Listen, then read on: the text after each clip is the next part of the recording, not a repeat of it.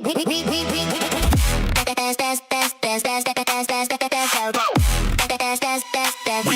Esports World Cup.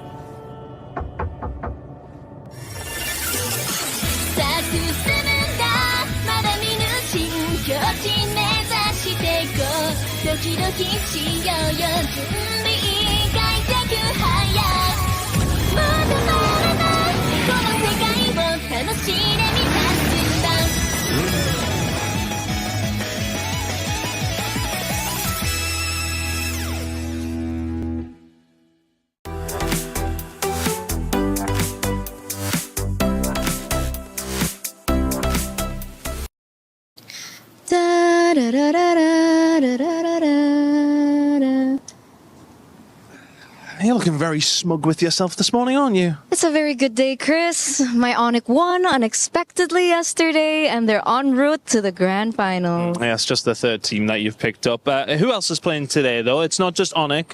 ONIC playing their first game. Who else is playing?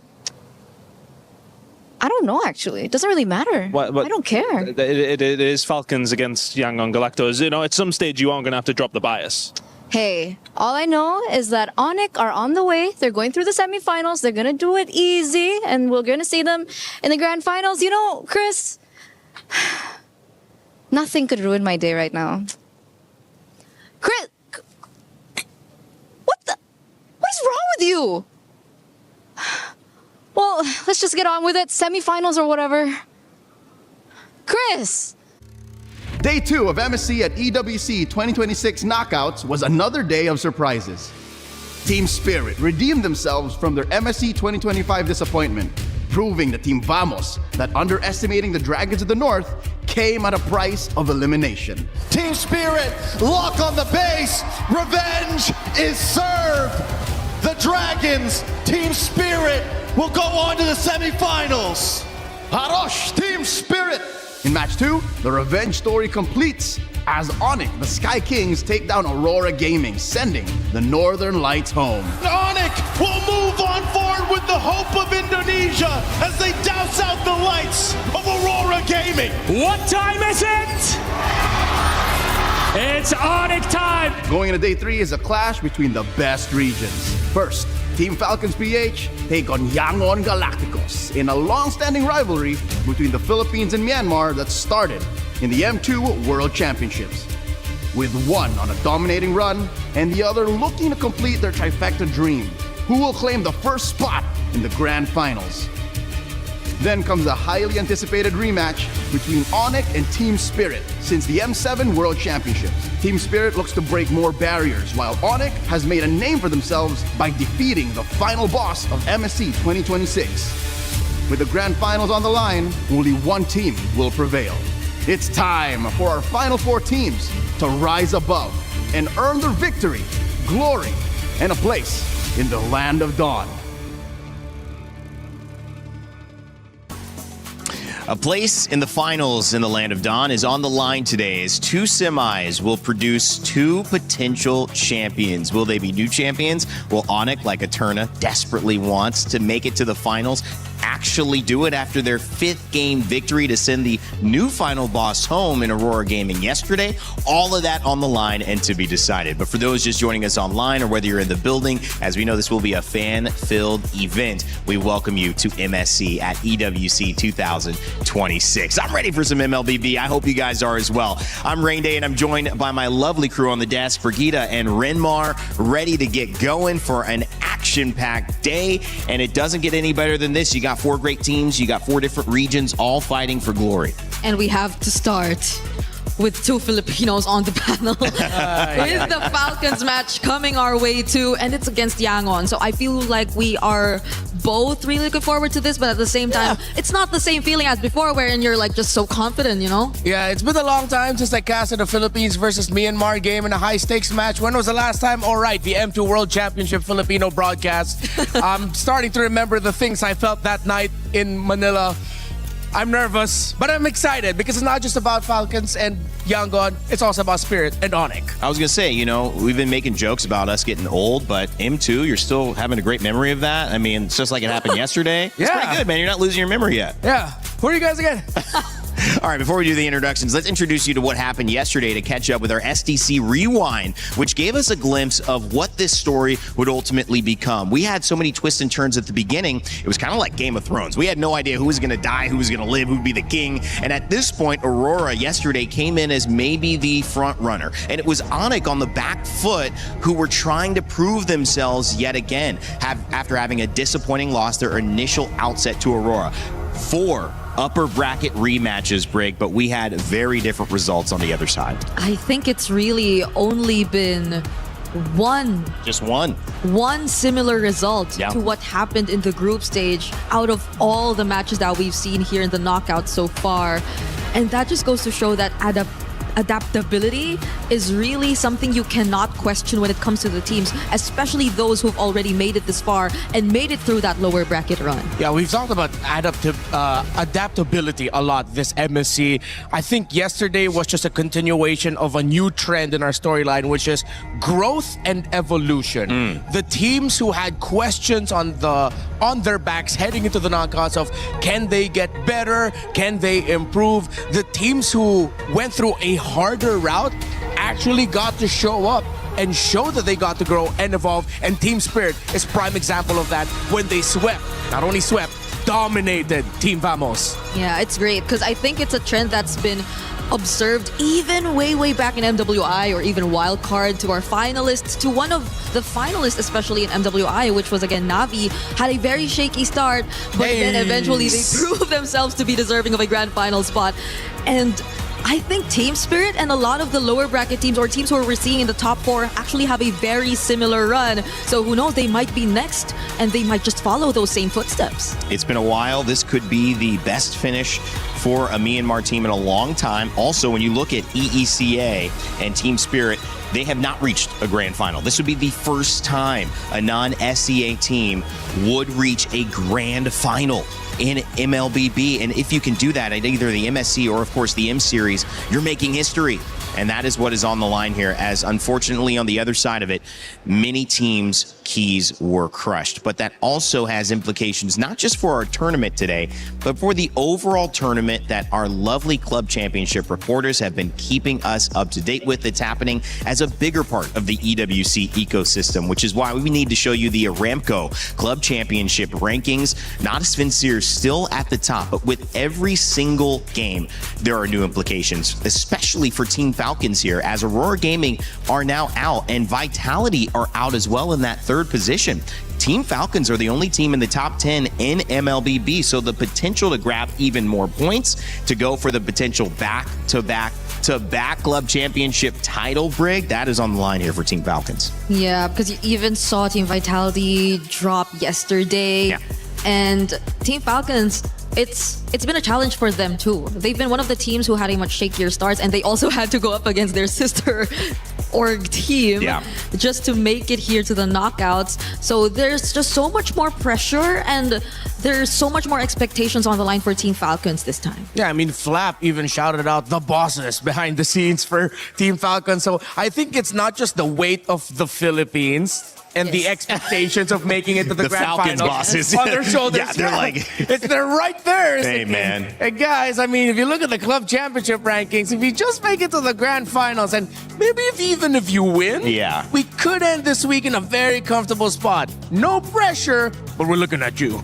So one of the interesting things too is that there is also $1 million on the line for the finalists, but there's many millions of dollars for the finalists of the club championship. So that pressure is real. We had an update with, I believe, Chris letting us know what's going on. We're here at the Totem once again for a small club championship update. I say small, there's a lot been going on. As you know, at the MSC, it has been about Falcons trying to go through, as far as we're talking club championship at least anyway. But let's see how they're going to go on and do today in their semi-final. But otherwise, plenty going on. Of course, Allianz Vault is where, of course, SF6 is going down. Our back-to-back champion in Zhao here, Falcons representation, he is out of the tournament. Over, though, of course, when we're talking about the other games over on Overwatch, a couple of teams dropping out as well. Team Liquid out. A torrid time continues for them. AJAL out. And then you're talking on Falcons again, they're down into the lower bracket. As far as it's going down over on the Kadir City Battlegrounds, though, for Warzone, that is, well, just starting to rumble away. You have Falcons in an okay position, but maybe not looking as hot as they would have liked. But Twisted Minds finally find themselves coming to the party. Other good representation still ongoing there in Warzone, but plenty more to update you on that throughout the rest of the week. There's your small little club championship update. I'll update you throughout the rest of the day. Thank you so much, Chris. And of course, on the other side of that, it does mean that there were dreams dashed, dreams crushed, and I mean literally crushed. The teams that could not make it, Renmar, Brig, we know it. I mean, it's an unfortunate thing to see it, but it has to be done at EWC. You come in with a physical representation of all the hopes, of all the dreams, not just of you, of your region, but of your club. And Renmar, sometimes seeing it physically get crushed, it just adds that extra weight emotionally. Yeah, this is my third straight year at EWC. It doesn't get old. Just seeing it, there's a new vibe to it every time. And it's because the stories evolve, the players evolve. You get new connections to them that every time a key gets crushed, it hurts more and more. And sometimes you like to actually kind of give yourself mental outs, like, you know, it was not that bad, we do it. But when you see your key crushed, it's like there's no out. You have to address the fact that you weren't enough. And that is okay. That's okay, Brig, as we take a look at today's, these teams were enough. Yeah, the only thing I'm thankful of, at least maybe, is that they don't have to personally hand over the keys anymore. So you don't see their faces and how maybe frustrated they are after losing a match, because the keys are just right there, ready to be crushed right after their losses. But today's schedule, we'll see more and more keys getting crushed. I don't know how to feel about this, Rain Day. I think a stage manager just heard you, and now they're going to implement that into the next EWC. They're like, we got to bring that back. That was really emotional. Brig, thanks for the idea. Team Falcons PH obviously coming up to begin today's action on the Lenovo Legion Gauntlet here at MSC.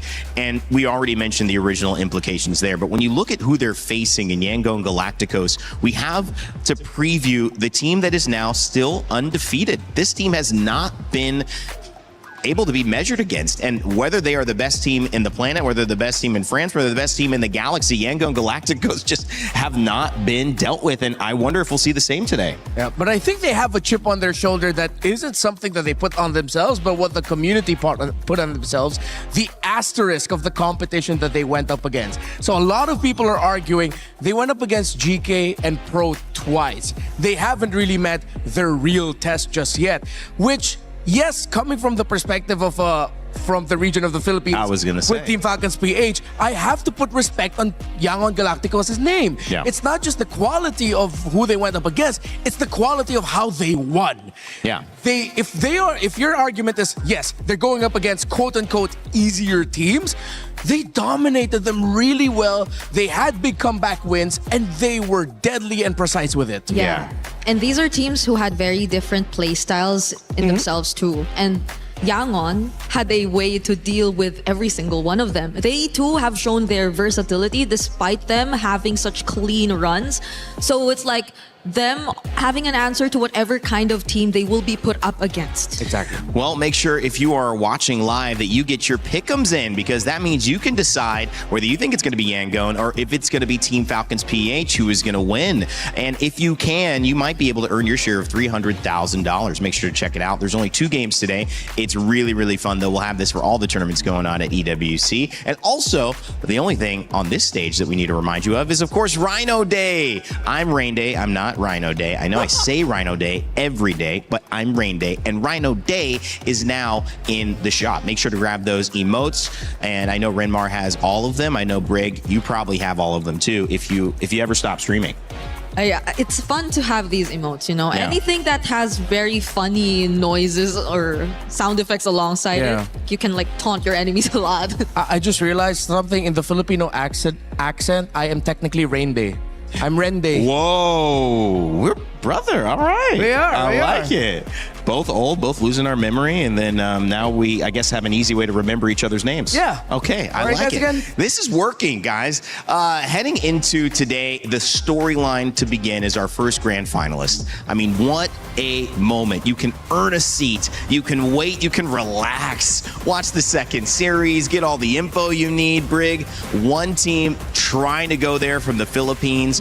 The hope bringer. I think this is still really the hope bringer outside of course, ONIC on the other side. But Yangon, man, what a story that would be if they're sitting in the finals representing Myanmar. I agree. Like, if I wasn't Filipino, I would probably be really looking to root for Yangon. But this is, as you saw earlier, yes, Flap, who will have to go up against them. He already has had experience winning international championships and specifically going up against teams from this particular region. So I think he's well aware of what he could potentially experience and go through now that he's going up against Yangon. But against Ying, I think that's where a lot of attention is going to be put into. Because based on the games that they've played, they've been very different in terms of approach. Yeah, you've talked about Ying.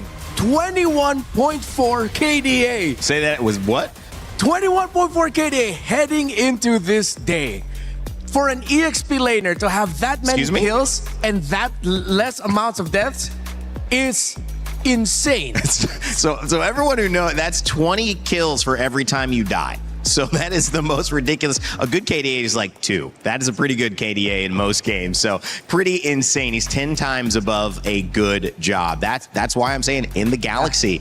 The other thing we need to look at, of course, is Team Falcons PH, who are going to have to shut down Ying. And that goes to, as you mentioned, Brig, one of those international champions who is now back on his surge, which is Flap. Of course, Kyle, Haji Ogwin, and Bulletproof Super Marco. Can they continue this run representing the Philippines as the second seed with Team Liquid falling out earlier? We sat down and had a chance to talk with their coach. I believe it's maybe Moody, who actually gave us some thoughts heading into today's game.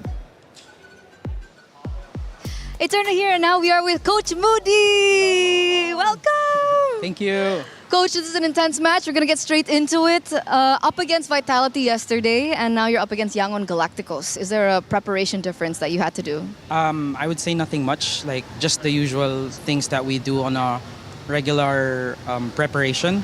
We're the type of team that like to focus on our mistakes and fix those instead of like focusing on what the team can do. But it's different with this, with Yangon, just because we know that they like to do cheese strats and with cheese picks, yeah. Now, that's really what we wanted to ask you. Yangon and their cheese picks.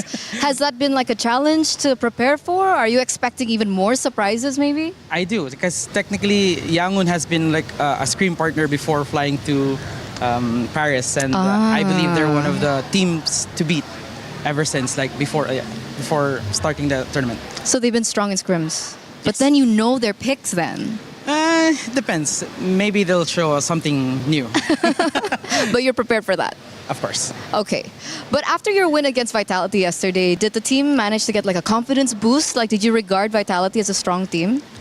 Personally, for me, as long as the job is not done, it's just a slight boost. But for the players, for sure, they were confident that, we want to reach grand finals. Were they really happy about it? Yes. Oh, it looked like it. They were celebrating quite a bit on stage. Of course, because Vitality is also one of the teams that we really wanted to beat before entering the tournament. For sure, and you're up against YG now. But we do want to ask you, when it comes down to drafting phase, side selection, how important is that in this current meta? I think it's very important that I don't want to say too much, but it depends on which side you are, and you have to really prepare, like on what's coming. Because, I just want to say that one side has an upper hand. One side has an upper hand. Okay, I'm not going to ask which side. I'll let the panel break that down. But that's really good insight because we're seeing like a difference in win rates among different teams as well between blue side and red side selection. I know like what's the win rate? Do I keep it secret too, chat? I think I'll keep it secret too. But of course, up against YG, you are now against a fellow Filipino coach. We have Coach Marvs on the other side. Do you perhaps have a message for him in this upcoming battle? Coach Marv's, can I speak in Tagalog? Of course. Para sa Pilipinas, ibigay mo na to. And good luck. I hope that was a good message. That was a good message. I trust you. I know we just met, but I trust you. Thank you so much, Coach, for this interview. Best of luck as well for your next match. Thank you. And now we're going to throw it over back to you guys. Speaking of that, we can reveal that blue side has actually won 53% of the time in this tournament, 47% for red. But let me tell you something else. It was a lot higher in group stages, which I think means that teams like ONIC, who were winning sometimes from the red side, have pushed it more even. Will we see more dominance from blue heading into this? All of that to be found out as well. But thank you for the information, Moody. We'll let him get back to the teams. Now turning our attention to Yangon Galacticos, which have, like we mentioned, one of the best performing, the best performing single player in Ying with a KDA that is insane. It sounds unreal. Of course, with Han, Kaizi, Blink, and Sanji, this team is prepared to win it all. But do people still doubt them? I'd say there are a few, but their road to EWC, if it ends with a grand finalist journey, will be anything but doubtable.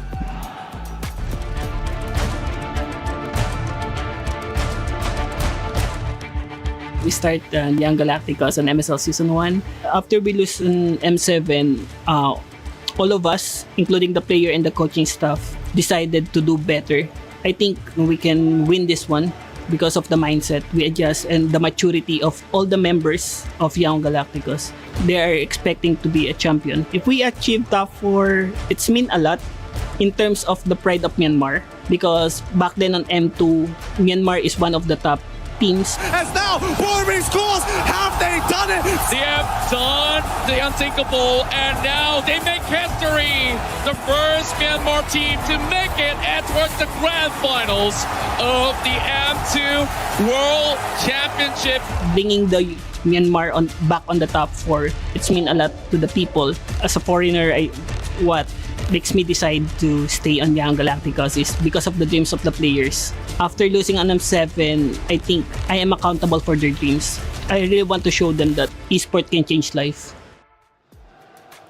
Well, Yangon Galacticos coming out after an undefeated run, our only undefeated team still left in this tournament, and a lot of it leans onto Ying. How important is he going to be? Because we were talking with Maui, who helps us get set up. I still think he's like the boss of everything behind the scenes. He's doing undercover boss. I know it, Maui. You can't lie to me. He said that his FYP was filled with Barats and Ying. How good is this guy? How dominant is he? And how do you solve that problem if you're Team Falcons Philippines, Brig? I think that's what I really wanted to point out earlier too, because I felt like Flap and Ying had very different approaches into playing this game. Like they have very different ways of dictating the pace and tempo of the team fights. If it's Ying, it's really more on these tankier type of setup, XP lanes that we see, and these flashy entries with the Barretts specifically, which is why I think a lot of our FYPs are already filled with the Barretts highlights. But Flap also has the tendency to go damage and just really all out on zoning, where it's more one-time, big-time setups that you really expect from Ying, which I feel is a must shutdown if you are Falcons. Yeah, he is undefeated 4-0 on the Barretts, if I'm not mistaken. Yep. I think a good amount of his great KDA comes from his play with that hero. And then you mentioned the keyword there for Flap, which is zoning. They've always utilized the Esmeralda and Uranus for Flap, even back in MPL Philippines, as a means to take control of the part of the map that Flap is in. He will cut behind the first turret, go into the jungle of the opposing team, get vision, delay, go back to lane, rinse and repeat. And you usually don't think of Uranus and Esmeralda as a split pushing macro hero. That's how Falcons loves to play the Uranus and Esmeralda. Well, Flap, he's a Philippine champion. He's a world champion back in M2, I believe. And then, of course, you have the chance to see that they are up against a team that has so much support as, I don't know if you can really call them an underdog. We still are waiting to see how these results hold against Team Falcons PH, but we are believing in Yangon Galacticos as what they've done so far. It's hard not to. And speaking of that, their fans back at home are actually celebrating just as much as the fans here in the stadium, maybe even more. We've seen some cool watch parties happen, and we wanted to show you a little bit of an image from that. If we have it up, we'll throw it. Otherwise, we'll stay on my single. I'll keep talking about it. Okay, it's a video. Here we go. Let's take a look. Hello Paris and hello EWC. This is Adamo reporting live from the Yangon Galacticos Galactic Watch Party in Yangon, Myanmar. Behind me are a lot of passionate fans and KOL and creators who have gathered tonight to support YG as they are compete at MSC 2026. Our player may be competing at MSC, but the support from Myanmar is very louder than ever. Everyone here is ready for cheering to YG from the first minute until the final MBV. Before we send it back to Paris, let's give the team one message. Young Galacticos အများကြီးကြိုးစားခဲ့ဖို့အတွက်ဒါတို့မျှော်လင့်ပါတယ်အကောင်းဆုံးပုံနဲ့တူတူဒါတို့ပြန်လာခဲ့ဖို့ပြောချင်ပါတယ် Good luck to the YG and back to the Paris. Wow, that's fun. That's fun, Brig. Yes, it is. I met Atharmon in M7. Oh, you did? She was very bubbly, and at the time, I could already sense how the community in Myanmar was really starting to grow. And especially if you look at the social medias of Yangon, they have really huge following, considerably huge, especially for a region that we've maybe last seen dominate really or have a dominant run in M2. The entire country is behind them. But there was an interesting comment that I read. Going through the comments of how the Filipinos are wary and respectful of this team from Myanmar. So many Burmese comments pointed out just one man. They fear one man, and his name is Flap. Because they say every time they meet him in an international, Flap beats Myanmar. Well, will Flap begin the wings of Falcons, flapping into the grand finals? Or will it be Myanmar who shut them down and claim that they are one of the top 2 teams in the galaxy in MLBB? Yangon Galacticos, Team Falcons PH. It's a battle of Myanmar and the Philippines' last hope, and it begins right now.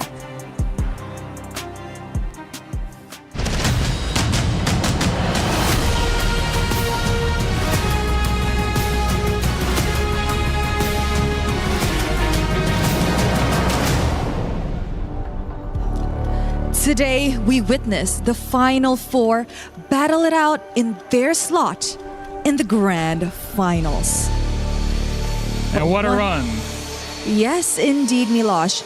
But one thing is for sure. The question today is who will rise above? My friends, what a run we've had from 16 teams down to only 4 playing from these very desks. The pressure is on for every single remaining player on these 4 squads. They're here to make MLBB history and change the fate of the world. Today, one final chapter remains. Will history be rewritten where we crown a new champion at MSC at EWC? Or will ONIC be able to rise above and get their 3rd trophy? Only time will tell. There's a lot of stories on the line for today and leading into our finals tomorrow, though. But we have to get our matches in order. And our first one is an age-old rivalry. A rivalry that dates back all the way to M2. For our first semi-finals match of the day, ladies and gentlemen, please welcome Team Falcons Philippines! The Hope Bringer inches one step closer to the grand finals. In 2024, oh boy, they were one game away. Can they successfully try and rewrite their legacy? Can the Falcons soar higher when it mattered the most? It matters a lot for them individually, as a region, and as a club championship winner 2 years in a row. Every point matters. Yes, the story is told, but they have opponents on the other side. So please join me in welcoming Yangon Galacticos! The Galacticos continue to cheat death in the land of dawn and elimination at MSC 26. The Falcons might not be who they expected to face off against today, but their guiding light shines bright. Make history by earning a grand final spot here in the heart of Paris.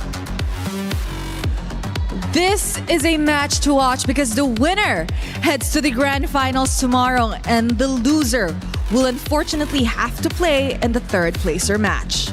And at that point in time, you're playing for extra points. The real thing is the crown. It's the final dash for that. So please Gentlemen, Yangon, please, Team Falcons, place your keys, take your seats, and captains, don't forget a little bit of a handshake. Reminder, this was not the expected result. It was vitality on Yangon's mind, but it's gonna happen as this. Our game is set, and we have a lot to talk about before we head into the Land of Dawn for our first semifinal. And they do clear the Lord, but there's still a wave coming in through mid. And just like that, Yangon Galacticos remain undefeated. Vicious win, a sweep in the quarters. If we're going to win, we're going to clean sweep. I'm aiming for our 3-0-2. You guys are the hope bringer of the Filipinos, the last hope. Juga! Oh, Nile falling does not look good for Vitality, and it's just Kyle flying in! And knocking down the pro eSport. This is our first top 4. Going up against Yangon Galacticos, I think it's going to be a tougher match than Vitality. They will come prepared for us, and I'm sure we will also be ready for them. It's going to be an even matchup, I think. They are more on the discipline side, so we're going to go the unusual way. We're going to fight next dots, so that's our plan. We will play our own game against them, regardless of what we discussed in our strategy. Yangon Galacticos is now officially a team to watch out for. Falcon BH, I think they're really strong. Our mindset is like we're like underdogs, so we don't get pressured and we just play our game. We will prepare really hard again. We need to make some sacrifices. We know most of their hero, so we just prepare our hero that can beat them. The greatest strength I see in Yangon Galacticos is they play very aggressively. We're both on the same level, and I think whoever has the strong will wins. Let's see who's the first jungler.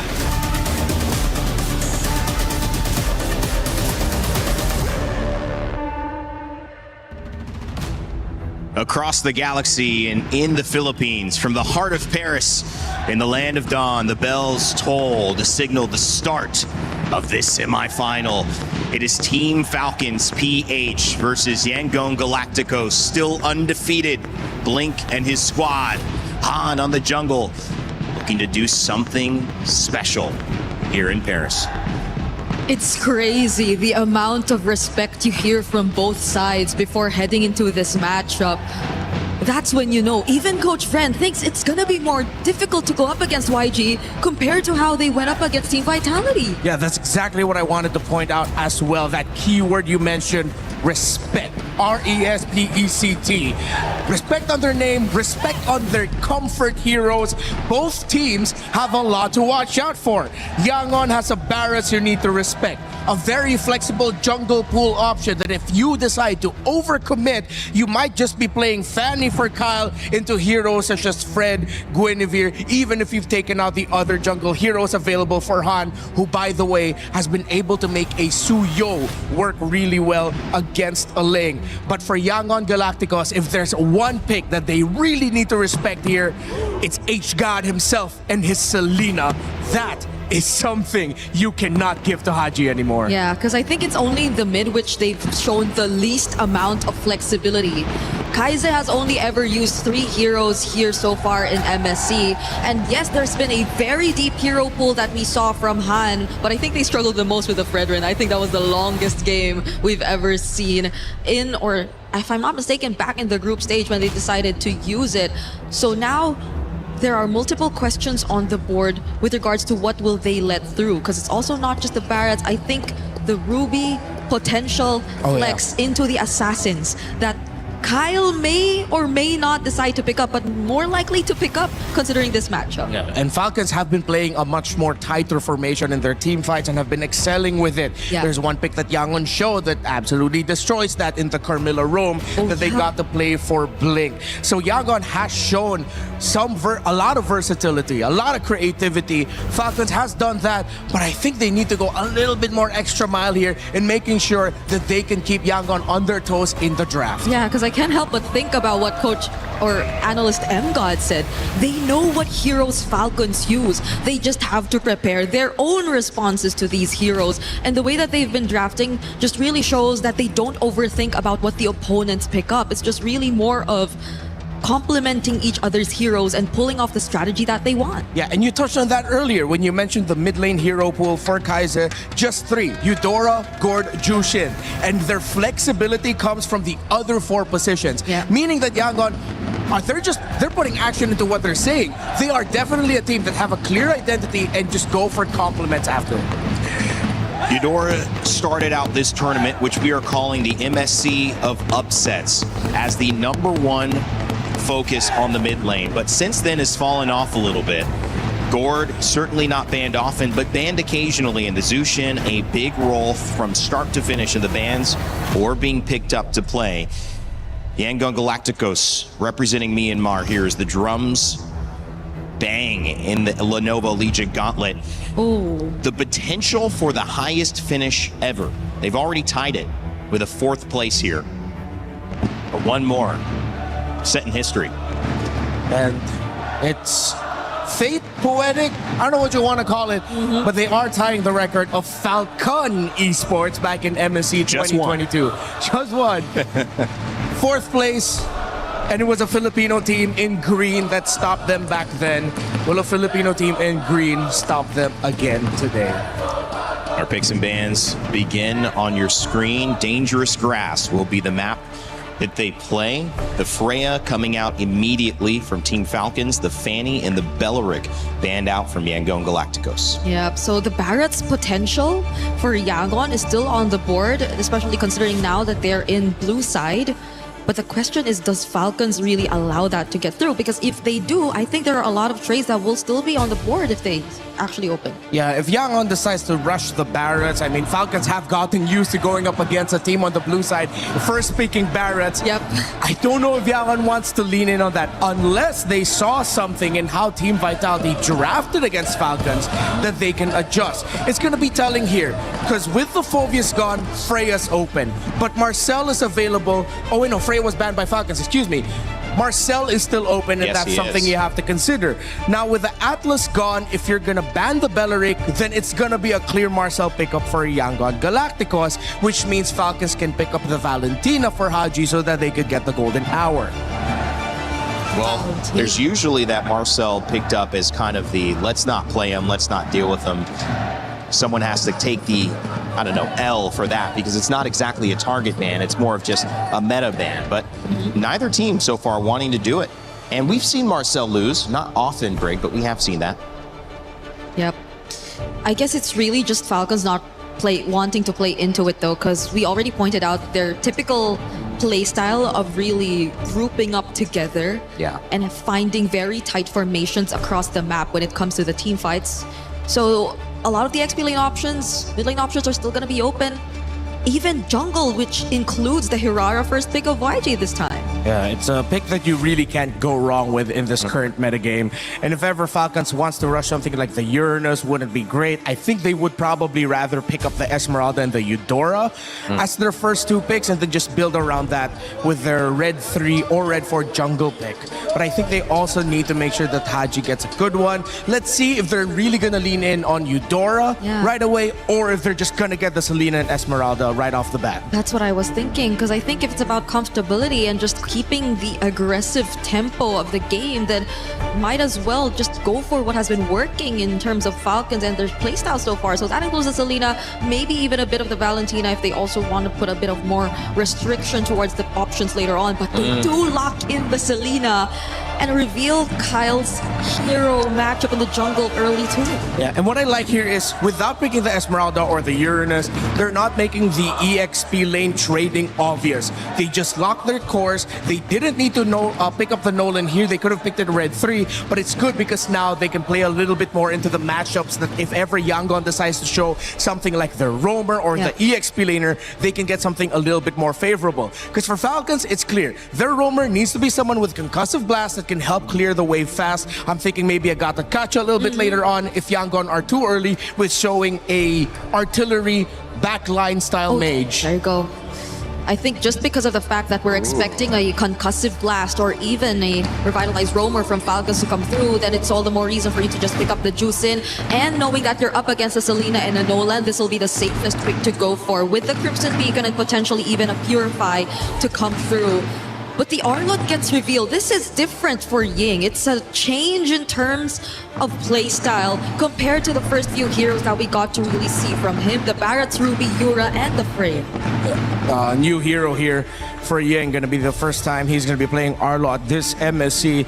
And there have been many drafts where I remember us discussing with a lot of the dives, with a lot of that aggro trading, people would be saying that, hey, the Arlott would have been a great pick, but it was either banned out or overlooked. Now Yangon are picking up early, which has to be somewhat alarm bells for Falcons, and acknowledging that Yangon are not messing around. They're really here to dominate. Yeah, and it's Falcons this time to get a hold of the Barretts, which at this point, if you're really looking to lock down certain heroes, specifically even if it's the Hirara, it's looking to be a bit tricky, so there will be potential different targets. If you're looking at really just shutting down or taking out one member during the objectives, might as well be a Blink hero later on, since I think that's been a trend in the previous games too. Whenever you see a Barretts on your team and you just really want to take out the roamer or the front lines, which at this point they're really narrowing down because they even took out the Carmilla.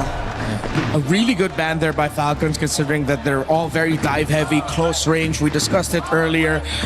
Gata Kacha, as expected, gets banned out by Yangon. Would have been a great pick for Falcons regardless. Beleric has already been banned out, so in terms of the roamers, we might be seeing some unique ones pop out here. Let's see if Mathilda might make a showing, or maybe Glue or a Cho. Yeah, because Mathilda, I think, is just the wave clear that will be a bit more difficult. Yeah, one thing I remembered, there might be a roam pick that Falcons has showed before that Yangon might need to respect, and that's the Akai roam for Ogwin. Arlott not really a fan of going up against the Akai roam. And they take out the Glue here as well. So we're maybe expecting some roamer to really complement the Barretts in terms of just really going full engage and up front against the composition that YG has shown us. Because again, they have so much ways to punish. They have the final slash. They even have a juice in. So they'll have to deal with less problems now with the Gord being taken out. But the Minotaur, so the only concussive blast heroes, the Tro is still there. But that will lead to less AoE setup for Falcons, I feel. And what might be tough is they might have to settle with something with either like a Khalid or maybe even a high loss to really help fast clear the mid a little bit better so the Selena doesn't put herself in danger. Okay. Hylos comes up there, and a great pick. A lot of roam bans, counting at least 6 with the Glue, the Marcel, the Atlas, the Gatakacha, the Minotaur, and the Beleric. So getting deep into the pool for Ogwin and Blink. You know what? I was really expecting Blink to be one of the more unorthodox players, but so far he's been playing very meta. I think the most is the Carmilla. Yeah. That's been unorthodox for him. But the other options that are still there, they still have the Cho. Pro, Mathilda, but I don't think it really works out well. They need a front. They need someone to really tank the damage. Yeah, there's not a lot of synergy if you play the Mathilda. Okay, with a lot of close range dive, you can pick up the Badang. It's a tempo breaker and always has been. It's a great pickup, and this is going to be the first time we're going to be seeing Blink pick up the Badang. Still need the gold lane here for Super Marco. There's Melissa available. There is, which we've seen a lot. I mean, coming up, we've seen Carrie shown as well. We've seen all these variety type picks. I think even the Moskov might work. Moskov. Because you have more range, you can just push back the enemies. I mean, Hylos and Harith is a great combo if they really want to go with all in. I So like it. there they go. Harith picked up to close out Super Marco's pick. It was a gold lane and a roam standoff, and it ends up going relatively deep into the roam pool. Badang seen quite a bit, Hylos seen when things like that aren't open, and now, guys, we've got our first matchup of our first semifinal. The draft in game number 1 has been really fun to watch. I feel like YG have switched up a bit in terms of their sequence. And that just goes to show the preparation they've had against Falcons. Yeah, if Yangon Galacticos wins this game number 1, then definitely that is going to be a shock to the system of Falcons because Yangon went for high mechanic, really tough to execute, and they want to take it to Falcons. Well, MSC semifinals are underway. It's the Philippines versus Myanmar. A spot in the grand finals on the line. Let's send it over to our casters, Leo and Trex, to start us off. Mingalabay mabuhay! All of the Burmese and Filipino fans watching all around the world and everyone enjoying the Esports World Cup 2026 live from Paris, France. Who gets closer to the grand finals of the mid-season cup? One of these teams get that much closer to at least 500 G's in the bank. Last night we started things off a little bit slower, but we ended the night with a huge best of 5. I feel like YG and Falcon can deliver the same kind of action to us right now. Falcons started this tournament off a little rusty and so far have showed up and now seem to be one of the possible dominant forces. YG, on the other hand, this could be the big test for them. This could be the possibly first huge challenge for them. They have been playing as close to a flawless tournament as one could go. Again, as mentioned by our panel, the lowest amount of deaths across the board, stats on stats, all across each role. Now they're facing off against world champions. Players who have gotten this close, Trex, this close to actually taking down a mid-season cup of their own 2 years back. A minute in, and so far no clear lead just yet. In the EXP lane, Ying is playing a first, at least in this tournament, the Arlet versus his signature, Barats. See Haji throwing out these arrows. Oh, he's having a hard time, I'll tell you now. This is what looks like for the first time in a while, a difficult lane. Oof, in mid. A lot of damage on Ogwin. Ogwin might not be able to get away with this. Does pop the Revitalize, will be okay. And Kyle with the re-engage. Getting some nice poke off both teams, kind of testing the possibilities right now. Seeing the Master, for the price of his Revitalize, forcing out the flicker from Blink. I'd say that's a good deal. Definitely a good deal. Cooldown very much shorter on the side of Ogwin. Might even have it, won't have it for first turtle, but still, the possibilities that Blink could have done with that flicker are going to help out a lot more. Falcons knowing this, moving on to the turtle now. Blink decides to back off, YG decides to back off, and the first turtle's bursted down in the name of Falcon. Oh, then as well, throw it out, Ying into the wall. Ying should be able to get away from this, forced another flicker out from YG. Falcon getting very aggressive early on. All right, for the first time in this matchup, we're seeing the gold lane showdown. A Claude versus a Harith. I'd say Sanji's playing this as good as he can, because the Claude, I mean, the best course of action for him is the double lane, but Marco is applying so much pressure. But I don't know if they know this, small cap stolen away by Han already. Which is a good thing for YG, they got to make up some ground. And honestly, I've been looking at the minimap, it's been a little back and forth. Sanji has been able to get the push in here and there. Super Marco's been playing it back. Wait a second, a lot of damage onto Han here. Kyle continues to push forward. Falcons continue. They're testing the cracks. They're seeing if there's any weak points that they can capitalize on right now. And this could be it as Falcon drop the Glorious Pathway, move on to the purple. Oh, was it stolen? Yes. Kyle able to take it away from YG. Oh, they knew that there was a 10-second window, but they don't pile on Ogwin. A lot of damage on Ogwin. Ogwin will be okay. The Immortal Man right now. Oh, they know that the Master still has his Revitalize off of cooldown. Now Falcons looking to equalize, at least in the gold lane. Apply more pressure. No gold shields taken just yet, so neither have a huge lead over the other. Sanji and Super Marco at deadlock. I mean, the offlanes have been essentially at a stalemate. The game has been essentially at a stalemate. Still 0 deaths. Both teams have been getting little punches off here and there, a little gut shot here and there, but no knockouts quite yet. I love it. Narratively speaking, Trex, it's like they picked off from when the Filipino-Burmese rivalry was in its peak. Post-pandemic, 2021, before utility jungles, before macro became king, that's when the Philippines and Myanmar were on top of their game, and we're seeing that flourish right now before our eyes here in Paris, France. So what do you have to look out for as we come into this next turtle? Falcons once again want to rush it down. Blink looking for an angle in. Ying as well. Tries to get in the backside. Blink able to take the turtle. And it's a mosh pit in the pit right now as Haji just tries to get away, but Blink's low. And so is Ying. Ying trying to vengeance through, but he already lost a teammate. Blink is down. They get the pull back. Kai's has come back in, and Kai's able to get the double. Make it a triple. Flap falls along with the team, and yes, Falcon don't only lose their members, but they lose the second turtle as well. 4 for 1. Now Marco has 2 on him, plus the turtle. Yangon Galacticos have snapped their way into a massive lead again. Relatively speaking, 4 minutes in with nothing happening the first 3, 1,500 is basically light years away, economically speaking, in a macro-heavy game like this. Watch it once again as in the pit, walls on walls. This is a I'm not trapped in here with you, you're trapped in here with me moment with Blink. That was a perfectly placed crack. And that's what Falcon's going to have to watch out for, right? These dogpile fights where everyone is grouped together. And the thing is that's what Falcon's going to want to go for. That Detna's welcome comes in, they want to jump in. And it's all going to be about who pulls the trigger first and who can counter better. They broke Falcon in half like my arm. That was as beautiful a start for turtle number 2 as you can for Yangon. They're building up to a 2,000 gold lead.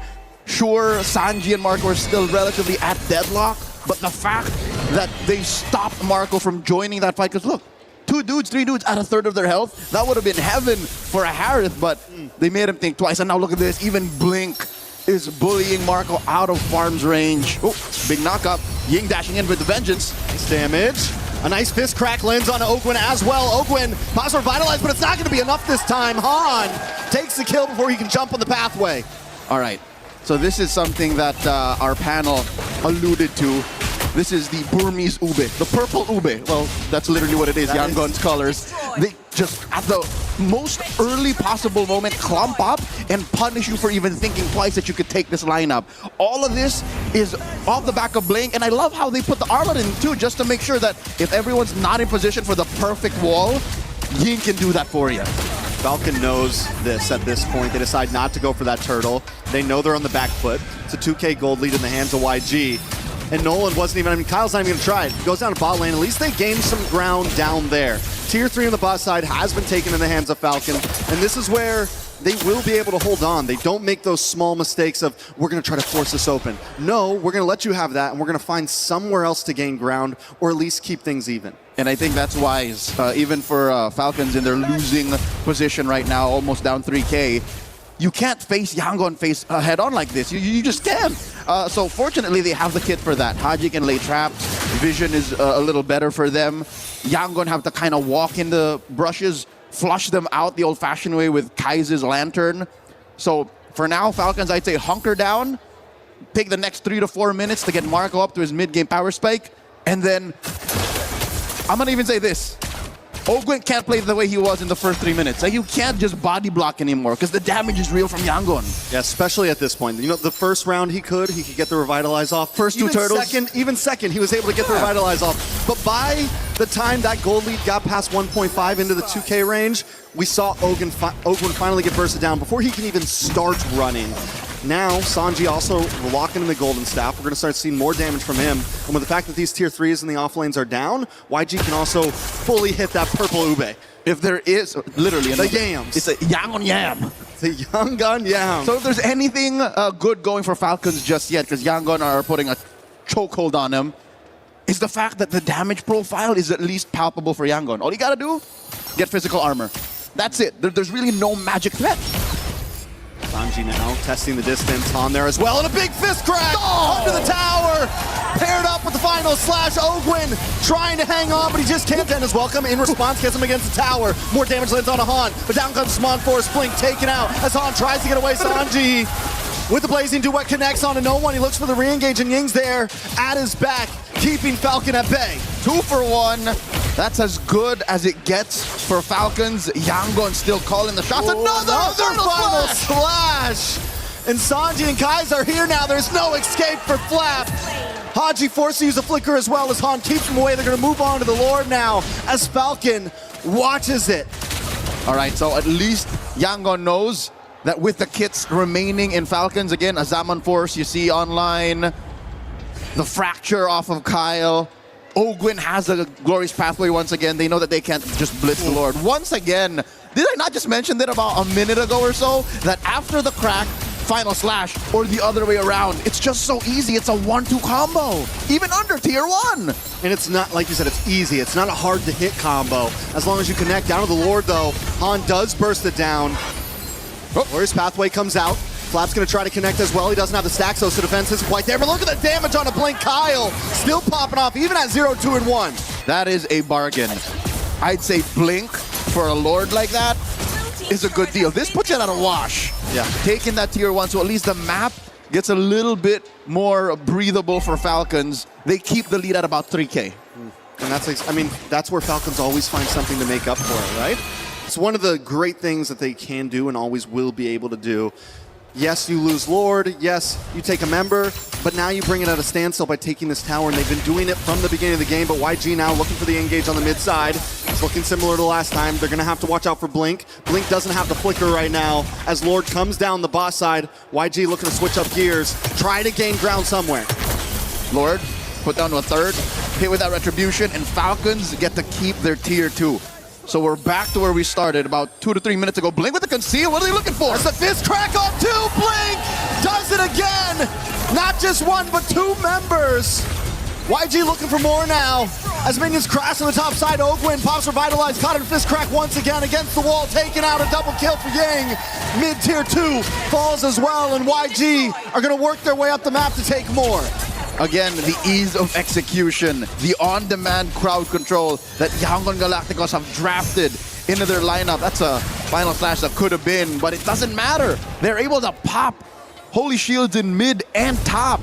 Bottom lane, don't even get me started. Amazing start. I'm pretty sure that conceal almost counted as an ult. When Falcons heard that, all they could do was skedaddle. They knew it was coming. They were running away like, once you hear it. And so YG now have taken all the tier 2s on the side of Falcon. It's a great start for them. Falcons moving around the map. Not completely conceding just yet. Nope. And so far it looks like they might even try to get this purple. There's a glorious pathway sent in and a choke. Denna's welcome. Might have came too early. A mega kill for Han. Maybe a slight misplay by Flap, thinking they could do something to at least get their purple. Oakwin in enemy territory, enemy jungle. As YG closes in on him, he does buy time though, and YG's onto it. They send the rest of their members back to the mid, back to the top to try to defend. I think that was all part of the plan for Falcon. Little two-step there. Ogwin, I think, was just trying to go for the self-execute. He wanted to die to the turret instead of conceding over more gold, more XP to his opponents, but alas, they just found their number. I'd say if Falcons wasn't so sure that this was a fight that they were willing to go, they should have just conceded the purple. I think that was all in the hopes of maybe finding a good shot, but 12 minutes in, maybe after we check Haji's items, we'll know if they're ready, because if yesterday's match, Game 3, between Team Spirit and Vamos, if that was any evidence that a late game Selena is still something to respect, then maybe there's still something left for Falcons. Maybe if they cross that threshold, what, 16, 17 minutes? Yeah, but the thing is, it's at 12 and a half. They do still have inhibitors. The fact they were able to slow down Lord number 1, we've seen this happen before, right? It means with their inhibitors, as long as Falcons doesn't make a huge mistake, they can probably survive this push. The Falcons don't just want to survive the push, they might want to fight for the Lord itself. It's Flap TZ, checks the tri-bush. Whoop. This is a dance. And Yangon Galacticos' lineup is just much better built forward. Glorious pathway dropped in. Kai's in a bad spot, will take some damage. Kyle makes his way in, but Blink once again with a conceal play. Falcon knows they have to back off, create space. Han able to get the Lord. A big final slash on a 3. They collapse down and Kyle falls. Flap next on the chopping block, taken out as Ying and the rest of the team move on to Super Marco and Open. Open drops him on Sports, but it's just not enough. He tries to dash back, he tries to get away, but a maniac for Han is secured. Haji's got to go back to base. Haji's got to try to stop them all alone. We're not making it to 15 or 16, ladies and gentlemen. I believe it ends here. Yangon Galacticos are in the base. You thought it would be even, but YG take game number 1 with a 9K gold lead, stating their business here. 2 weeks in MSC, and Yangon Galacticos continue their undefeated run. Choose Arthur, YG. Falcons left reeling, only 3 kills on the board. Yeah, that wasn't a game right there. That was a statement of why we're here from YG, showing that, listen, no matter what, we are ready for this. And don't get me wrong, yesterday we saw games like this start and it went back and forth, and if anything we can tell from this game 1, we're definitely in for a series. As soon as Yangon found the ults on their two initiators, the Arlet and the Badang, it was all but over. Haji wasn't much of a threat. I hate to say it, but waiting for that final moment, waiting for you to be at the late game power spike might have been too much. That's expecting Yangon to just lay down and take it, but even against traps, even against the macro play that we know Falcons to be so good at, Yangon just said, no, we're not even starting. And well, Yangon did such a good job. A lot of times, a team like that, where they try to engage too much, they make some mistakes, but YG didn't make any mistakes. I do think we will get a bit more of a breakdown from the panel. Take it away, guys. Thank you, gentlemen. Ying continues to not die. Had 3 more kills to bump up that 20-something KDA. As Yangon Galacticos prove yet again, it is not an underdog story. They are now by far the favorites. They are undefeated. They remain undefeated. It's an uphill battle for Team Falcons Philippines. But we saw it yesterday where these early games went the way of Aurora Gaming, and ONIC found a way to bounce back by extending those matchups. So what can the draft tell us? Lots of breakdown in Game 1. Rain Day here with Brig and Renmar. Brigitte, what did you see there? I know that was tough for our Philippine fans, but it was great for the Myanmar fan base, especially at that watch party we saw. Yeah, I mean, I agree with you. Honestly, there are times you could definitely expect comebacks, but in that scenario for Falcons, specifically the fact that they had to play with a Selena from behind, which I think one of the trickiest heroes to play from behind with, on top of the fact that it took a while for Super Marco to really scale up. I think that was already 10 to 11 minutes, and he still had to he still had yet to pick up the Holy Crystal. So there were really very little ways for Falcons to fight back. Yeah, once Falcons lost Turtle 2 in such a massive way, of course, with the beautiful combination of the Juicen, Arlot, and Badang together, up against a lineup that wants to get in your face and dive often, those 3 heroes have proven time and time again throughout history that they're great with breaking tempo and ruining your focus in team fights. Because in the moments where Ying would start dashing in with the Vengeance second skill with the Arlot, the target acquisition of Falcon starts to dip. You're wondering, okay, who are they actually going for? And without that Harith around, with all of the crowd control that Yangon has, Falcons just did not have the time and the damage to be able to win team fights. This was perfect drafting from Yangon, perfect gameplay, and that's why I'm putting them in such a high pedestal, why I've complimented them more than I have Falcons heading into this match. Yeah, YG continued to dominate, and again, the stats will show it as well. This is a team that is not faltering. They have been given this huge focus on this tournament, and they are living up to the expectation, superseding it, to be honest. And you could tell just in this game that it's the real deal. I mean, we did see a record of only 5.57 average deaths for YG. And look at what that goes down this game. Reflected here in this game.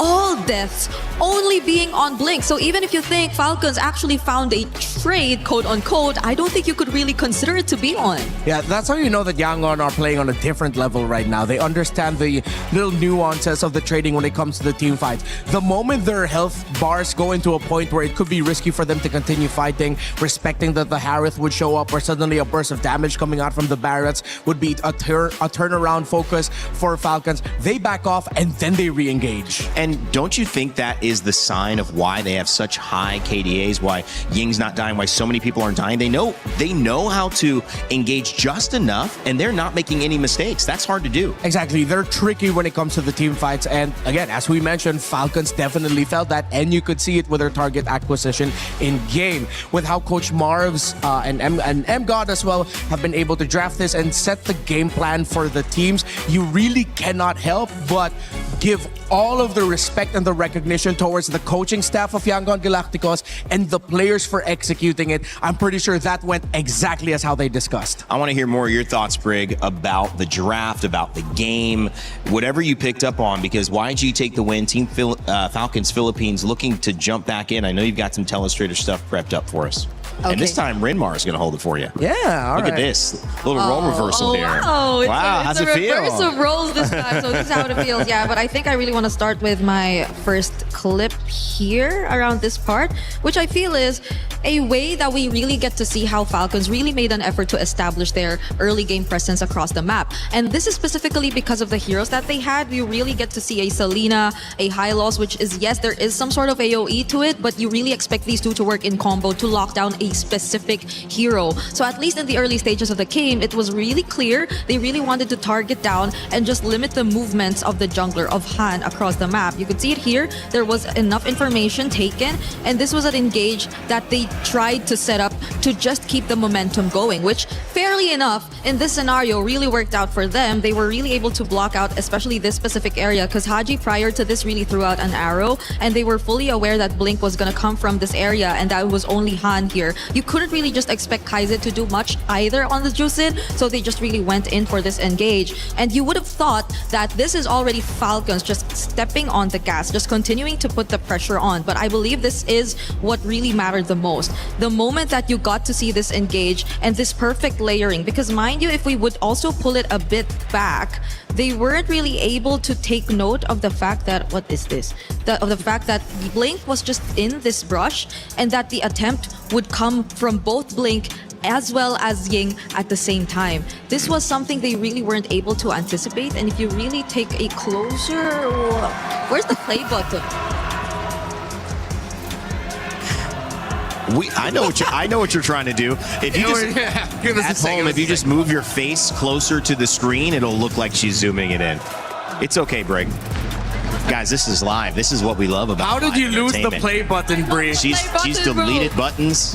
Hey, where did it go? Okay, maybe we just do not click on it anymore and just move on to the next clip. But that was really the point of the play, essentially. If you look at the third clip, this was also something that was highlighted by our talents. It was firstly from the rotation up top, but this is a sequence of events that just reflected that same idea. YG were just playing with that Ube quote-unquote similar strategy of them just constantly grouping up and taking advantage of their team fight prowess against a lineup of Falcons who initially really just wanted to go for specific heroes but already failed in the beginning. So there was just very little room for Falcons to find a way back, because even if you, let's say, lay down the glorious pathway, which is I think something that will also pull up here in this last clip.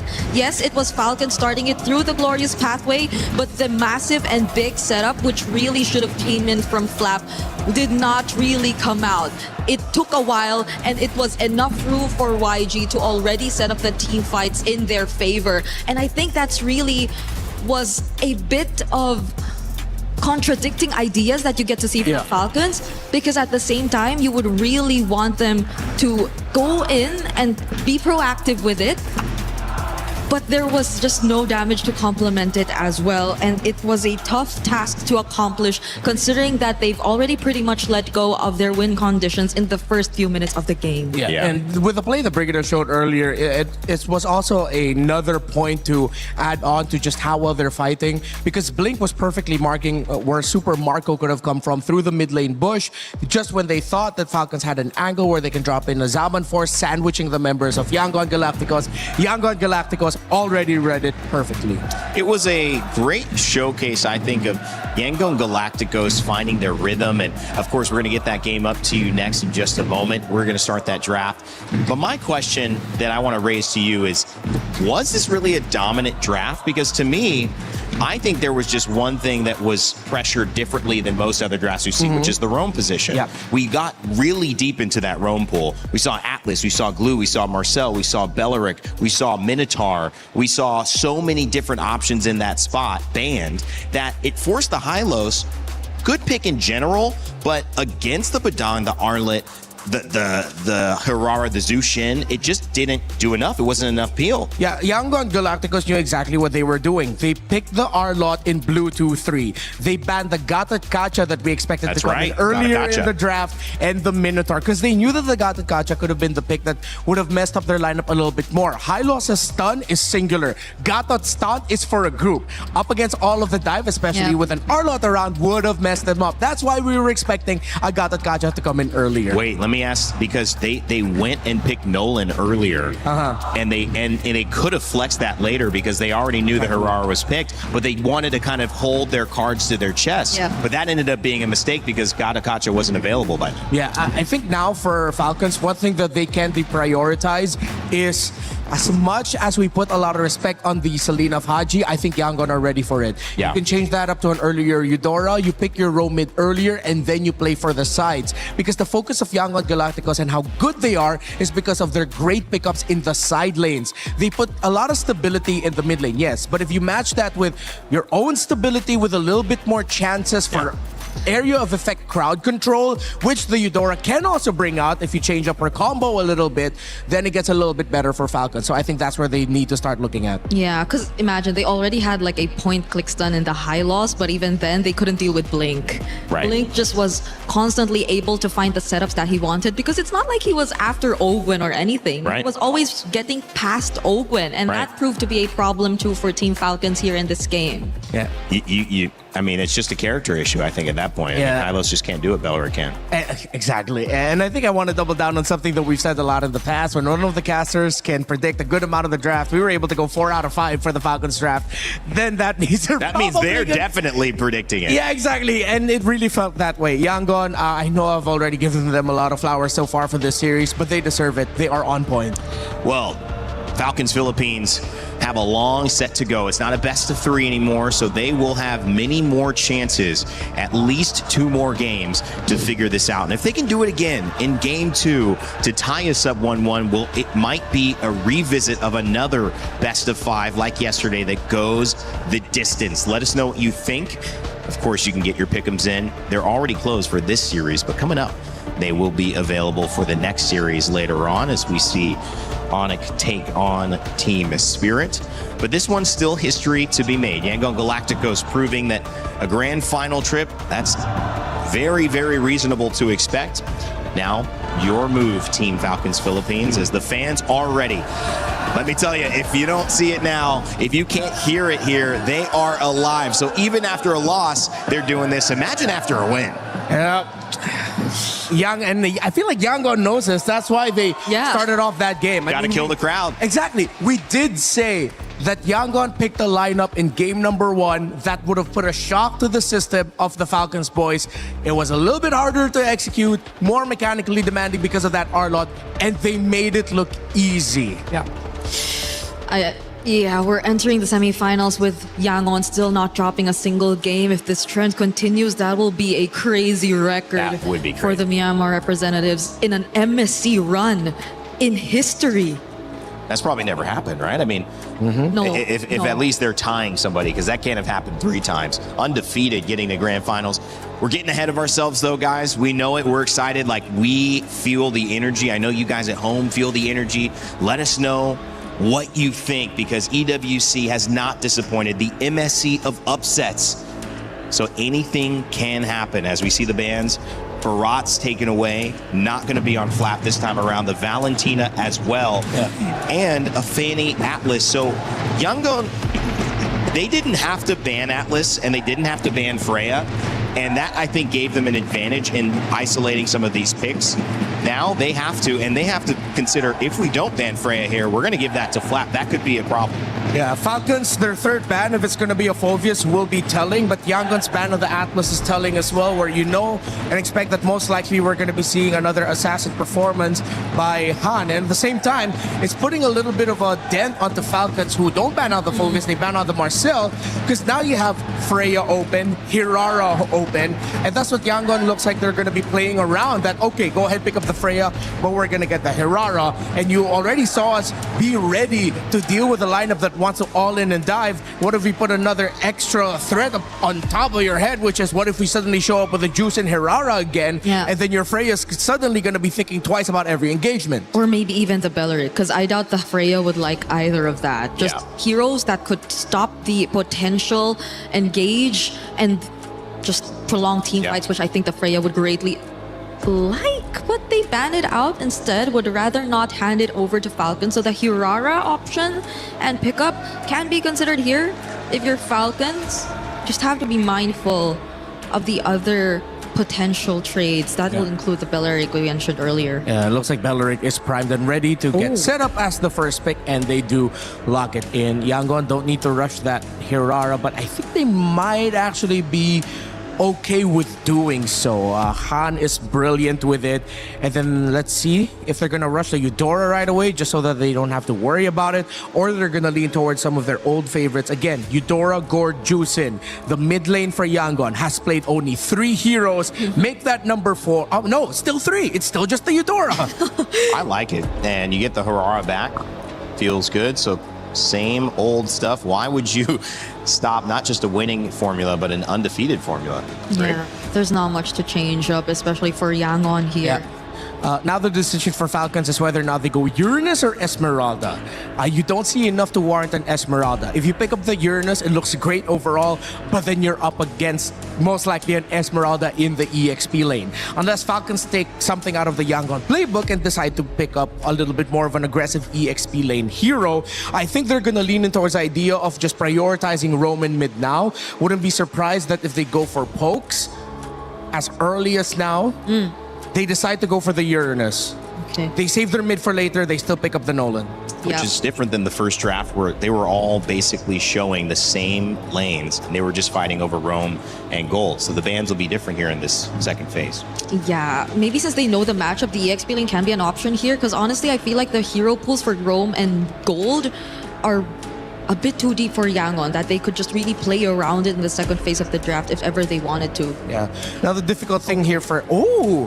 Yangon decides to show the Claude right away. I feel like there's a little bit more of them trying to manipulate the draft so that Super Marco doesn't really have a lot of picks. Because I was worried for the draft of Falcons, wherein if Yangon stretched this out long enough and it gets overlooked by Falcons, they could show up with the Melissa later on, knowing that they're already up against a Belleric and Uranus. No one's going to be able to reach her. But this is, again, just more confidence coming from Yangon to take out the Claude. And let's see if they're going to continue to just focusing on the heroes of Super Marco by either banning both, they take out the Clint, or they ban one gold laner option, and then they just pick up more heroes that can mess them up. Remember, Falcon still has a Brody that they can play with here. Yeah, and I feel like at least for Yangon, them picking up the Claude here in this part of the draft will already limit the options for Falcons in terms of the mid lane in a sense. Because you'd really would want to consider a bit of more range as well in order to just reach and get a bit more access to the backlines of Yangon, but knowing that there's a potential dive with the Blazing Duet as well from a Claude, then they might be a bit more iffy to go for the stationary artillery mages that we were previously seeing from them as well, because I believe Falcons was only one of the few teams to also pick up a Farsa. Does feel like they have an answer potentially to the intense engagement that we saw from YG and the Belleric and Uranus. That should be able to at least slow people down, survive a little bit, maybe catch you off guard with an ultimate, Wrath of the Dryad, make things difficult to get out once you do overcommit. But now what's the other play around it? Because Zushin getting banned, how do they access these characters? How do they get to the Claude when he gets in and gets out? How do they make sure the Eudora doesn't have too much presence in these team fights? Up in your face surprise stun. They ban out the Esmeralda. I think they can go for a Vexana as a consideration pick later, then pair it up with something like a Brody, or they dig deep into the bag of Falcons and decide to play the map a little bit more and they go for Low Yi Brody to close it out. But still, with Yangon not showing their Roam and EXP, they will have to show one of those picks now. Picking up the Low Yi and the Brody to close it out, and then if ever they have one really strong formation breaking EXP laner as their last pick, then Falcons, that would have been checkmate for them, and Yangon going 2-0 in the draft. Ooh. Yeah, at this point, I feel like there you go. Yep. The Ruby does show up. They've already taken out the Jusin, which I think is one way to tell that they really just want to go in. They really want to get these melee heroes and fighters in the draft to complete their lineup. And the Selena still gets picked up for the second time here for Falcons. I really thought they'd go for a little bit more AoE here, but they already do have the Belleric anyway. I still think the Low Yi would have been a fantastic pickup, but let's see. Maybe they still have so much faith in the Selena that the constant vision provided and the arrows is going to be enough for them to read Yangon's maneuvers. I'm thinking now, because at this point it looks very tight. The formation looks very tight for Falcons. Who knows what Blink would be considering again in the roam, because we've seen a lot of options which I think would work out really well for them here in this scenario. The Carmilla that they previously used is up there as well. Yep. I think that can be a consideration. If not, the Badang that they previously used to just complement it with the layers of crowd control might be an option as well for Yangon. Got a Kacha available, Cho available as well, but kind of a tight-knit group there. So who are you going to isolate? Who are you going to pick up if you are the Cho and get that kick on? Yeah. Just questions to be raised. We'll see how deep that pool is for Blink here. Yeah, because you really don't want to kick back the Belleric. Yeah. No. The Uranus is going to pack the Purify. Ooh. They go for the Mathilda. Strong combination here by Yangon. And they are able to balance out their draft in the sense that they're not going to be as easy to take down in the early game. They have some good shields. But there is a realm of possibility where Falcons gets the first two turtles. Turtle 3 will be a decider. And then Lord 1 is where it's going to be at. Did they do enough? At least for Falcons right now, they're not very specific in terms of their win cons in the early game. But I feel like execution-wise, I'm just expecting Yangon to still be as fast as we saw them in game number 1. The Moskov picked up for Bulletproof, Super Marco. He is a star for Falcons. They need him to show up big. It's the second game, a second lineup, a draft that the panel a little less decided on, but still feeling like Yangon can execute. Trax, Leo, how we feeling? 2 games in a row. I think M-God and Marvs have trumped Coach Vren and Moody once again. I love that last pick, Matilda. It fits the Burmese playstyle so perfectly. You see Blink is already crossing over, scouting 3. He's going on a 1v3 recon mission, Trex. And that's what they did in game 1 too. Not as deep, but still constantly. They're not scared to get in Falcon's face at all. Yesterday they knocked on the door until it finally, or last game they knocked on the door until it finally broke open. And this time I got a feeling we're gonna see the same exact thing. So far it's up to Falcons to adjust their tempo. They found out that in game 1 you cannot take your time. Slowing down Yangon Galacticos is not an option. So good to see that Falcons are finally here, at least when it comes to early game rotations. Marco here, dueling against Sanji, using that gold crab as a point of contention. What's going on? What kind of duel are they getting into now? Super Marco just likes pain at this point, I think. But look at the damage on Sanji. That's what they were doing. All right. That's what Mirko would call the walk-up. Oh, just straight up opening a rift from God knows what dimensions. Putting the fear of God into Sanji. Mid lane, though, this is the first time we're actually seeing these trio go toe-to-toe. And all 3, here comes Han as well. We could see the big attack here. Kai's goes down. First blood for Falcon. And the Falcon crowd finally erupts. The other half of the stadium acknowledges the fact that finally Falcons are taken to the skies. Han going for the steal. Blink very low. Forced to flicker out. Good flicker at that. Flap now. Setting things up for the rest of the team. A big flicker from Yang, and down goes Han. Kyle finally putting kill into his pocket. Stack that up with the turtle, and it's a beautiful start for Falcon. 2 minutes in and 1,000 gold up. Trex, is this what Falcons was looking for? As a big picture draft, I'm gonna die on this hill. I really like what Yangon have brought in, but were Falcons just looking for a tree to perch on? Was it just really the Belleric that changed the way they play? I honestly think it is. The Belleric has the ability to stop YG in their tracks and also respond. Yet last game, Falcons had issues punishing. They had issues finding those moments and biding enough time, and this time, Falcon found the answers to do it. SOD thrown out to try and secure. Sanji acknowledges the duel. I'm gonna double down on that. I think the fact that the Burmese Ube, the Yangon Yam, is so evident that an ult like the Wrath of the Dryads just throws that sideways. And it's not even for Ogwin just using the ult. The whole kit of Belleric answers so much of what Yangon are good at. Not to mention, when it comes to the big team fights, even Sanji on this Claude is going to have some issues dealing with it. Everyone on the side of YG might have some issues. Han taking a lot of damage from Flap. Flap is in their face non-stop. Big ult comes from Kai's there, but not enough damage quite yet. Flap and Ogwin forced to back off, but Falcons in general still staying on their side of the river. They're gonna threaten Han here. Oh, the flicker! Dryad comes in! Picking Han off! That one's gotta hurt. Another pick onto Han, 0-2 and 0, and we're just getting started. Already the 3 kills that Falcon scored all game 1 long has been achieved here. And forcing a BMI out of Sanji, an arrow thrown out. That's 4 members that they're sending over. It's being cornered right now, but Kais and Blinks are showing up to try to help. Falcon saw them coming. They said, no, we'll let you have this one. We'll let you have this one for now, but look at Flap. The guy's a menace. This is one of the few things you actually gain from Uranus. Call him what you will, a brain-dead hero, very little mechanically brought to the table, but macro-wise, he's controlling that quarter of the map. The Ruby has very little to do. Ying can only hope to try and stop Flap. That's 2 free turtles going over to Falcons. Yeah, this game has taken a full mirror image of last game. Falcons with a huge lead already.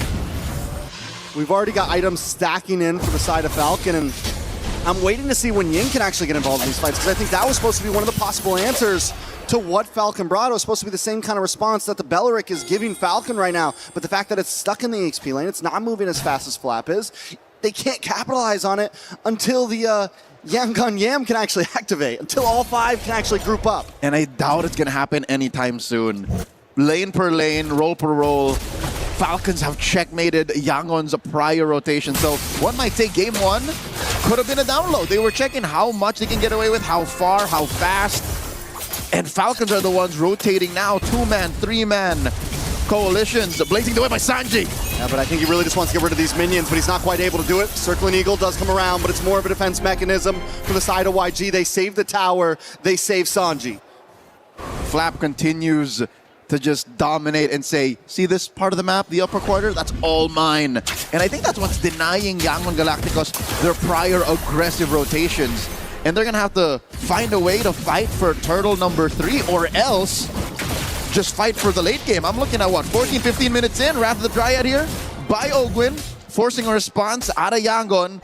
There's no lanes that Yangon can go home. Yeah, this is tough for YG, the constant pressure from Falcon, and the fact they're able to send 3 to 4 members down to this bottom lane is because of what Flap is doing in the top side. At this point, Han isn't getting orange buffs. He's being permissioned to get it, but wait a second, a lot of damage on Ogwin. Ogwin with sliver health. Falcons don't want to let him go down, but YG doesn't want to let him get away. Ying finally able to put a kill on the board. Bloodthirsty and bulletproof. Ying across the board prior to this series starting has had the best KDA, least deaths among all players, but now he wants some kills as well. Forcing that flicker. Turtle number 3, Yangon on the board. Unless Kyle has something to say. Kyle does not have something to say this time at least. He tried, he went for it, but YG were able to secure a position. That's going to help a little bit in terms of gold, but still Falcons holding not only a gold lead, but a map lead with 2 tier 3s down on the side of YG.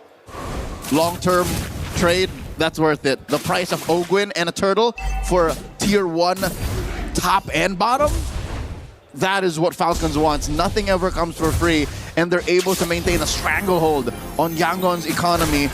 Han not on the board just yet. He's struggling. Every little small camp.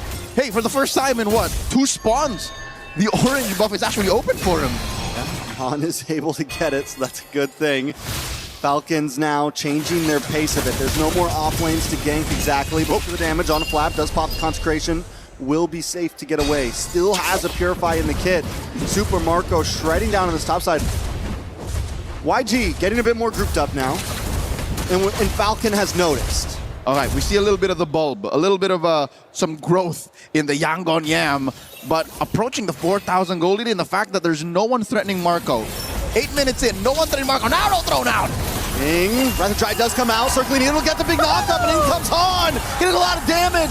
Sanji with the Blazing Duet. Ogwin caught in a bad position. Haji as well. YG don't want to let it go. They want to fight back. They're looking for the next target, and comes Sanji from the side. A nice flank on Ogwin. Ogwin tries to get under the tower to safety, but there's no safety against Yangon right now. No shelter will stop you from the Yangon Yam as they Uber their way into a flank, converting into a turret, trading. Actually, 1 for 4 was it? That was an amazing response out of Yangon Galacticos. A Circling Eagle that knocks up 3, takes out 2 of their core members. And I don't think even the coaching staff, the folks in the Yangon Galacticos holding area, were expecting that fight to go as well as it did. That 3-man knock-up sets everything up. And at first it looked like YG were split up. But what Falcons didn't know is they were actually pincering. I don't think it was planned like that, but YG found the moment and capitalized on it. In a matter of about 20 seconds, the gold has been minimized and the game is a standstill. That is improv in MLBB at its finest. Suddenly Han has 3 kills. Man's got a triple in that sequence. But so far, this is one of the few windows wherein Falcons have to say, not again. You can't do that twice. Fool me once, shame on you. Fool me twice, shame on me. So now they know that these small avenues on the map might be dangerous. And I think YANWAN have found a way to do that. They've rope-a-dope Flap. Flap might get overloaded. That's the problem here. Once they figure out how the Filipino cannon can kind of blow up on his own in his face, then that's how that works. So they have to overload his Purify, overload his Consecration, and somehow find a miracle. 3-man Circle Eagle already used up by Blink. Big knock up. He might not be able to get away from this one. Flap, though, with Consecration, still goes down. A kill into the Book of Han. Onto the top side, though. Ogwen misses. Purifies our pop. Flicker's used. YG still wants to fight for this as Falcon remaneuvers. Watch for Kyle on the backside. Han with the engage. Able to get the iframes. Forces Super Marco away. Han looking for a target once again. Ogwen brought low. YG collapses on top of him, and down he goes. Kyle knows it's a lost cause. He can't engage. That's what I'm saying. You take down Flap, SOD thrown out. Not a good idea. You overload Ogwen, and then you deny Falcons the entry to anything else. Lord number 1 goes over to YANWAN Galacticos. Falcons have to switch it up. It can't be the same thing. You have to find a way to engage off of more than just Flap. Long haul, checking that range with a jab. There has to be some straight to the face that Falcons can pull, but looking at it right now, their whole draft, I don't see it anywhere soon. There's no way that they just pick a fight from out of nowhere. Element of surprise is always going to be on YANWAN's side. So now Falcon, I will say this, with the ults they have, with the skills they have, they can hold a decent defense here. And if YG oversteps their boundaries, one big Wrath of the Dryad could counterplay. But maybe that's the answer for Falcon. Let YG come to you a bit. Let them engage and see if they overcheck themselves. Which has been, I think, what Falcon has been trying, especially in that Lord Dance. It's just they dogpile on the Flap too soon. Fortunately, Flap has his Purify once again, 30 seconds off of Ogwen's Wrath of Dryad Flicker combo. But I think the damage has been done, man. Couple more kills on Han. Sanji left unmolested. 0 deaths on this Claude. Sure, it's been a difficult early game. They spent, what, 2 or 3 death squads to try and gank him out of that lane, but he never gave in. He never caved. So I'm guessing a good chunk of that gold, despite Marco having a good, what, first 5 or 6 minutes, has been closed in. Like, this is more than just an equal gold lane matchup. If anything, I think Sanji has more gold than Marco now. Oh, I'm offended. Plus the stun, Flap is forced away. This time YG doesn't cause the full collapse, and they know when they can, they know when they can't. They decide to back off. Let's see if anyone walks into Kyle here. Kyle holding left mid brush. Oh no, Flap walked into 3. Purifying Consecration gone from Flap. 60 seconds to Lord still though. This Burmese Ube is lethal. Not more than 30 seconds are they ever apart from each other. That's amazing. And again, that's what Red 5 Matilda gets you. The fact that Blink can be within, what, 2 or 3 seconds a step away from where he's needed with a flicker too. So they're basically, you know how Louis folds the map in half? Yeah. Blink kind of folds the map in 2 quarters, which is almost half. Fair enough. Mathematically, almost half. Looking at the items, true enough, Sanji is 500 gold up on Marco. Even with Marco building the Wind of Nature, that doesn't protect him from Kaiser. It doesn't protect him from Blink's Rogue Wisps. So Marco is never truly safe. All right, so what's the big answer, right? Ogwen didn't go with the Revitalizer or anything. He has the Flicker, so there could be your opportunity of surprise, but who's going to be the bait? And it seems like Falcons maybe 2 split up. Maybe they need to group up as well. In an effort to split up YANWAN's Ube. But wait, look, they're blitzing the Lord. Oh, there's no response. My God, Falcons score! And then the conceal, the hit and run. YG are going to try to close this. Oh, Trex, true enough, you said maybe Falcons should group up, and they do. They blitz the Lord, and that's the price you pay for playing the Ube so tight. Yes, you can be within 2 or 3 seconds grasp of your teammates, but not the whole team to be in to respond to a Lord take that quick. What was that? 5, 6 seconds? Yeah, that was fast. Oh! Wait a second. Marco. John Marco, circling eagle, gets the knock up. Han closes the distance and gets the kill. That's going to help a lot for this Lord push. Oh, it was a YG just need to get back to base now to defend. Not a little. I think that was careless of Falcons to not check that lower quarter and have Marco walk into a brush that had 3 members of Yangon in it. So with Marco getting picked off, I think that neutralizes the Lord take. This is a wash. All they get is, they get the tier 2 on the bot. They get the tier 2 on the bot, tier 3 on the mid. So they get a little bit of ground, but not what you would want out of the second Lord. But then again, they weren't even supposed to get that Lord, honestly. The fact that they were able to burst down, it still feels like a good win for Falcon right now. Flap taking a lot of damage. Circling Eagle. How long does that thing last? YG gets the offended. Responds with a rather dry, but it's not enough to save Flap. The game is already locked in, and look at the blazing duet from Sanji. They lock on to Super Marco next. And Falcons have 2 men left standing as YG knock on the front door. A Selena and a Belleric are not made to clear waves. This mid lane wave is crashing in. Falcons are losing this inhibitor.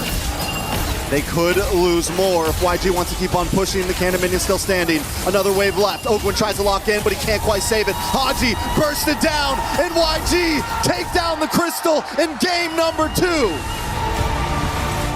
Yangon Galacticos at match point, 2-0 against the M5 World Champions, against a legacy team that beat Myanmar in the M2 World Championships. Yangon are 1 game away from locking the grand finals.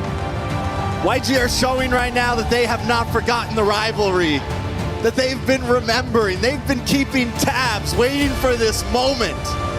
Before Malaysia versus the Philippines, even in the midst of Indonesia versus the Philippines, Myanmar versus the Philippines was the rivalry to watch. And Yangon Galacticos are reminding us who was in the grand finals first in the M2 World Championships. Singapore was their turf, and they're 1 game away from making Paris, Yangon Galacticos, home. The ship is landing right now. YG 2-0. And the thing about this game, which is so different from game number 1, is YG didn't just stampede. They had a rough start. It was a 3,000 gold deficit. 0 to 60 in about a country minute, and then suddenly 120 in nothing. Even after Falcons blitzed that Lord from underneath their noses, they were unfettered. It's as if it was all according to plan still. Let's throw it over to Rain Day and our panel to break down game number 2.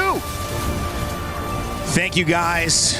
Man, what a moment. Woo! Yangon Galacticos.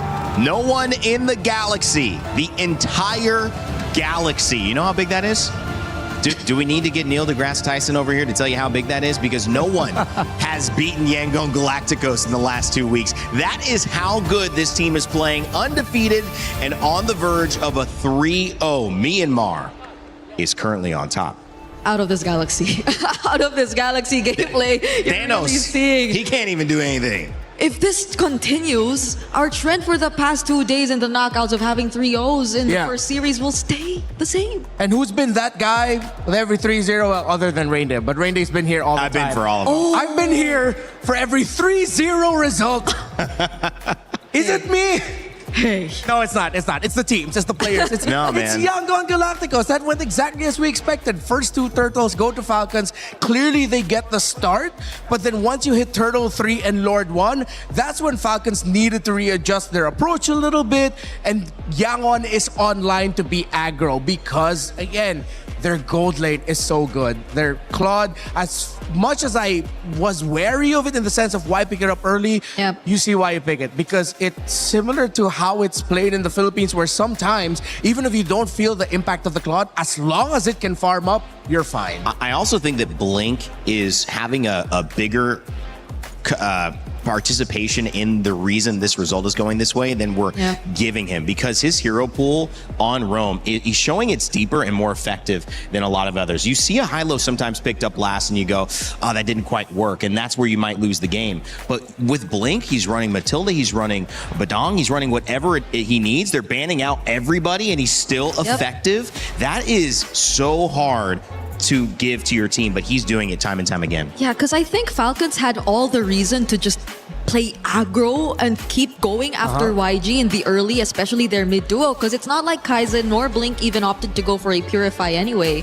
But the timings on the guiding wind have just always been on point. It's not just the timings, the distance in which he decides to use them as well, and the directions have always kept their team safe. And there was a glaring number difference there between the Eudora and Selena. As we see Yangon, they are light, they are feeling the vibes. Eudora dealt around 42,000 damage. The Selena could barely scrap 14,000. Man, that mid matchup you've been trying to figure out. Yeah, exactly. That's why I thought that they deprioritize the Selena and go for maybe something like a Low Yi. You're up against a great team fighting team. And I will die on this hill. Right now, Yangon Galacticos are the best team fighting team in MSC 2026. By far. And if you have a mid laner who can mess up that kind of tempo during the fight, such as a Low Yi, wherein you have an option to play the macro game, as we saw Falcons play the Moskov, then that could be good.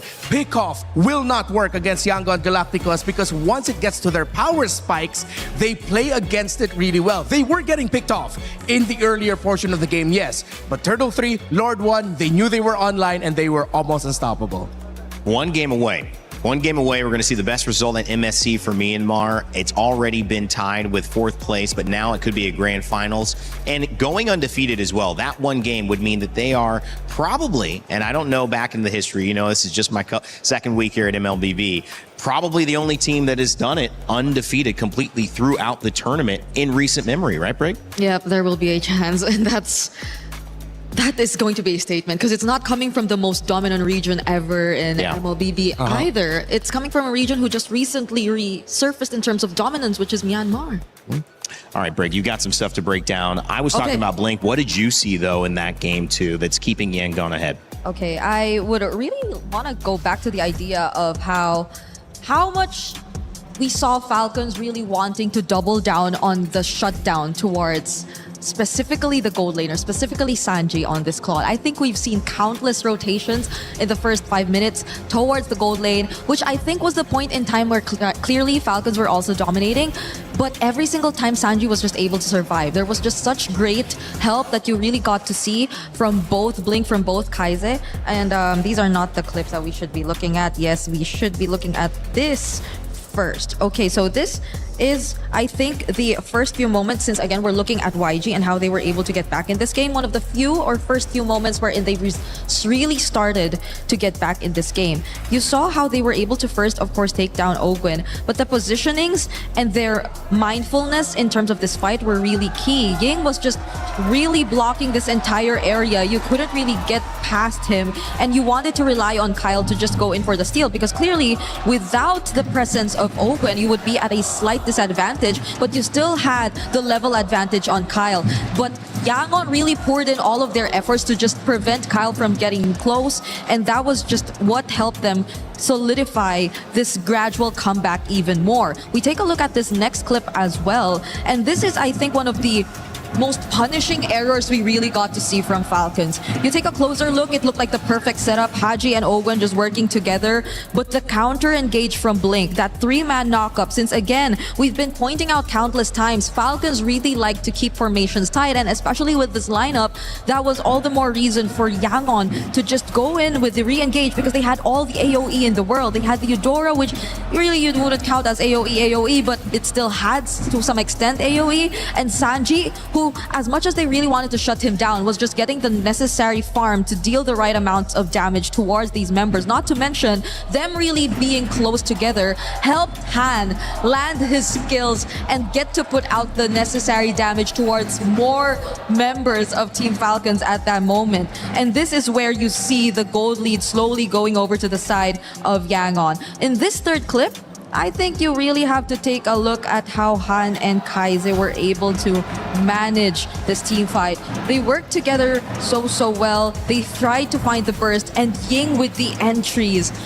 Every single time you see Ying go in with the flicker, it seems very well calculated enough, and Yangon have just resorted to the idea of going and taking down Open, which I think became easier and easier for them as time went by, and that was what guaranteed them the wins in the objectives. And we take a look at one more clip here.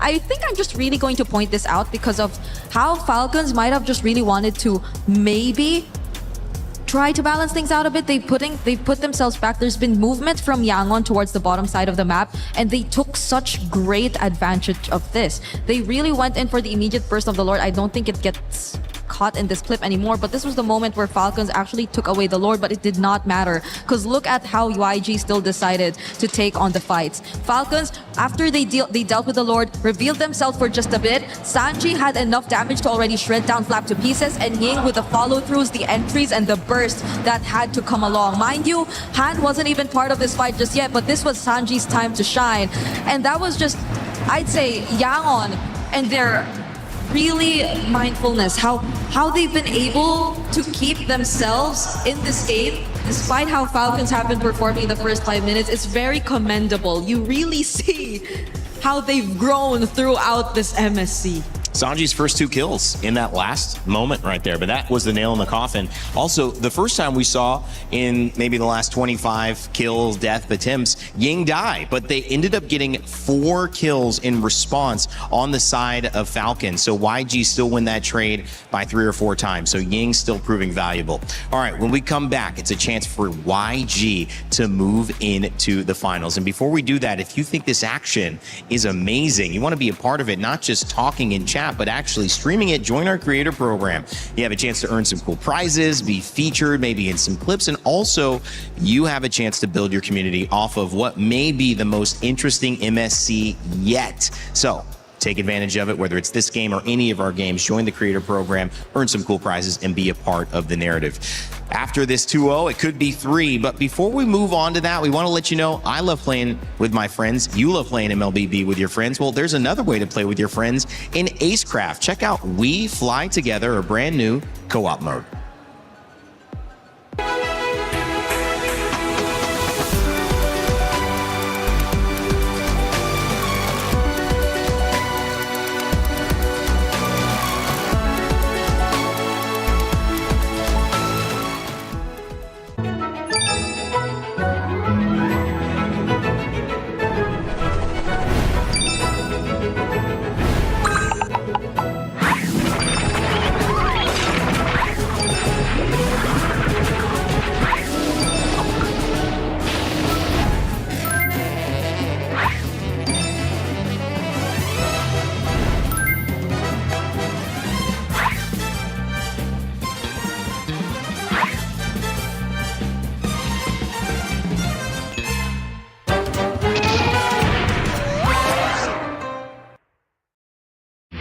A lot of people are haunted by their past. I'm inspired by it. They're not just playing for themselves, they're really playing for their entire family.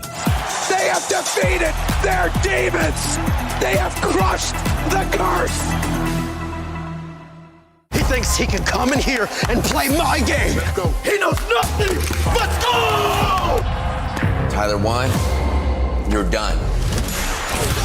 Raw energy, half from blow the house down!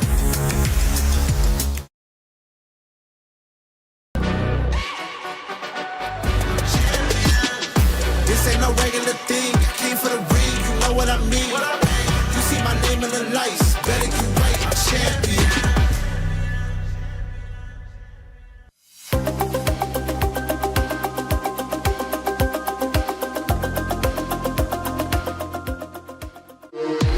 We were there for every click, every clutch, every respawn. We were there for the years of grind, and we're here.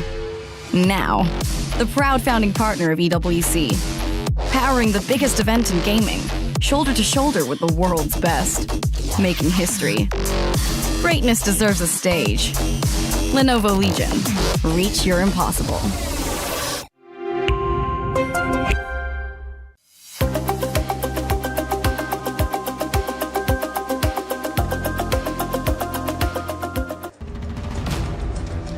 The Lenovo Legion Gauntlet holds the trophy for MSC, which at this moment, we will see who will be fighting for it. Game 3 will either send us to another one or put Yangon Galacticos into our grand finals, as they would become the first grand finalist of this tournament of upsets. It's going to be a fun one, guys. The fans standing by, and they have been silenced on the side of Team Falcons PH. The last hope for the Philippines, well, there's still hope. As long as there's one more game, you could keep pushing it. But it has to happen now, Brigitte and Renmar, as Super Marco, even himself, I wouldn't say he looks happy. And I think that's just maybe a bit of focus, but also maybe understanding the task at hand. If they are going to survive, they don't need to just win one. They need to win 3 games in a row against a team who is undefeated. It's hard to read Marco's emotions because he has been historically very stoic. Even his happiest moments, it looks like he was unhappy with it. No, but that's really just how Marco is, man. Yeah. But definitely, I'm pretty sure that's what's running through Falcons' minds right now. They drafted well in game number 2. They just, again, weren't able to execute it all the way until the end. There was one play that Brigitte showed earlier with the engagement onto, I believe it was Blink yet again, or Ying, when Ogwen dropped down the Wrath of Dryad that was around near the orange buff. They missed out on a key target to make sure that you get taunted, and that's the Eudora. That's the layers and levels that Yangon is playing right now. If their main conditions in team fights, whether it's a great source of crowd control or a great source of damage, if you can't take it down fast enough and if you can't focus it down, Yangon has a chance to turn the fight around. And I can't believe they're doing this with barely switching up the mid lane. Like, it's right? Still just so 3 picks for Kaize, for Yangon. And mind you, Falcons, I think they're trying to do the same, but it's not like they have the most stable of mid laners as their priority.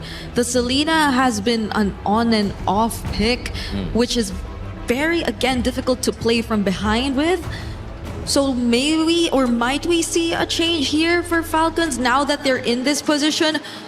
We'll find out. It's been fantastic drafting from YG.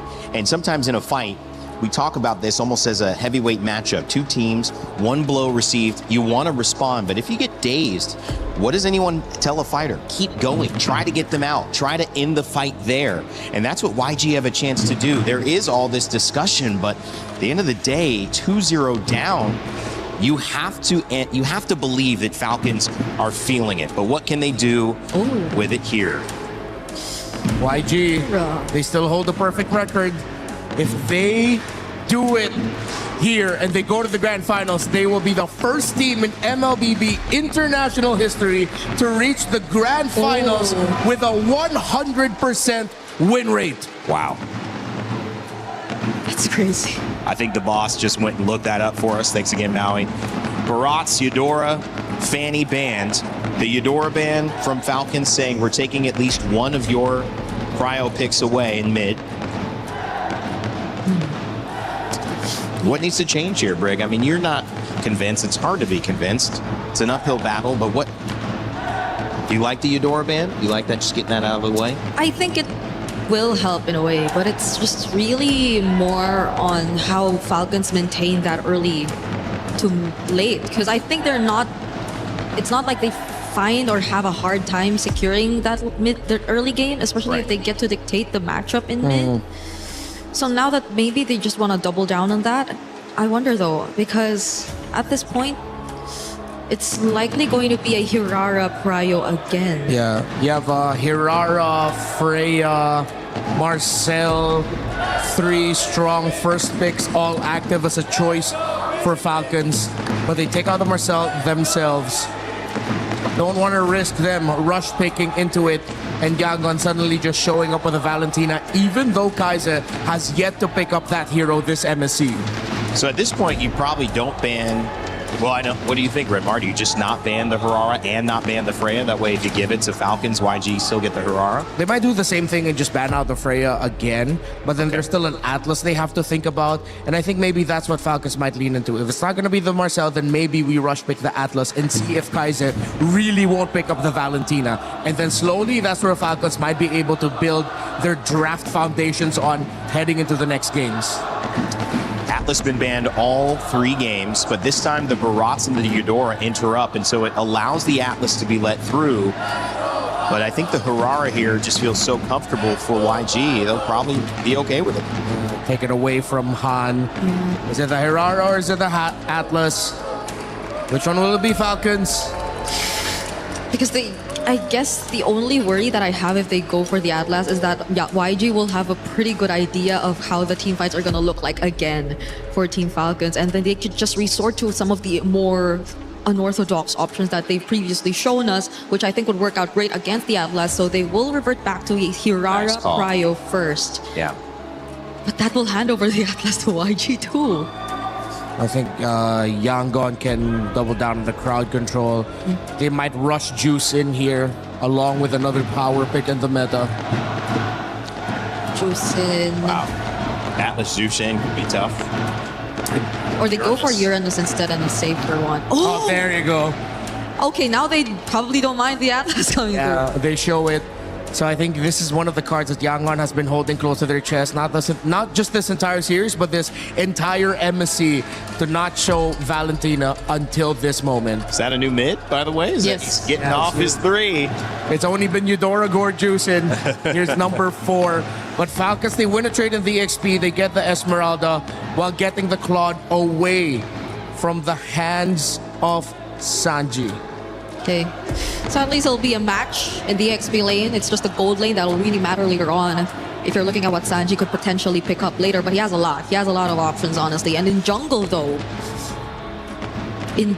what could be the option for Han? He's had a lot. Okay. They're going for Sanji's pick. I wonder if they'll set up for either a Gwyn or Fred. I was thinking Gwyn if they also had the Atlas, but... Or maybe... Could there be a chance Falcons still go Atlas? If they go Atlas, then they have the Valentina to get the Atlas ult. Then they have a layer with the spatial migration. Yeah, that's actually the really tough choice here for Falcons. It's what roamer are they going to pack? All the best roamers in this metagame have great ultimates you'd want to steal. Yep. Yangon still respecting the Selena of Falcons. Okay, so they're the ones who will force Falcons to play a different mid lane. Up against the Valentina, I think there are a couple options still left.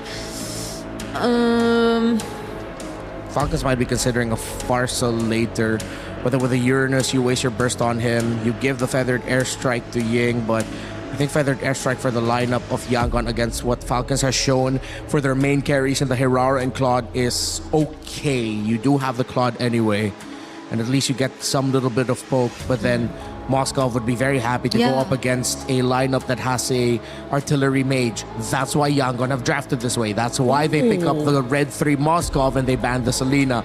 And Falcons expecting it to come out, as we called it, they'll ban the Guinevere away from Yangon. They still have a Fredrin option in the jungle.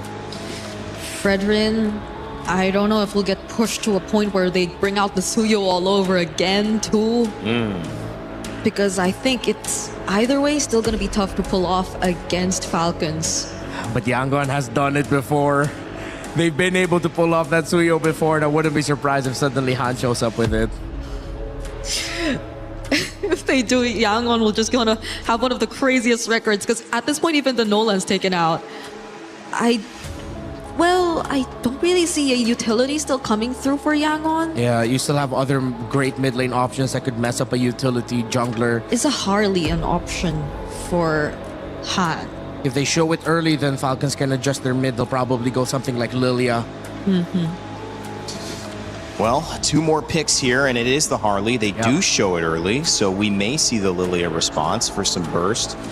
But now the jungle is shown, and it's simply the roam needed for the side of YG and Sanji. Super Marco going to be on the Claude, so they've already shown what their gold's going to look like, as well as their EXP in jungle. They're looking for their roam and their mid, but the Selena ban is going to force Haji to play something different this time around, but could be a good thing, guys. He's lost twice on Selena. Maybe this is just a good change of pace. If it's not going to be the Farsa or the Even, they'll probably go like Lilia Cho or Lilia Gotcha to close it out. But then you're still waiting for the roam pick for Yangon. I'm trying to think of roam trades. At least anyone who could just body block. Yeah. There's just so much you have to body block here from Yangwon's lineup, honestly. Okay. Okay. So they do go for the far side. It's the glue roam that I wasn't able to remember. They don't have to worry about a Vixana. There's a Valentina on the other side. Yep. Well, Yangwon can just go something stable in the roam. Tanky, dive. They could still grab the Atlas if they want it. Yeah, Atlas still open. The Gatot still there too, I think, into the Farsa. Yeah. Will also be a great option for them. If Yangwon really just want to end it and go fast, I think they'll be brave enough to go like Khalid Valentina in the center. Or maybe even a Hilda.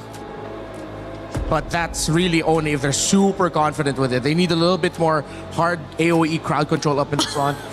But no, they go for the Carmilla. You said Their that pick earlier in the first game, but it didn't show up. That's their pick. Okay, so this is why we say they can just really afford to save Rome for last, because they have all it's these insane. options. I haven't seen this happen before. I mean, Renmar, this is the deepest roam pool we've seen for sure on display. Yangwon Galacticos, it looks really good. It's looking very 3-0-able, but not to completely discount Falcons. Yep. They still have the chance, and their draft does not look bad, but it is the Carmilla of Yangwon Galacticos. It is the last hope for the Philippines in Team Falcons. There are club championship points on the line for Falcons, who are back-to-back champions. But it is Yangon Galacticos who are playing out of this galaxy right now and have a chance to become the first team to ever go undefeated into a grand finals with a 100% win rate at an international event. Let's send it back over to our casters, Leo and Trex, for Game 3. For possibly the last time in this best of 5 in the semis, it's Leo and Trex at your service, bringing you the action between Falcons and Yangon Galacticos with an out-of-this-world performance and a signature Carmilla to close off the draft. We've fallen into a whole new dimension at this point. YG showing dominant force 2-0. Match point. Knockout life. Falcons, I like the draft though, I gotta be honest. I do feel like this is comfortability for Falcons. They have some answers. Last time we saw Haji on this Farza. Yep. It was monstrous. And this is after 2 games of back-to-back Selenas coming up short. So this could be the turning point for Falcons, but that is just but a coin in the well, a hope, a dream to keep the series going. Looking at the emblems right now, so far, you can see that Flap wants just to hold down this lane. The Eternal Battle, as it's known for years past, have a Uranus march up into an Esmeralda, just holding that dead lane. In the gold lane, though, it's Marco versus Sanji, but check it out. Foot's on the other shoe. It's the Claude and the Moscow switched up. And this time, Falcons, to secure that, they made sure they got the Claude early on in first phase of draft. Up to the top side, though, a lot of damage does land down. And the Eternal Battle's over. Ying taking the first loss in that EXP lane. So, not to count your eggs before they hatch, but this is how Game 2 started as well. Early aggression from Falcons. Pick off here, pick off there, lane to lane winning. A Pixel Brush held by Yangon. They're going to jump Flap. They're going to pull up, jump out of the bush. Deadly Magic does land, but it's not a damage to take out Flap. Oh, Ogwen looking to put stacks on. No mount just yet. The grab has not been unlocked. A full XP bar away from the ult. Turtle spawned. Falcons, heavy presence. Big damage on a Ying. Once again, it's another kill on a Ying. Falcons starting things off clean. YG have no way to answer. The Valentina on Yangon's side will definitely be key here. Kaiser has to play out of his mind to help secure the sweep. And their strike. Falcons just not giving it up. Haji will go down, but at the price of Han, it's a good trade. Blink now, taking Ogwen for a ride, but Kyle wants to take the purple. They decide to back off. No, play the brush. Come back in. Kai's and Blink just want to try to save it, keep it for themselves. Kyle's not going to want to give it up, but he doesn't have the retry. He's still able to secure it, still able to take it out of YG's palms. Procs and picks are enough to commit Grand Theft Purple. Falcons up almost 2,000 gold. And I hate to say it, but I hope all the Filipino fans and Falcons fans hold their breath, because this is how Game 2 started off as well. A strong Falcons presence. They are here, and they're jumping in mid. Ooh, nice feathered airstrike once again lands on a Kai's. Kai's taken down low. Flap wants to try to finish things off. Flap wants to try to take out Kai's. Flap wants to get the kill, and he finally secures it. Kai's goes down. Blink next on the list. The names have been written, and Flap is writing checks. That wall was just a little too thick. If maybe an inch to the left, an inch to the right, he would have gone through. But the falling star moon came up short, and that's what led to another kill. The Falcons now up 2,000 gold. About half a minute until turtle number 2. Marco is just focused on expediting the early game. Feathered airstrike! Sanji cornered up against the wall. He's been here before, though, and he's going to survive once again.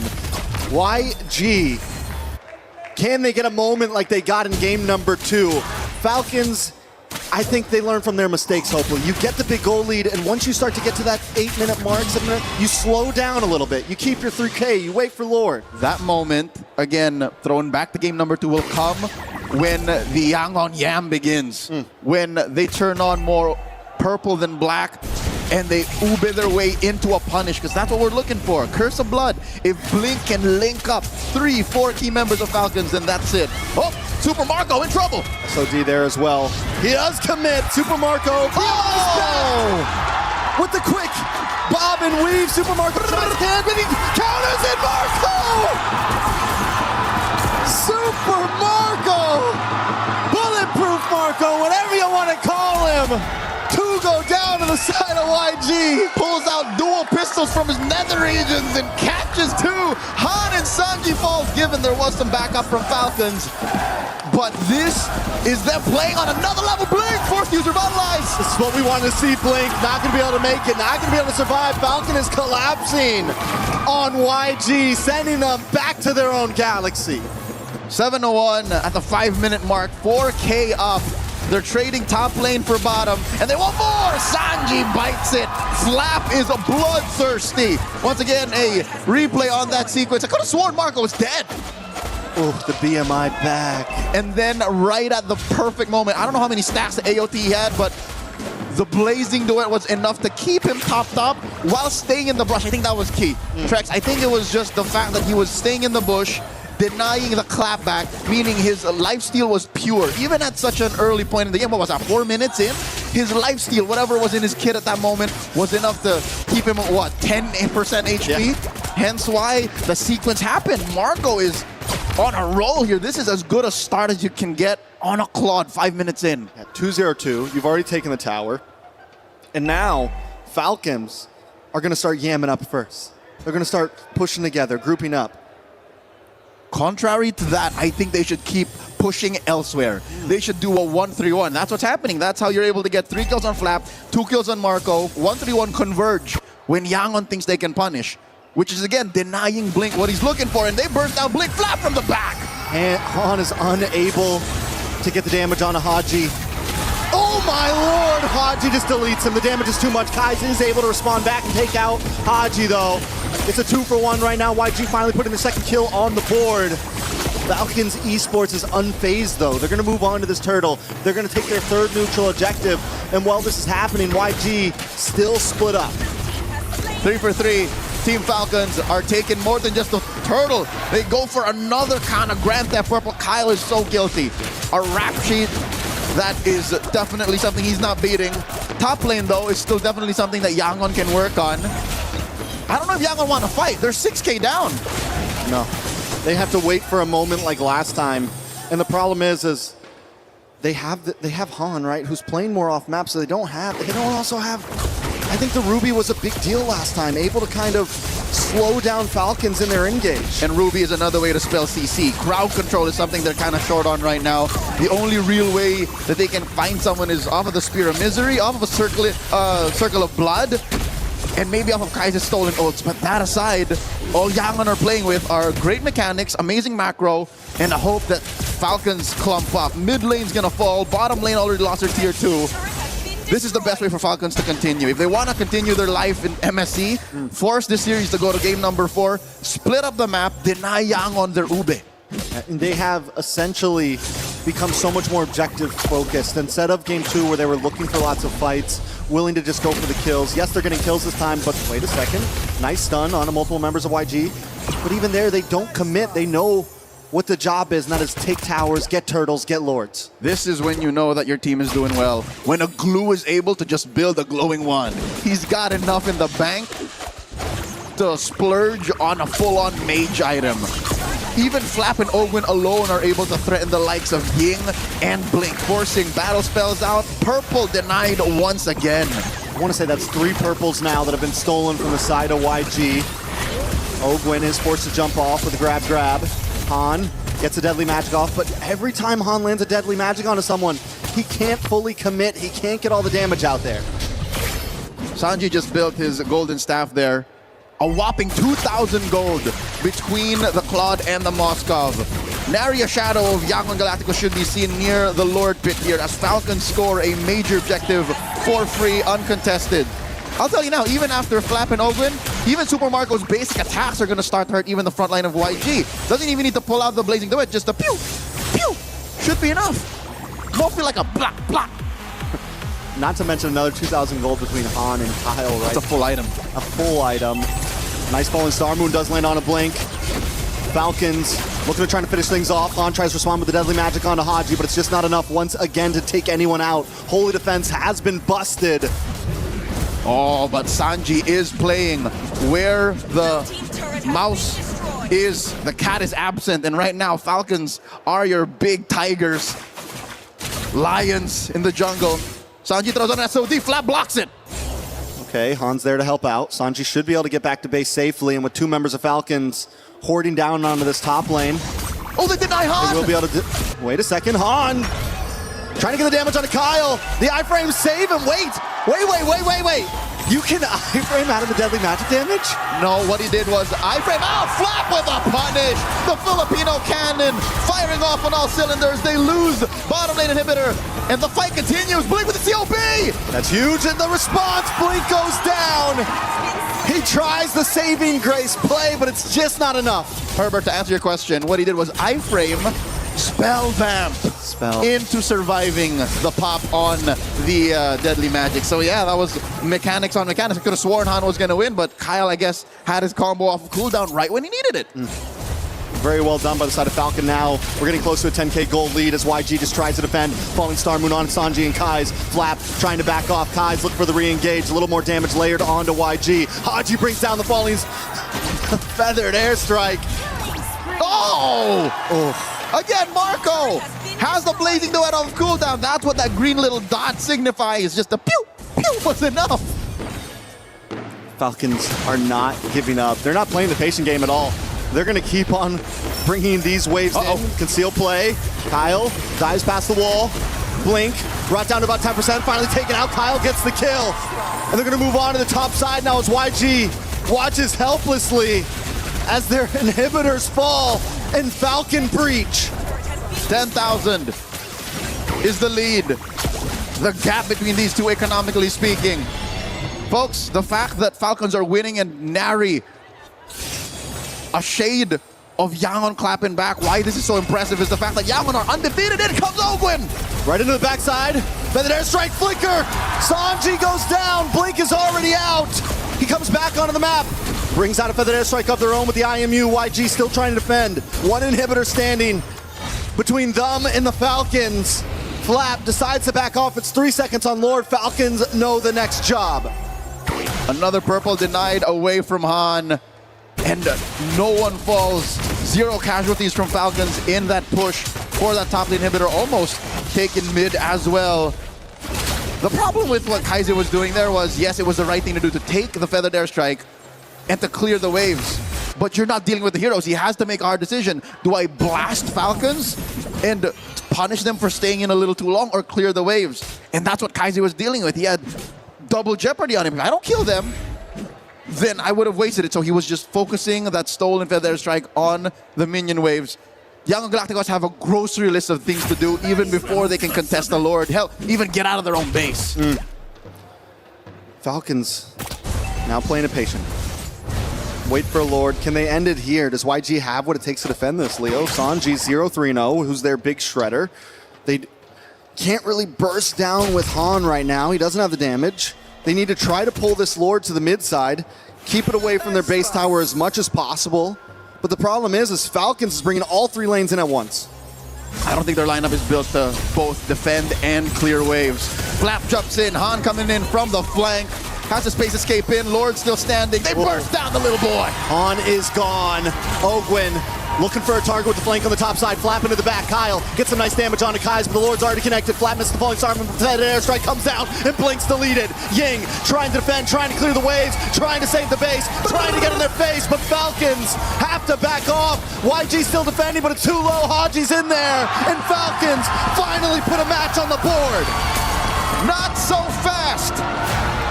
As Yangon Galacticos suffers their first loss in all of MSC 2026.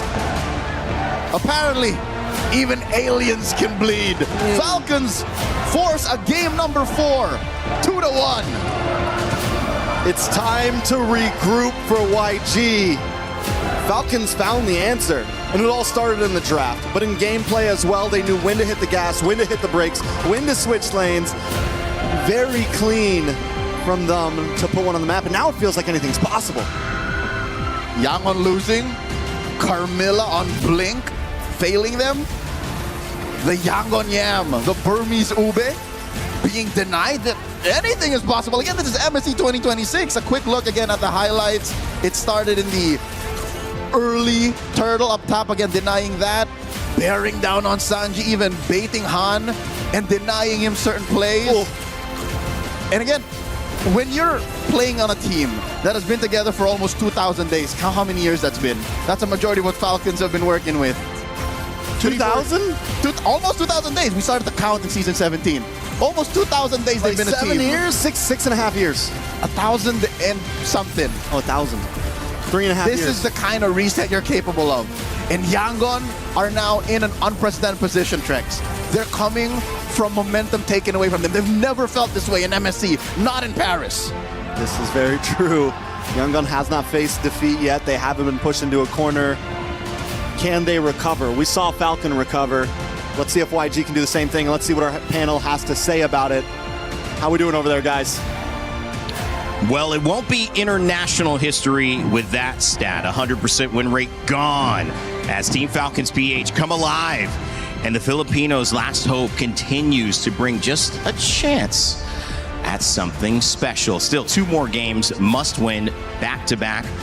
But it does bring a lot more energy into the Lenovo Legion Gauntlet. Brigitte at Bryn Mawr, what a game. I know you've got some stuff queued up, but Brig, reactions, finally, they get the win off their chest and they can breathe at least a little sigh of relief. Yeah, I feel like everyone supporting Team Falcons here in the Lenovo Legion Gauntlet can afford to breathe just a little bit, because that was a very dominant way to get back in the series. You know, they started off strong and they clearly shut down the XP lane multiple times. I think that was a huge difference maker, at least for the series. The fact that King wasn't able to do anything as much as he did in the first 2 games, and the switch up in mid, you see and feel the tempo change. Yeah, with the Falcons getting the Esmeralda, and of course at the center having that glue roam. We thought about Yangon and respected their deep bag of hero pools. Well, Ogwen, this wasn't the first time that he was able to show off a glue roam, but it was huge impact. Glue roam, Farsa mid, Hirara in the jungle, and of course, an Esmeralda dominating its lane matchup means the jungle is not safe, which is why we saw a lot of glue roams go up against Harley jungles in MPL Philippines, Malaysia, Indonesia, all over the world. I mean, look at the damage difference. It was 53,000 on the Esmeralda of Flap compared to the 17,000 of the Uranus on Ying. That impact, I mean, that's a 35,000+ damage difference going to your teammates versus you doing it to the others. Brig, was it an EXP lane loss that turned this around? Well, it started from there, definitely. To say the least, it started from there. It was the priority for Team Falcons before they could fully establish their presence across the map. And they've just kept the pressure going from that point onwards. I think that was very crucial because it, again, was something they eventually let go of in the previous games where when we saw them actually get the lead. But this is a different story. Their lineup was built to actually sustain that dominance that they've been able to secure in the first few minutes of the game.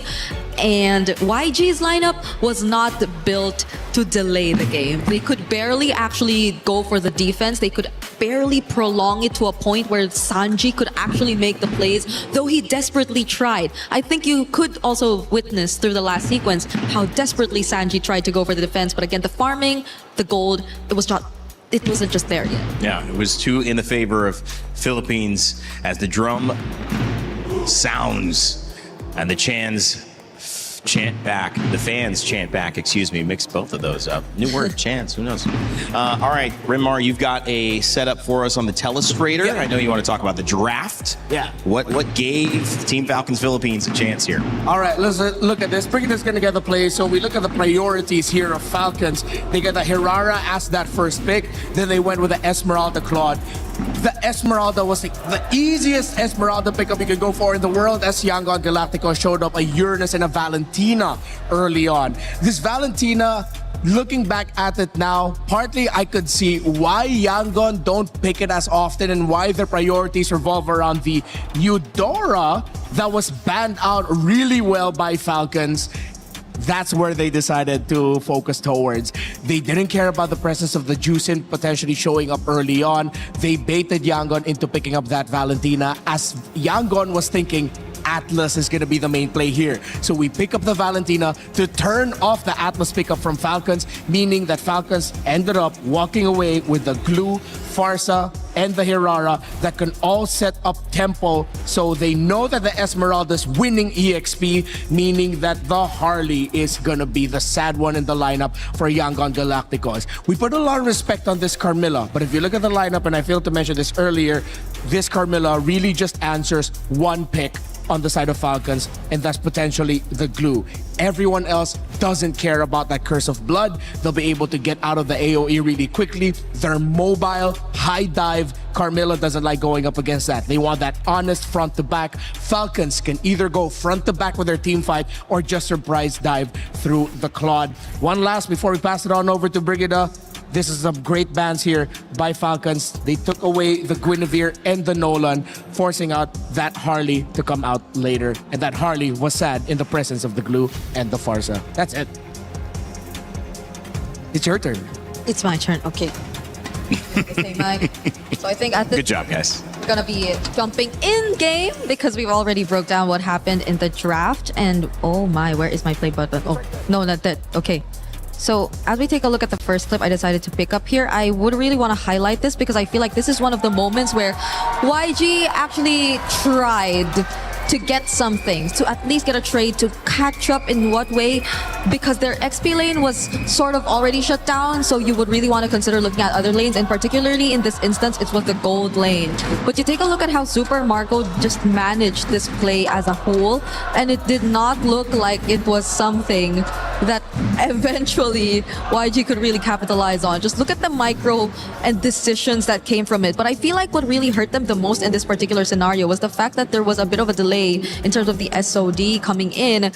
Han had to try to go for the finish of Super Marco all by himself, which I understand in a way was sort of them trying to preserve the SOD in case they needed to use it later on. But at this point, if they were really trying to go for as much as they can in this scenario where they're really literally playing from behind, then they must have at least secured or tried to really go for the kill, because you see how punishing it eventually turned into from this point onwards when Ogun was able to catch up and Super Marco was able to respond. Yeah, that was the most important turtle buff of all time, by the way, saving Super Marco like that. Yep, it helped a lot. He just had a lot more, I feel like, confidence to just stay in the fight and eventually clear the lane. And now as we take a look at this next play, you see how maybe the plan kind of shifted a bit. They initially really wanted to go for Super Marco, but they failed. The second time around, they tried to consider Haji. But you take a look at how Han positioned, you would think it was ideal. Blink, though, suffering a huge amount of burst damage, even though Kaize was there to help Han actually try to go for the pickoff. This is very... This resembles so much of what ONIC did yesterday. Basically, it's those fast reaction times, and despite you really wanting to go for a specific target, it just does not come out easily, or just does not go the way that you want. Haji with a flicker was able to survive that, and Han, look at that. They really wanted to go for it this time. He stayed and went back, space escape, even at the expense of his own life. And even if he did get Haji, though, I don't think this was as rewarding for Yangon anymore, because they weren't really able to convert it into much. At this point, they also lost out on 2 outer top turrets, both in top and bot. So you see how desperate the attempts were starting to become for YG. This is very uncharacteristic of them. And you take a look at this last sequence. I think this is really what kind of shut down the entirety of what YG or the potential comeback angles from YG once again, because Blink had no choice. He had to be up front together with Ying, but the damage could no longer be sustained. And even if he did try to go for the Curse of Blood, I don't think it was captured here in this clip.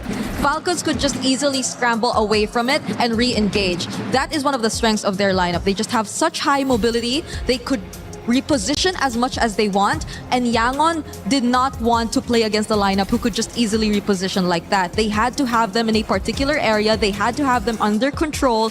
Even with Kaiser stealing away the Fettered Airstrike, they could not use the combo. They could not find the hero synergies between the Carmilla and whoever they wanted to use as supplementary damage in their lineup, especially as Sanji really failed to get the necessary farm. And I think that's where we saw Yangon for the first time in this tournament really struggle in terms of executing their lineup. It also felt like they were just calling a bluff, and they said, fine, call it, we're not bluffing. And that was really the Valentina early to dissuade the Atlas because of the early bans, because he wasn't prioritized, because Falcons said, we're not going to ban him. And then eventually it ended up being Yangon Galacticos that said, we're not banning Atlas either.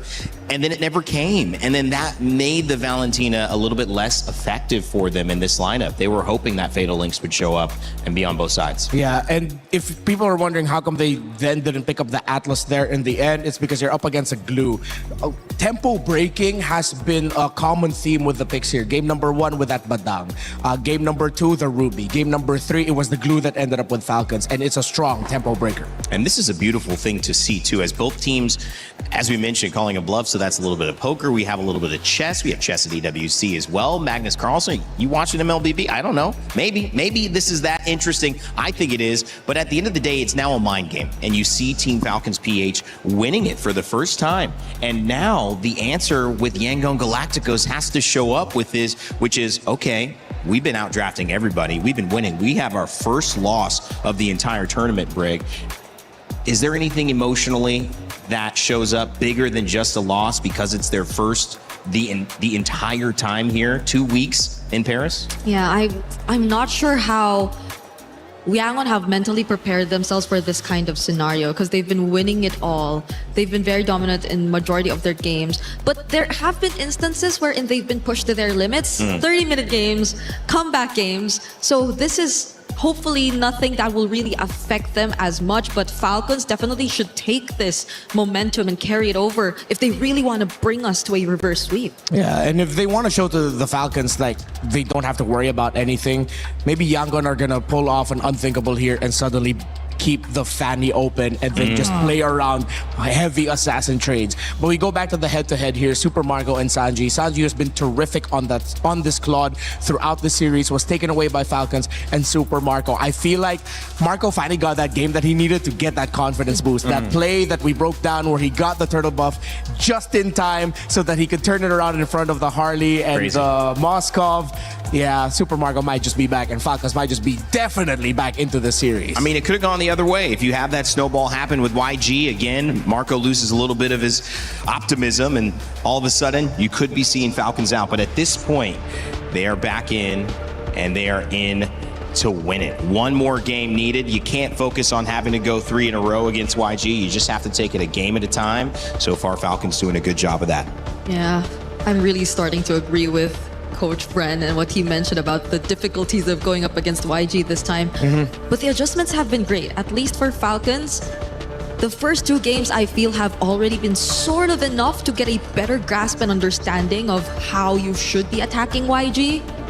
And maybe YG are starting to fall into what Falcons are setting up as a trap from this point onwards if they don't get to put themselves back in the game. Yeah, if we do get a side switch here and Yangon decide to go to the blue side, Falcons go next, what then happens to the trade in the mid? Eudora is going to end up becoming another major piece that you cannot ban out on the red side. Bannable on blue, but on the red side, it's too much of a risk with the amount of picks that you're going to be giving up. So does that mean they deprioritize the Selena and then they go for the Eudora? These are good questions, but I want to go to the other side of it because a good writer, a good novelist has to imagine what a world looks like if the villain wins and if the hero wins to set up what's at stake. I want to look at this side of YG. What if this was just another day at the office? If they really are a team that's going to surprise the Philippines, it's going to beat a potentially ONIC in Indonesia in the finals, wouldn't this just be like, oh yeah, okay, we made a mistake, back to it, another 15-minute win?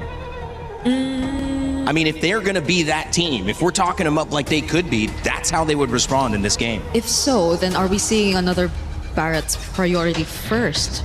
The thing is, there's a dangerous game right now, and YangWan, I think, they might trick Falcons into this. With the Valentina ban, both Marcel and Atlas are open. Belleric's gone. Okay, it's just the Atlas now. And Dodot the Valentina. So there are a lot of options for YangWan, honestly. They can rush pick the Atlas. Then Ogwen's picks, I think, might have to come in earlier. It's been banned out with the Atlas here. Falcons needs to consider picking up the Minotaur in the first phase. Something to match the potential threat of an Atlas. Without the Belleric, then that is probably the next to consider in terms of AoE if you just really want teamfight prowess. Yeah. Hirara and the Fanny are gone. I think Falcons don't need to rush pick the Nolan. They can save their jungle pick for last and then just surprise with the Joy in the end.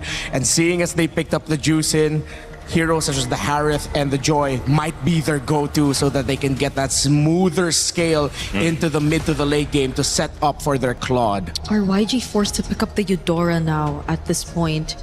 If they really just want to play for comfort? And is it something Falcons are trying to set up?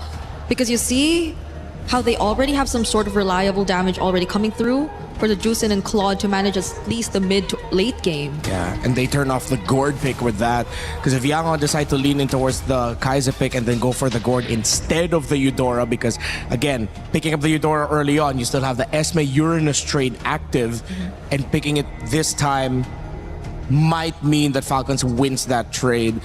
I think they have to go ahead and pick up the Esmeralda, or maybe even consider an Arlot early on again. Arlot Atlas, great combo. Nolan available in the jungle, which we haven't looked at yet and is not going to be looked at here yet as well, unless Haji decides to grab it on the side for his team here on Team Falcons PH. But with the Uranus and the Eudora picked up, it's what we anticipated. Yeah. And the tough thing here now is for Falcons is they have a decision. If they pick the Esmeralda now, they lose their priority in the hero for Ogwen. If they pick up the Minotaur now, they will lose that Esmeralda. What do they want to secure at this point, Falcons? They're put in the spot here by YG, who I feel like despite a not so great showing earlier with the Uranus, this is still something YG are willingly playing into. At least they save their carries. At least they can adjust their most important roles here in this matchup. So now they're playing for roam and jungle. I think they still have to keep that Nolan Joy option open. YangWan has a lot to ban out. They'll have to ban out their choice of one jungle pick and then one roam pick. They can't ban out both roles because that will open up the board even more for Falcons. They have the Minotaur available for them. They can still pack the glue, but it's Falcons with a surprise ban. They themselves ban out the Nolan, and that is gonna take YangWan by surprise. Why is it so surprising? Because you're expecting that Falcons is going to be picking it up for themselves at a red 4 in high consideration. And now YangWan is forced to ban out utilities. Falcons might just be in the heads of YangWan right now because now you still have a Joy, Minotaur, and the Glue all open as choices for Falcons if they want to lean in towards that. They don't need to rush their roll pick right away. They can just close it out with a Gatakacha if ever they see a jungler on the side of YangWan that has a lot of dashes. And if it's obvious that they're going to be going for a mix of high dive and having one gold laner in the back line, playing it really safely, then you pick up the Gatakacha to close out. Falcons just opened up a wealth of options for them with this Nolan ban, forcing out an Akai surprise ban by YangWan. But at least for YangWan, hopefully they might have a potential Guinevere. Oh, never mind. Nope. Never mind. Banned down again. Okay, that would have worked real great for YangWan, but even that is now taken out of the options. So we're left with only so little for Han in the jungle. Might just be his Suyo. It's just not a lot for anybody. Yeah, it might just be either his Suyo or his Harley. Okay. And they ban out the Joy as expected. They're still utilities. Do they go back to old favorite and just pack it up with a Fredrin? Are they both looking at the Fredrin right now? Because it's honestly one of the few options that are left. At least currently, because I think Ling has fallen off. We don't really see him as a consideration anymore. The Yesun Shin. For Yangon might be an option. They can close it out with a YSS and a Moskov. That wouldn't be bad. Yeah, just maybe not for Falcons if they really want to keep it fast. Too greedy. So they need at least a jungle to balance it out. Fredrin is fun. Harley, if they want to, but they save it for last. As expected, they go blue into the Atlas. Oh. What do Team Falcons PH have up their sleeve here? Looking for a jungle at the very end. They'll have final say on this draft with Red Side, but it means that 2 big picks now coming out for YG. For Falcons, it's going to be high burst physical for sure because their roam, their EXP and their mid is all magic. They need to balance that out with strong physical. What do they have? Yeah, what is Yangon looking at for their jungle and gold? They get Clint? Okay, we've seen that work. And the Suyo. I think you go Leomord. Do we run it back and you go Leomord or Fredrin? One of those two? To combo it with the rest of the members, I think if they're going for rundown, Leomord is an option. But if they're playing around either Super Marco or even Haji, then maybe the Fredrin could just make room for that. Yeah. So it depends on the kind of approach they want. Yeah, the problem is if they go Fredrin, might be too slow. Unless Falcons are going to show up a new surprise pick here. Unless there's a jungle that we're forgetting in physical. I mean, Aurora did pull off a Lucas, but it didn't work. So who knows what options could be. Martis, what's it going to be? What else showed up recently? Okay. Okay, they're still going to go for the Harley. High magic base. Yeah. And this didn't go the second round didn't go as expected as I did. I thought Falcons might go for something a little bit more surprising in the jungle. Yangon played it safely. They have their Clint with them. Esmeralda should win in the EXP, but it's Han on the Suyo. And Could that's the big X factor. Exactly. X factor for YG. Will it be the Suyo that sends them into the grand finals? Will it be the Clint that bursts the bubble of the Philippines? Or will Team Falcons live to fight another day? They need to win 2 in a row. But every win for 2 starts with the first one. So let's see if they can handle this game as we send it over to our casters, Trax and Leo. Going into the Land of Dawn for game number 4 is a canon event in the Myanmar versus Philippines rivalry. Yangon Galacticos could secure their slot in the grand finals and finally put the rivalry to bed, or Falcons could claw their way into a clincher that goes all the way. Welcome to game number 4 in this best of 5, our first semifinals for the day. And just like that, with Red 5, Falcons securing the Harley, even the whole jungle matchup was left in contention. And it worked out so well for them because the thing is even if YG doesn't go for the Suyo, Falcons can pick up the Suyo in response. They had him in this rock, paper, scissors match where Falcons always got to see what YG picked first. And when Suyo and Harley were the 2 picks to go, Harley normally got the win over it. That's right. Harley normally got the dub in that matchup. For about 4 to 6 weeks, Harley was the best jungler in the game when it came to MLBB Esports. And this is not to say Yangon can't win with the Suyo. They already have in the knockout stage of MSC. But looking at the rotations, again, I'm not so sure if you agree with me, but it's evident that Yangon are playing a little more cautious. It's a very similar pace to game number 3. Falcons also, though, because if we get to this 2-minute mark, Sanji and Super Marco always just going toe-to-toe down here. If we get to this 2 or 3 minute mark and it's still 0 deaths, we have to admit that also Falcons taking a slower pace because even game 2, game 3, Falcons were the aggressors. Ooh. Kyle on the bot side looking for a possible target, does have level 4, going to decide to go for this crab instead. Turtle comes up in 5 seconds. Kyle might be a little late to the party. All right, the expanding rivers will allow him to double time and make it there. Flap and Ogwin able to draw a line between Blink and the Turtle. Flap on this, Esmeralda, 2 games back-to-back, is feeling like a force of nature. Han is going to start off this turtle. Kyle gets the deadly magic, or doesn't actually use it quite yet, but they're still able to put a lot of damage on a blink. Haji in the backside with the Crimson Beacon, and down goes Han. Han's not going to be able to survive this one. First blood into the hands of Hanji. Kai's now forced to use the flicker as YG watch Falcons take turtle number 1. That is mid-prio up Wazoo. As if inherited from their ancestors, Falcons just take the turtle and own the early rotations.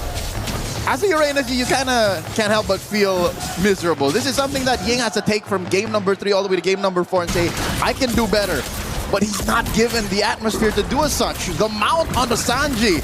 In comes Marco. He's in a lot of trouble. Han's going to try to come in to help out. A lot of damage on Ogwin. Ogwin won't be able to get away. CC immune on to Super Marco. Will be able to, in fact, get back safely under the tower.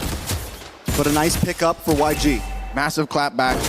They force Ogwin to take a dirt nap there. Patrick Star just out the bush. This is interesting. Grand Theft Purple committed. Kyle takes it. It's 2 games in a row now that purple buff has been Falcons. But look at the damage.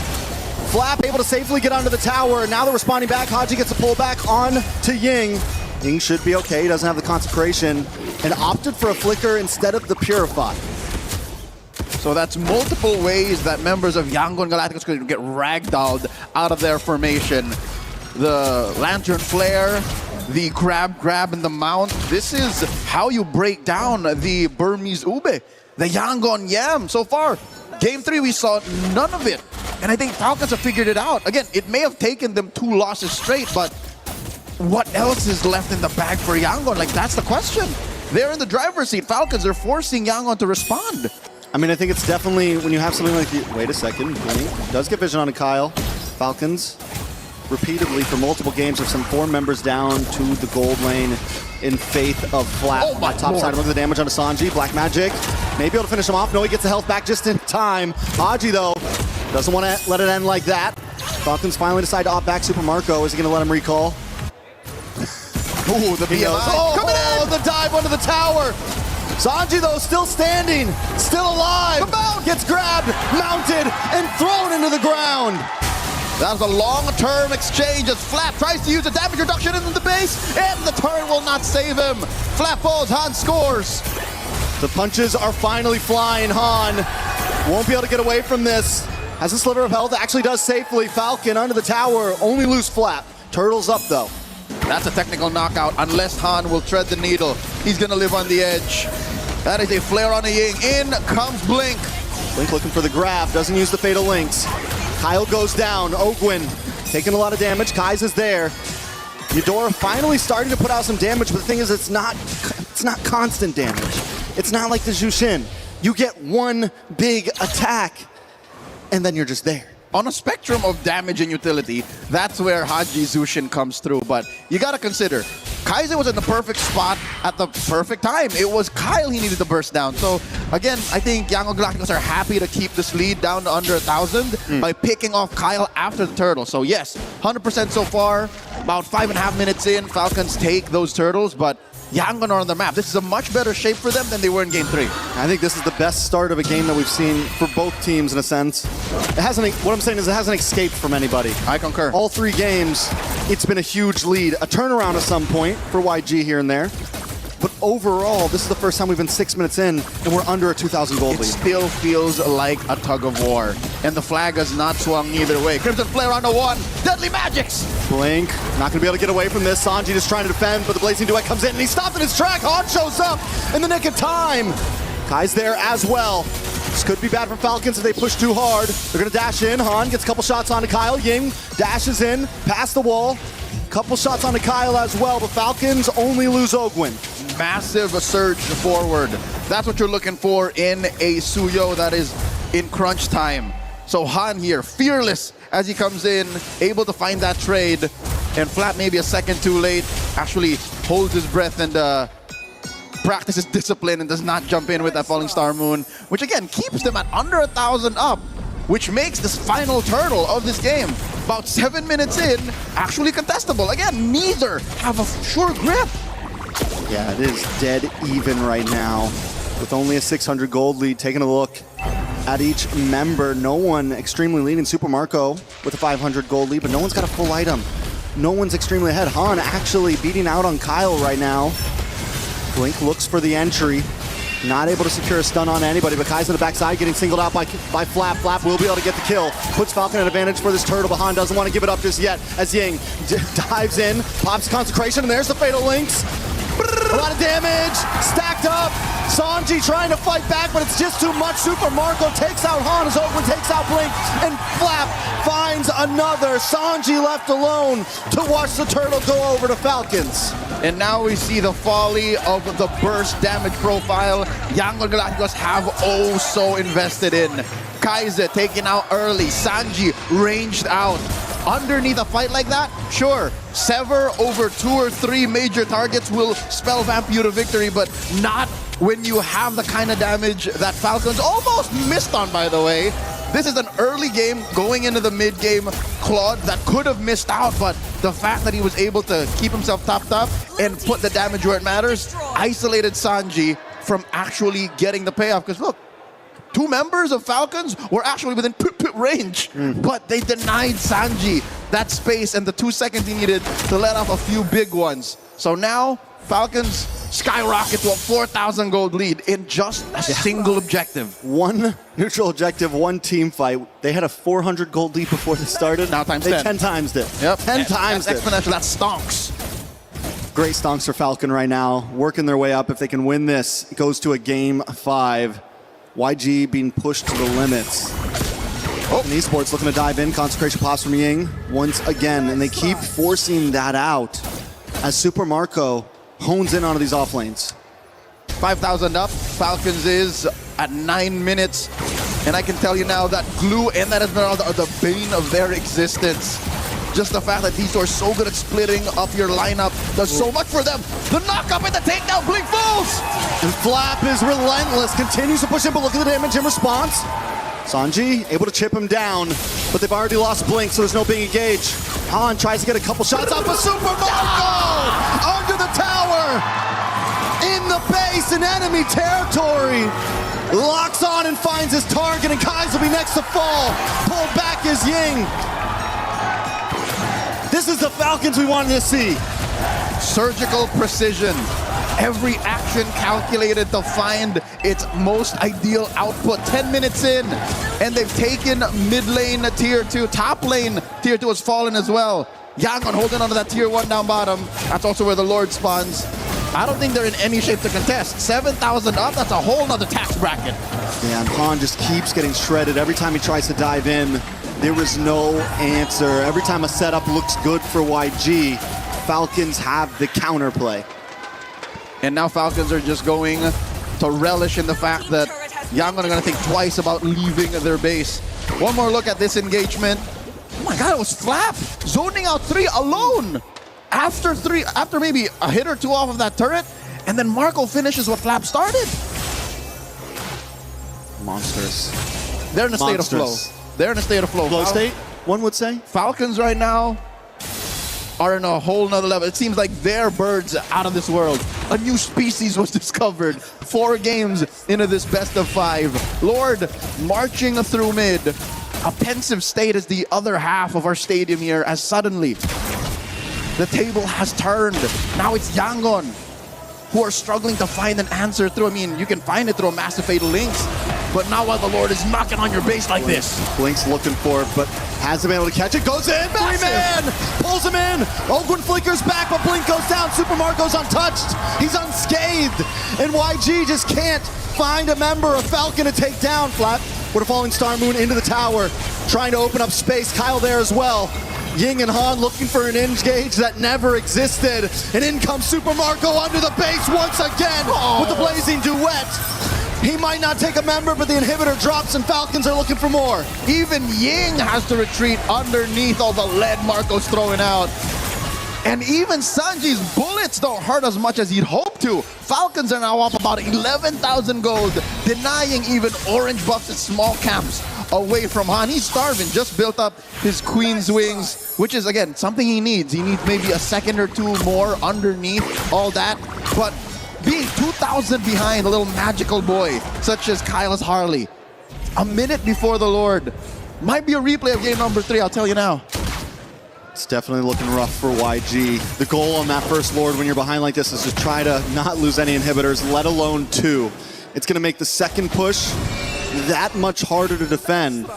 When you're behind this far, the goal is get to third Lord. Get to third Lord, get to the 16, 17 minute mark, and you're good. And again, throwing back to something that was evident at the 7-minute mark, the burst damage profile that Yangon are playing with is not ideal for what Falcons are bringing in. Splitting up your lineup, pushing in hard, lane after lane. Once Kaize has drawn through with the Thunder's Wrath, once Sanji is out of bullets, that's it. Yangon have to find a way to re-engage, but which they don't have, because Blink is very all-in. So Falcons now just have to do this right. They just have to make a series of correct decisions. Time is on their side, and that will inevitably take us all the way. Falcons Esports, and they do play it patient. They're not trying to rush it. They know their lead. They know the amount of time they have. YG, you're in a bad situation here, right? You kind of have to contest this because you're down to 1 inhibitor. Blink, once again, unable to find an opening. He goes in, grabs onto Flap, or Ogwin. Flap dives into the backside of Blazing Weapon. Marco once again able to lock on to 3. Blink goes down and Super Marco advances forward along with Flap and Haji. Sanji forced to use the flicker, but he's pulled back in right as he tries to escape. Falcon Esports might not even need the Lord. Team Falcons up by 2 men. 3 defenders, none of them built to clear waves. Chubby wave coming through top, mid lane will be cleared here as the Ying gets taken down. They gotta clear the waves. There's one more to do. It's Han and Kai's against Falcon Esports. A wave on the top side as well. Falcons lock on, base at 50%. Han taken out. Han still up and finally falls, and that'll be it. Falcon Esports will take us to game number 5. With a rivalry as storied as Myanmar versus the Philippines, there's no way neither of them was gonna let this end. Not in a sweep, not even short of 5 games. Team Falcons force us to go all the way.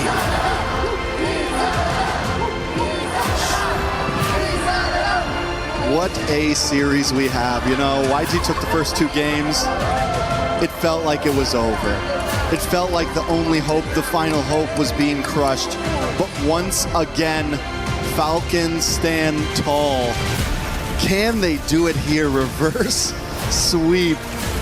3-2. I would hold my tongue. A lot of people would say don't count your eggs before they're hatched. And again, the amount of synergy and chemistry that the members of Team Falcons have is nigh infinite. I don't think you've ever, well, we've been close to, hanging out for almost 2,000 days, but they are a team that have been through all of the ups and downs, the thick and thins, and being against an old foe, a well-versed foe such as the Burmese, the furious, out of this world, intergalactic talent of Yangon Galacticos. That is what unlocks the best out of Team Falcons. Well, I'll tell you now, I'm relieved we're going all the way. You gotta say this too. Throw it back to the interview of Flap the other day. What did he say? He said, we do better under pressure. And right now it is proving. They came into game 1, a little shaky. Came into game 2, a little shaky. But once the pressure was on, once they knew it was match point, they just kick it into gear. Rain Day, Renwar Bree, how y'all like that? I like it a lot. I like it a lot too. A lot. Wow. What a moment here at MSC. MLBB is giving us a show, and we welcome you back to the panel, Rain Day, Rinmar, Brigida, to talk about what is our second series of this tournament to go to 5. 1 game now decides between Myanmar and the Philippines, representing their region in the grand finals of MSC. And boy, oh boy, we have a good one on our hands. And I think Leo and Trex, they put it best. The Myanmar teams, when they push the Filipinos to their limit, bring out the best in the Filipinos, and the Filipinos bring out the best in Myanmar. This is why, even though it's been so long since we've seen such an important matchup in their rivalry between these 2 regions, why it's one of the best in MLBB global esports. So much respect. We've seen it. And you see all this respect converted into just more and more competitiveness between these two teams. They're trying to bring out the best in each other. And I'm really loving how we're getting a full 5 series again. We saw probably one of the best series yesterday between Aurora and ONIC, and this, I think, is on the road to matching what we saw from last night. And does it feel faster? Does it feel more decisive? I just feel like there's an element of this that it was so on the YG side, and now it's so on the Team Falcons PH side. I don't know whether this is going to turn again or if we're going to see, maybe a 25, 30-minute game in Game 5. Yeah, I feel like if it gets to that, though, that will really test the mental of both. And I'm not just looking at Yangon here. It will even test the mental of world champions in Team Falcons and the members that they have there, definitely. And I think this is why we've seen the draft somewhat shift. We've gotten a little bit more old school, a little bit more to a few months ago. I mentioned I had this big reaction to the ban of Falcons when they suddenly banned the Nolan. Because of how the draft eventually turned out, I was a little bit skeptical about the Harley, but then I'm reminded again why 3 magic damage dealers in the center of the map does really well for a lineup that has a strong winning lane matchup in the EXP lane and a slower farming gold laner in the Claude. If Falcon starts getting wins early, it's almost unstoppable. And since they were able to mark the man of the hour in Han and Ying yet again, it was another easy coast to victory for Falcons. Yeah, I just can't help but feel bad for Yangon in a sense that the previous drafts felt like they were just forced to draft out of what they would usually pick for comfort, what they would usually want to really complement their playstyle with. So there demands a change in terms of gameplay as well from Yangon, which I feel like is something they're not completely used to. And Falcons have done a great job at just pushing them to this point. And Falcons are comfortable. They've had to do this already, and they found themselves on the better end of a comeback. Now they can see that the road is clear. One win. It comes down to one single game, one draft to get the edge, and they've done it 2 times in a row. Yangon now have to figure out a way to get Ying back to the Ying we know, the 20-plus KDA. That's gone down quite a bit. He's taken many deaths here in these last 2 games and hasn't found that dominance that we were expecting to see from him throughout this entire series in the last 2, Renmark. And what I like about these last 2 days of knockouts that we've had, today and yesterday, all the teams that have had glowing records that look unstoppable heading to knockouts are the ones who are taken down a peg. And we are on the way to once again becoming one of the most unexpected MSCs. We still don't know. We still can't tell. Yes, Falcons has led the charge here, but Yangon was up 2-0. I'm not discounting the possibility that Yangon might just shock Falcons and the world by winning this game number 5. But then Falcons also seems like they've unlocked something, and I think you saw something. I think I could no longer define what an upset is anymore in this MSC, because I don't know it's who all is an the upset. underdog The anymore. MSC of upsets. But yes, I think we saw a lot. I think we saw a lot, especially in that game, with regards to maybe something that could tell us more about the mental that has been going for Yangon already. I think I can hold my mic for this one, no? You sure? But, yeah. All right, let me know if you need wow, look at this. All right, let me know if you need my help. I'm just going to chill out here. She holds her own mic, right? Yeah, I'm going to watch some really good analysis. Hey. Chill out, man. But I think what we were mentioning about mental is something that we could probably highlight here in this first clip that we decided to get, because as I mentioned by Renmar here, there was a clear overcommit. There was an overchase that was tried against Ogwen. Understandably so, there was a re-engage from Blink, so I feel like there was enough reason for them, I think in their opinion, to actually still go for it nonetheless. But Ogwen too had a flicker of his own, and it was very clear that Falcons were already on the way to also fighting back against Yangon in this scenario, which I feel like you really have to respect, because there are multiple damage sources, magic damage sources across the board, and I feel like this is what will allow them to cross the early to mid stages of the game. The overwhelming amount of magic damage that could just really thrive when it comes to team fights, when it comes to just singling out particular targets. And Yangon, I feel, were very surprised with the way that Falcons decided to play this game. If we take a look at the next clip as well, I believe this is a moment wherein we sort of saw that Yangon failing the first initial attempt, just resorted to maybe looking for trades across the map. And I understand that at this point, this is what they could really afford to do. But if you take a look at this, it wasn't a clear trade whatsoever.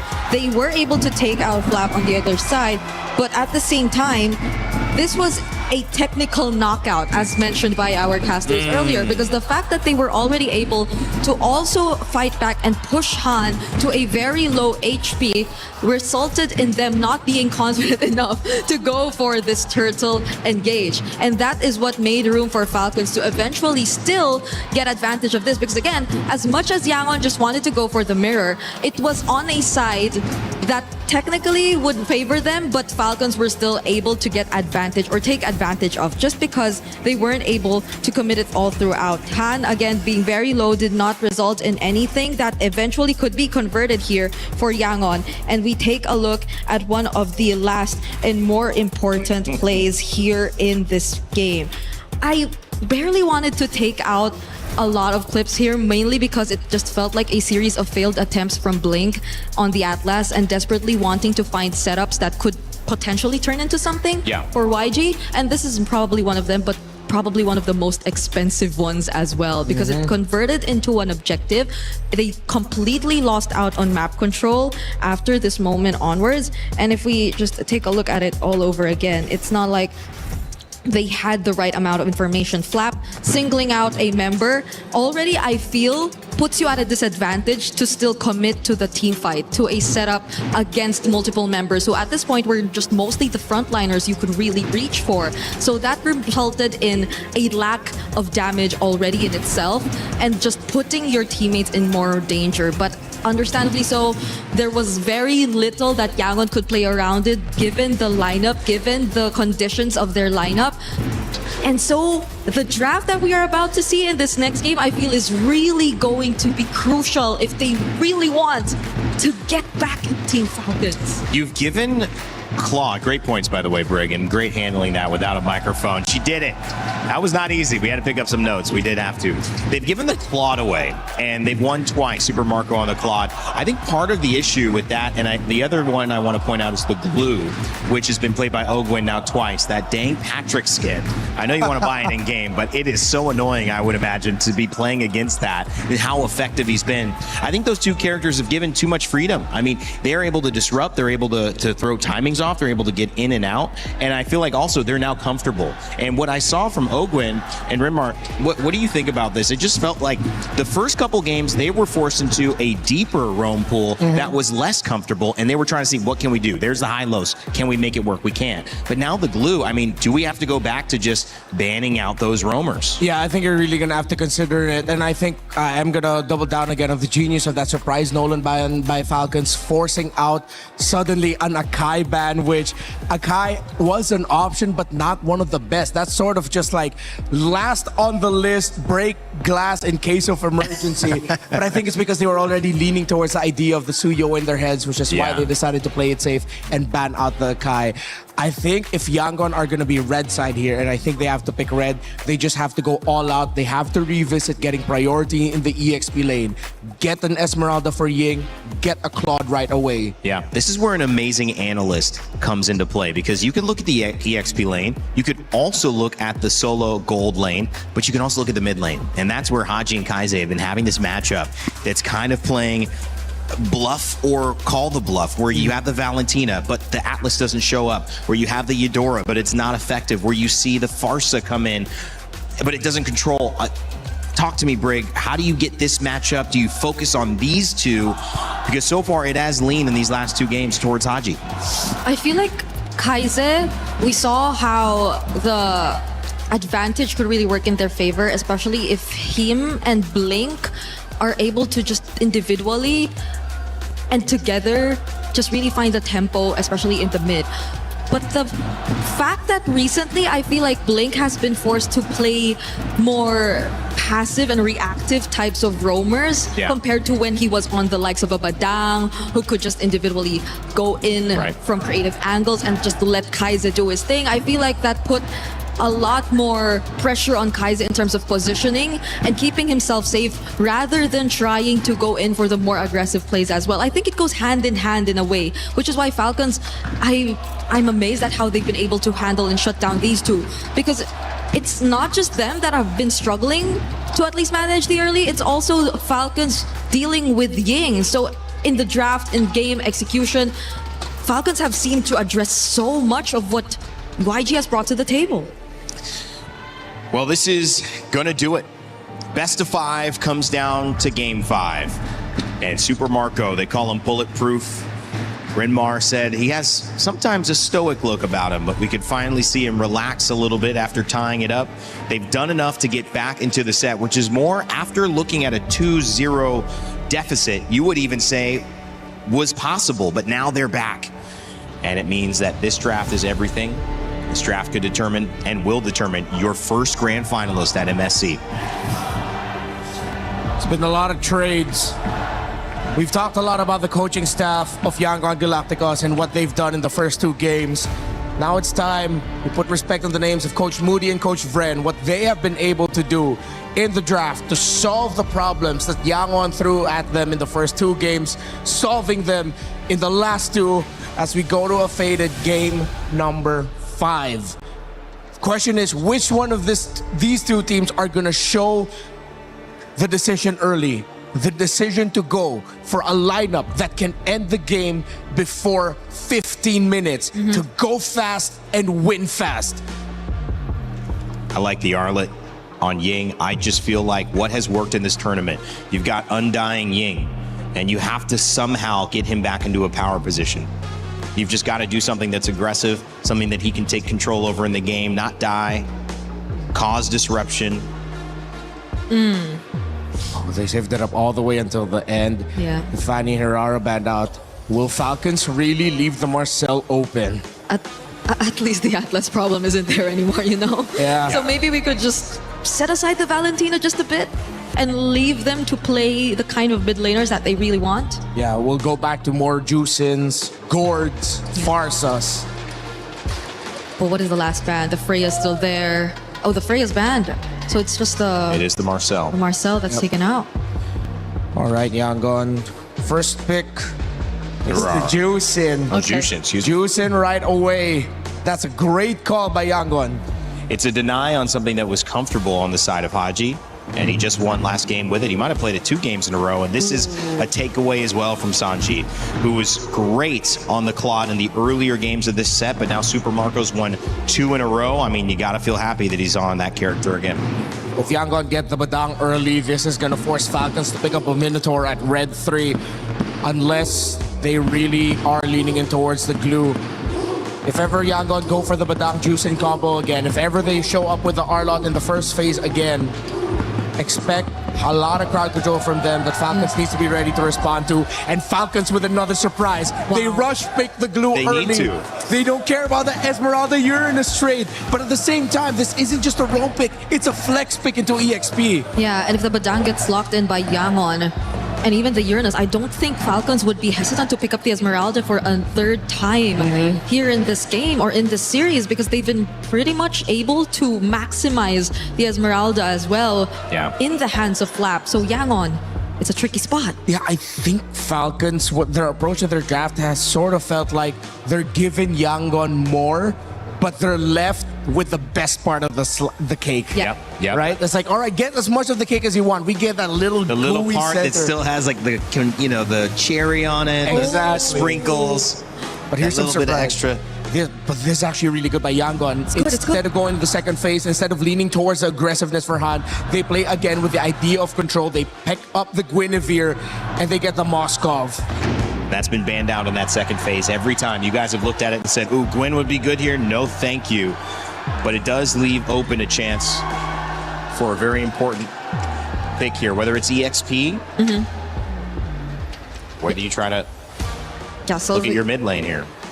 So it's true the Esmeralda Uranus option is still there, honestly, for Falcons. But if they themselves want to switch things up a bit too and just jump into more crowd control potential. They can leave it for later and instead prioritize the Harley, which I think fairly enough would be a great matchup towards the Guinevere, especially in objectives. So they're really trying to readjust their sources of engage in the last 2 picks. I wonder if Yangon need to consider banning out a Farsa if they really want to double down on the aggro, but they need more crowd control. They already have the glue to disrupt. Good source of... Oh, it might depend. They might actually save the Haji pick for last. What if, well, there is a chance Yangon just take out all these potential XP lane problems. Yep. The zonings that can come out from Flap, either if he does get his hands on the Esmeralda, though they have ways to deal with it through Shred. I just feel like positioning-wise, you really don't want to face it anymore. And that'll allow you through maybe consider another pickup on the Badang if it's just really taking out the counters that we're talking about. But they instead take out the Eve. Which I feel like means Yangon just showed a little bit of where they are mindset-wise, because their 3 picks are pretty great against a lineup with an Eve. And the fact that they still decided to ban it out, maybe that might be something that Falcons just now have a hunch on of, oh, wait, they're overthinking a certain aspect of it. The EXP lane is really where the focus for me has shifted. The R-Lot has gotten banned. I thought that would be a great pick to get Yang back in comfort. But now you have the Uranus and the Esmeralda. Is the thought, Brig, that if we save this and you pick up Uranus or you pick up Esmeralda, we just get the other one? There is a chance, but there is a chance also that we look at something else, because I think the Arlot Guinevere also really would have been a great combo. If Yangon are looking to just layer down and taking out the Eve means they really want to go for a certain setup, right? Yeah, because if ever Falcon shows their mid laner now and pick up something like, I don't know, a Vexana, Yangon can go for a very aggressive EXP laner that can just break that formation. Zetian! With all of this dive, with the counter set it has, with the Fury of the Phoenix, a lot of control, a lot of vision. The thing with Zetian lineups is, especially with the Harley, especially with the Claude, if Yangon end up with 2 strong high invade Roman EXP picks, it's going to be deadly for them. If Falcons lose this early game, it's going to be hard to come back. I think Yangon can lean in with just pure total aggro. What about Keto? Up against Zetian, because of her knockback, it might be tough, especially with the glue around as well and the Esmeralda still open. Asora is actually a really great pickup. Whoa, all right. We might get Valentina EXP here for Falcons and Flap. That's an overwhelming amount of magic damage again. Yeah, and it's a counter to the Sora in the lane. As Yangon end up with the Kali not good if ever Flap ends up with his own shifting skies as a Valentina Sora cosplay. We're going deep into the pool, baby. We love to see it. Last pick here for Team Falcons. Yeah, it's either they go for that or just the next laner who could match the Sora and just disrupt positioning, and that's gonna be a Phoveus option for them. Dangerous. Yeah. Who would have thought the Phoveus was actually still up there? Yeah, they needed an anchor, actually. The Valentina would have been the more defensive option, but the Phoveus could be used to bait out some skills from Yangon, and then the glue goes in. This is anyone's game. Yangon and Falcons will take each other to the limit with this draft. No holding your cards close to the chest. You got to lay them all out on the table. It's the river. Even though we're playing dangerous grass, but in this case, they are all in. It is Yangon Galacticos versus Team Falcons PH. It's game 5 at MSC, which means we're gonna get our grand finalists after this. Drex and Leo at your service, calling the final game in this best of 5. More than half a decade of allure, more than half a decade of hope and glory on the line, and of course, the first ticket to the grand finals of MSC at EWC 26. Let's get it on. It's been a hell of a series. It's game number 5. It feels like a grand finals if you ask me at this point. YG with another draft in their pocket. Falcon as well. We've had different picks throughout every single game. And I love the way the panel put it. They are digging deep. It could be anyone's game at this point. Already so much aggression from both teams. Both junglers possibly have to go back. Blink has a quicksand guard, so he should be okay. The draft has definitely evolved. Again, they're able to split up the Zushin and the Glue. And then, of course, Neri and Esmeralda in sight. Early invade here coming in from Yangon Galacticos. And that Phoveus from out of nowhere. Again, multiple conversations I've had prior to this game starting amongst the community. Is Phoveus dead? And here at Red 5, possibly the most important game in this series, Phoveus comes up in the hands of the Filipino cannon. It has been, and also in this series, it's been a banned pick. It's been one that Falcon hasn't been able to get their hands off, and the one times that it is let through, it's not even picked up in the beginning. It's picked up at the end as a last thing in the Swiss Army knife for Falcons. Can Flat be the difference here? Ying as well on the Sora, another pick we haven't gotten to see a lot of. So much on the shoulders of these EXP laners right now. Ying and Flap. Fortunately, neither of them have died. And again, this game has taken a turn after we've seen so much action in the first 2 minutes throughout the group stage. Early knockouts, we could have sworn the meta has changed, but no. When the best of the Philippines, the best of Myanmar come through, Macro reigns supreme. Early presence here. Han holding that pixel brush. Blink with a pull. Ogwin flushes him out. Kyle here, holding on. Oh, sees Blink. Han will get to level 5 before this turtle. Kyle's going to try to go back to this orange buff and scale along with him. Both teams taking it slow, so slow. They know exactly what is on the line. Down in the gold lane, the swap back and forth between this Moskov and this Clint has consistently happened. But one thing we have to point out, Super Marco on the Claude has been monstrous. Denying it from Sanji alone is such a power play. And I'm glad that we were able to take a peek at the gold lane, because that's essentially where the duel is happening. And as we speak, it's happening now while these two teams dance around the turtle.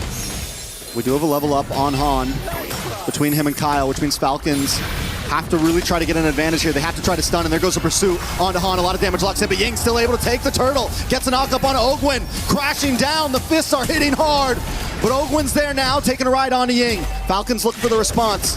No members on either team go down. Turtle goes over to YG. Marco going for that double. Rampage Sandstorm jumped in. Blink spent his ult to deny Marco a clean double wave. All right. I like the way both teams are playing right now. There's sustainability around the map.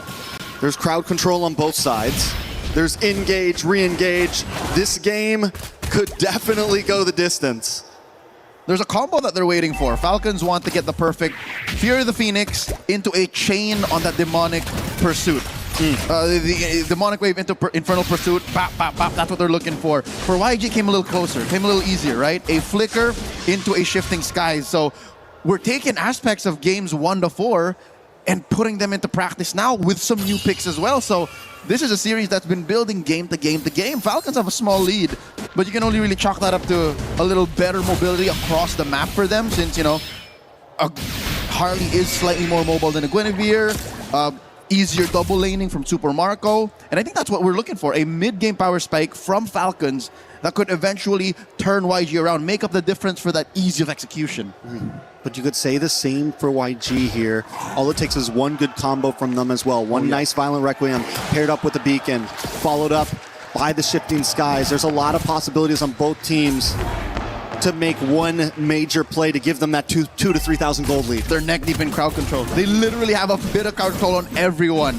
So that's what Falcons is trying to skirt. That's what they're playing around. Again, the fact that it's only Marco who has a Purify and Haji who has his passive. Once that's popped, then Yangon has free reign. That's what Falcons is taking all this time for. What's insane about the amount of crowd control on both teams, there is only one Purify between 10 players. Both teams putting their all on an aggressive route, or on a micro route, I would say, looking for the outplays, looking for the chance to make something happen with these flickers.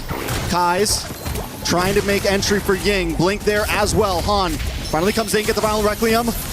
A lot of damage locks in. Super Marco comes over to Blazing Duet. Kai's able to take out Flap as Marco unable to put any damage on to Blink to the backside. Han does go down though. It's 1-for-1 Flap for Han. YG end up losing out on that one. Not so fast. There is a chubby wave left over by Sanji in that push up top. Falcons quick to find redemption as they push down bottom. Kyle! In a lot of trouble here. Space escape was at such short range. That was 3 members of YG dogpiling on him.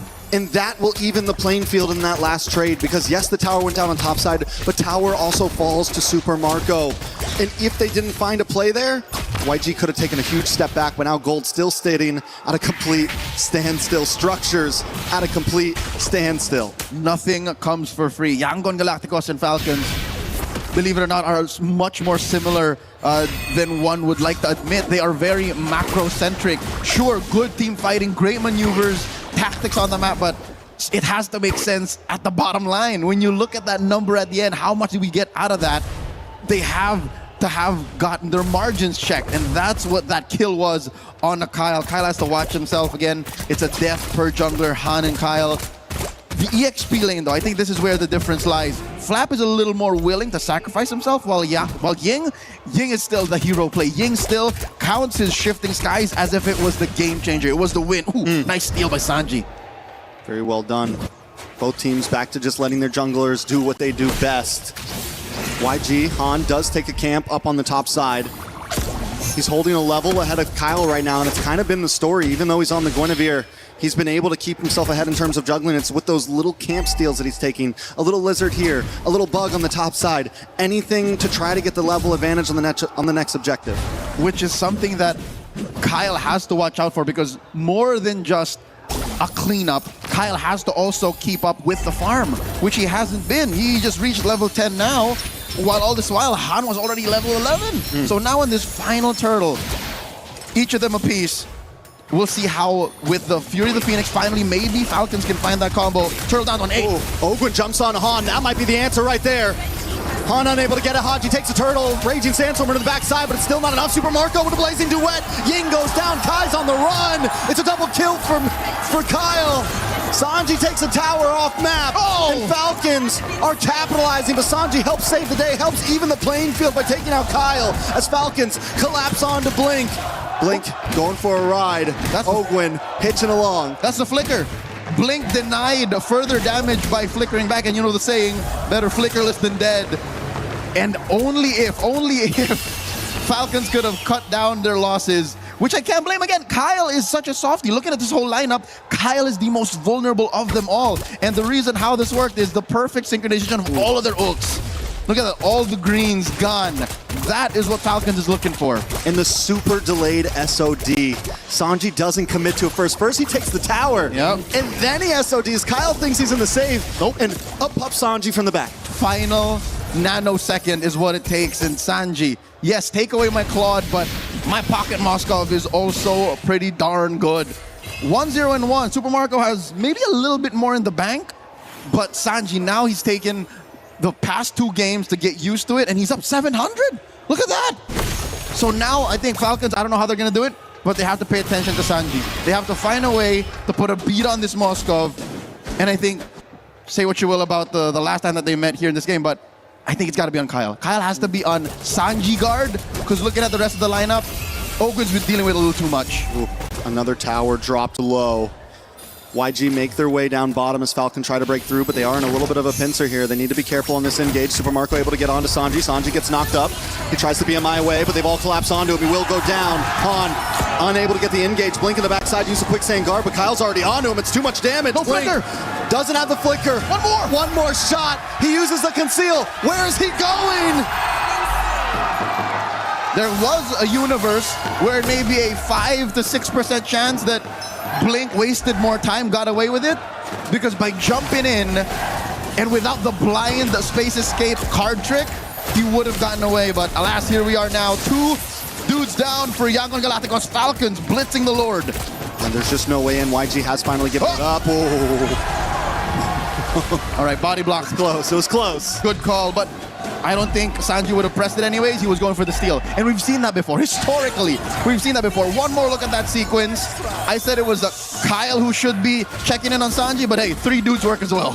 You know, in that fight there, YG, I wanted to see him close the distance a little bit faster. I don't know if they felt like Sanji was a definite getaway or not, but in the end, losing Sanji there, then losing Blink, it was an easy Lord take. And finally, we see a team get past the 1K gold mark in terms of a lead. even with just the pick off on Sanji, I think that would have been a clean Lord take either way. That's how fast I think Falcons can move, and that's how good they are at recognizing this window of opportunity. Now they have a 2,000 gold lead. Haven't quite closed the gap between Sanji and Marco. Now about 200, 300 between these two gold laners. And they get a push up top. This is it. Falcons are in pole position. They're in the driver's seat. YG has to try to not lose any inhibitors here. It's a bad position if they do, especially with Lord coming down on bot side next. Lord finally taking out a couple more shots. Jahan able to take it. No Han on the bot side, pushing lane right now. Dang. YG gonna jump in. Ogren gets pulled back in. Super Marco with the blazing duet. Whole much damage, but he doesn't get the final shot as Haji and Ogwen are caught under the tower. Sanji finally falls, but Haji will fall as well as Blink. But the Quicksand Guard still alive. Does get CC'd and taken out. Kai's with a double kill. And look at Han on that bottom lane against the base. Ever seen a Guinevere pretend to be a Ling or a Fanny? That's what Han has done here. Falcons got punished hard inside. I don't think they're going to be able to push in. In comes Flap, Flicker, Dark Wave. Fight's happening. He should be fine. Magic. Han's okay. He's good. Han's okay. Turret did not fall. But that's as good as it gets for YG, all right? Inside their base, they get a good punish. Sure, they traded Sanji out for it, but they also get a push down bottom. And the gold difference is equalized as well. Yep, again, about 500, 1,000 between them, but just the same. Yangon Galacticos are about their wits. It's not like they lost their footing. It's not like they're panicking. And believe it or not, despite the free Lord, despite the free Lord, the map is at equilibrium. That's how good YG are at macro. Even in terms of tower health. Almost like down to the line. Down to the pixel. That is how equally matched Yangon Galacticos and Falcons are. Kaiser picking up a Ice Queen 1 here should help with the spell vamp. Should be able to slow down the forward push of Team Falcons. Looking at the rest of their kit. All right, finally, Kyle is firing off on all cylinders. That's something to marvel at, despite the fact that he has a hard, 7-8 minutes that he had to play through. But Marco isn't on the board yet. No kills for this Claude just yet. And I think that's what he was looking for. That's why he was so gung-ho to go into the base. You know, it's been all eyes on Sanji, though, on this Moscow, but I think the real problem could start to be Kai's. 4-0-1. He's been untouchable. He's been putting out great damage. What is that, at least 2 or 3 stacks? Yeah. It's clean for him right now, and it's only going to get better and better as YG start to burst down or at least keep pace on this Lord. Super Marco wants to pull it to their side. The dance is on. So with the draft that they have, Falcons has a slight advantage on the Lord Dance. Claude, much like the Melissa, can do a singular Lord Dance blink here. Warning shots. Pew, pew. BMI forward. Might force a response out of blink here. Super Marco. Man-to-man mark. BMI back. Back. How long does that BMI last?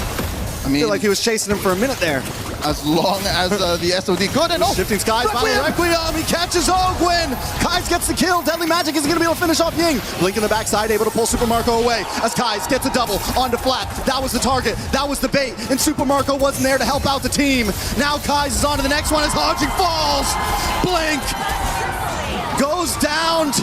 But it's still not enough. 4 members drop on the side of Falcons. Kaiser is out of this world. Massive stacks gain. Falcons fans are at the end of their wits. A singular mistake, maybe a second too long, held inside a bush. A moment of hesitation leads to a 4-for-1 trade. Once again, you can split up the Ubi, but they find a way to collapse into you. Blink was such an amazing Raging Sandstorm to delay the engage from Super Marco. He catches Haji and Marco in that hit. What a bait. For what? The better part of a minute, Blink was conditioning Marco. And maybe even the rest of Falcons saying, look, we're going to take it. All you got to do is grab it. It's right underneath their noses. And Falcons fell for it. Because of that, they're down 2K. They're in jeopardy to lose their bottom lane inhibitor. And that's 50 stacks, so 5 kills off of the original 2 before he built the Sky Piercer. This Zushin, I don't know how they're going to kill him. I don't know how Kai's going to die here because, again, prior it was the Sanji watch. Now it seems like even Blink is immortal. How is Kaiser going to get his stacks cut in half? I don't think there's a way. We will see, though. YG with a beautiful delay on this Lord push. They're going to be able to focus on this mid and top side as the Lord slowly makes his way downtown. Perfect sync. Mid lane tier 2 drops. Sanji hidden from where the sun don't shine. Is that him on a Malefic gun? I'm pretty sure he has it already. You're not supposed to be able to hit from that range. Blink here, put down to a third. No way this Lord doesn't jump in. It cracks the inhibitor down bot. Inhibitors finally fall. Falcons base now vulnerable in the hands of YG. It's a 4K goal lead, 16 minutes in, Leo. We've had a lot of one-sided games so far in the past 4. We were wondering how game 5 was going to be. This is the longest one so far, I'm pretty sure, at least getting to that clock. It's about a minute and a half before the Lord spawns lower quarter. Falcons fans can thank the heavens that it's not on the long lane. Yes. So that's less of a worry, but given the double clone jutsu BMI on the Space Escape, they can afford it, but this is still something that they could use to their advantage. So far, Yangon Galacticos, man to man, just up on every single role. Again, I can't even count Kyle over Han because Han is a utility jungler. Han doesn't care if he's down on damage. All he needs to do is find the perfect Requiem, which is again set up so perfectly prior to that 4-for-1 trade. Because again, on-demand crowd control. That was the issue in game 1 and 2. Game 5, it haunts Falcons once again. And I'd hate to throw it back to the fact that there's only one Purify, just but one in Super Marco. Passive on Haji, procced off once again. And that was the big risk we brought up at the beginning of the series. So much crowd control on both sides, so little Purifies.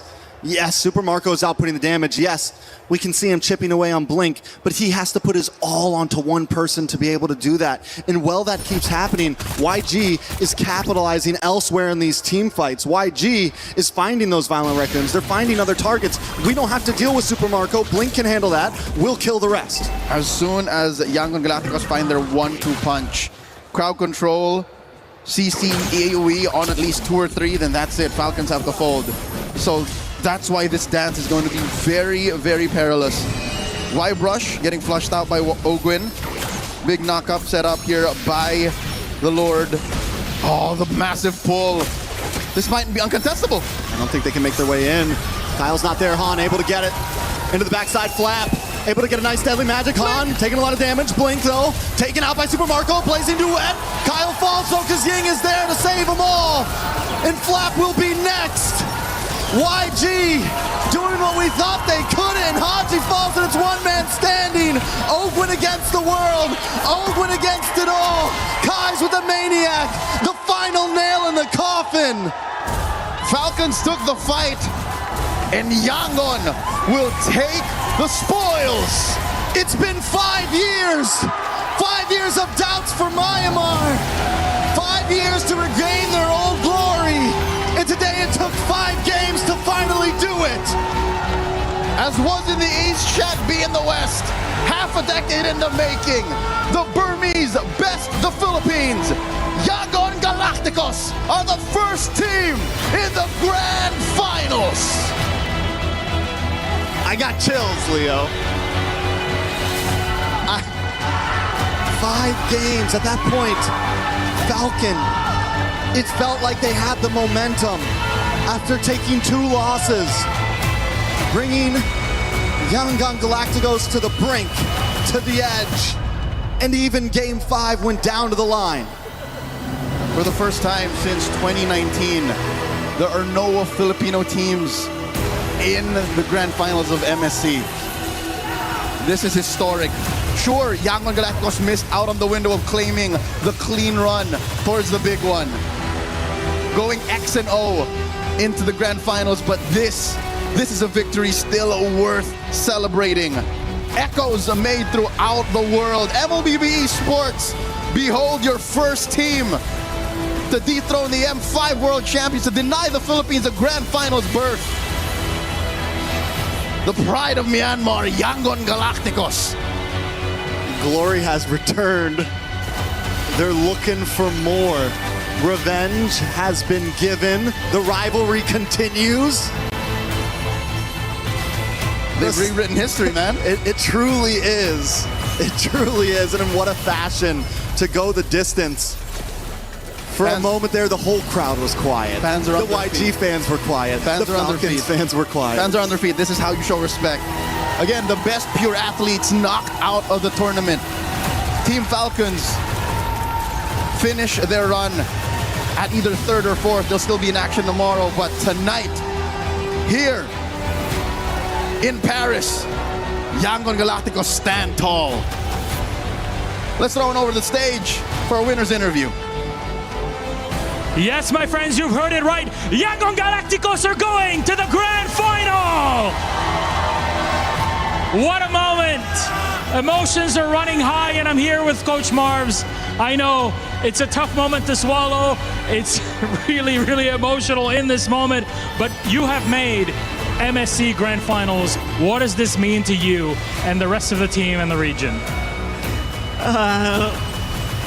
Before I go to Myanmar, I leave everything, my personal interests, building the Myanmar team. And for these boys, they're doing great. They're doing everything for their countries. I hope this will be inspiration for upcoming generation. I keep on putting God first in every situation. I'm one of the coach that I always seeking God wisdom in every situation. And this time, Lord, I lift your name on high, Lord Jesus. Give us another chance for the championship. It feels so good. It feels incredible. It looked incredible. One of the best series we've had ever at MSC here between you and Falcons. Next piece, look. A couple days ago, we were thinking, hey, who are you guys going to play in the semifinals? Vitality was the choice that you have in mind. Were you expecting Falcons to be here and to also give you such a fight had they qualified to semis? For the team, they really want the Vitality. For me personally, I really want to face the Falcon because I'm the only coach that don't have any import in my team, and I want to prove that if the region and then the people and then the players, they're doing great, they can achieve things. So yeah, I want to face Falcon.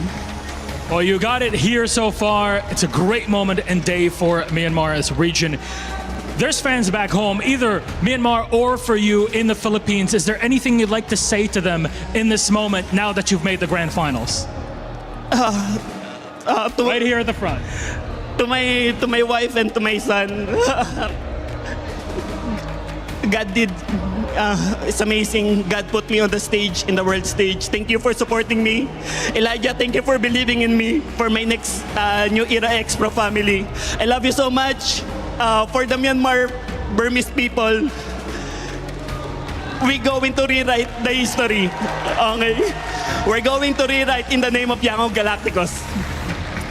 Thank you very much, Coach Marvs. Thank you so much, my friend. Emotions are high, but that's the beauty of MSC, my friends. And it's now time to crush a key all together. Let's bring out the entire team. Come on over, my friends. They might have one more key crush in them, but that'll be after the grand final. For now, yes, you heard it right. Your eyes do not deceive you. Yangon Galacticos are going to the grand final. A crushing to go and a big one here. Not just will they be crushing the Team Falcons key here, the Team Falcons PH, but it's the club champions of last year. Coach Marvs has the honor to do it and will crush Team Falcons after an epic best-of-5 series. All destroyed. Job well done in the semis. Only one more step left for greatness. A great step in a moment for Myanmar. Let's break it all down on our panel. We will rewrite history. Coach Marvs. Not just for Myanmar, for Yangon Galacticos, who remain to be the best team so far in the galaxy in MLBB. MSC has been so named the Tournament of Upsets. Well, I will self-proclaim that. It is the Tournament of Upsets. And as we continue on, you cannot leave a moment like this without acknowledging the emotion that goes along with it. It's not just the win, it's not just the game, it's outside of the game.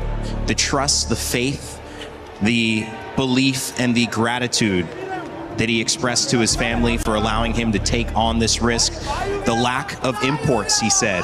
The pride of this country to prove they could do it amongst everyone else. And now, Renmar, Brigitte, at least $500,000 is going to go into these players' pockets. And if they continue to play like this, tomorrow they could be millionaires. Welcome back to the Grand Finals, Myanmar. Welcome back. You deserve it. The region has been hungry for a stage like this, a moment like this, for such a long time.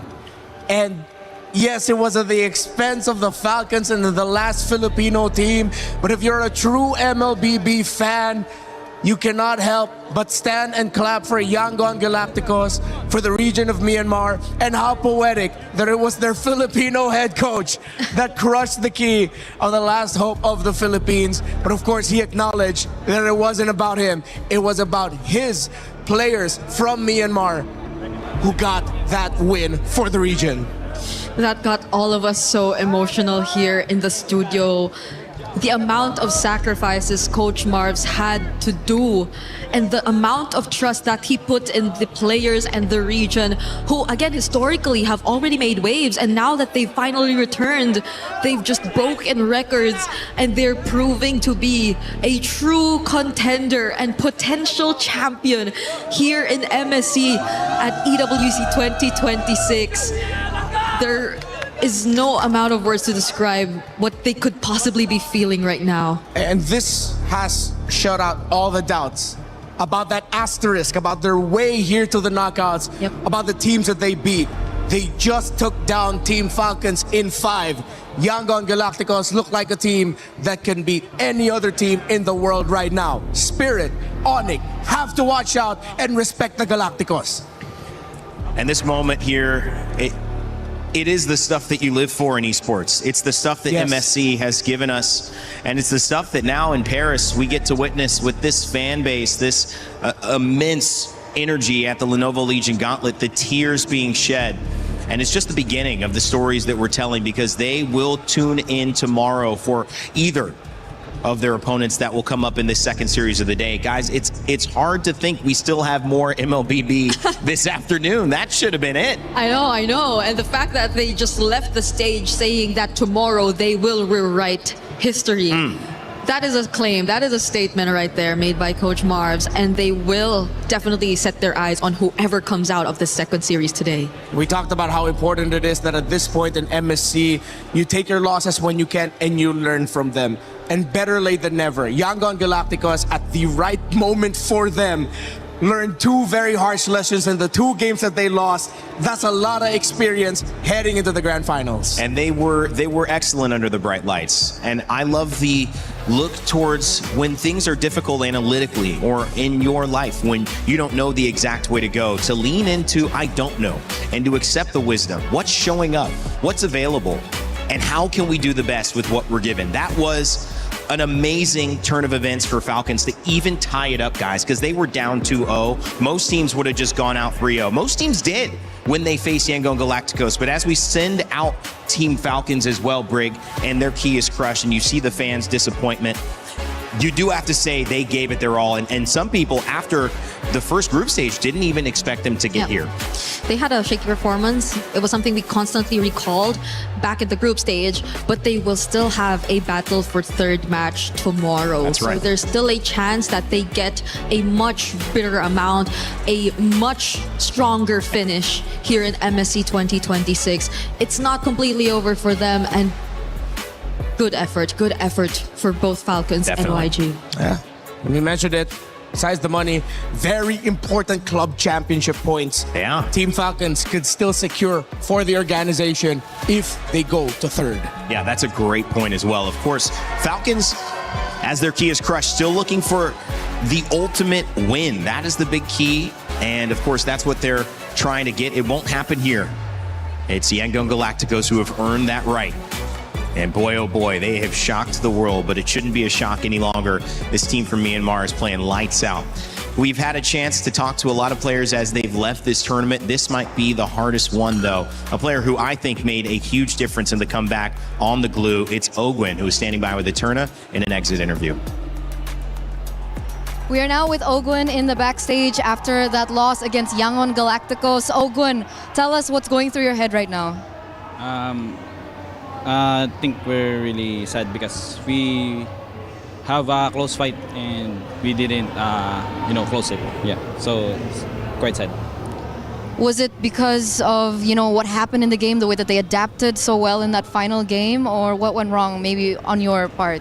We have many misplays on our part, and we got our early games quite well in Yangon, but we didn't finish it off in mid game to late game, so we got punished really well by them. So props to them. Was this an expected fight from Yangon Galacticos? Obviously, it's not an expected result that you were hoping for, but with that fight, was it that intense? Is Yangon Galacticos just that good? We scrimmed with Yangon, and we really expect they will do well in this tournament, and we really respect them in this tournament. So they have really unorthodox way to fight their enemy. So it's really they really caught us in the first two games. So yeah. But you came back. Yeah, we came back. But, Game 4. But it's quite short. And we didn't finish it up. So yeah, it's really sad. Ogwin, this is going to be the first time in a very long time, and I think since M2, that there will not be a Filipino representative in the grand finals. What do you think this means for the ecosystem? Do you think that all the other regions are catching up?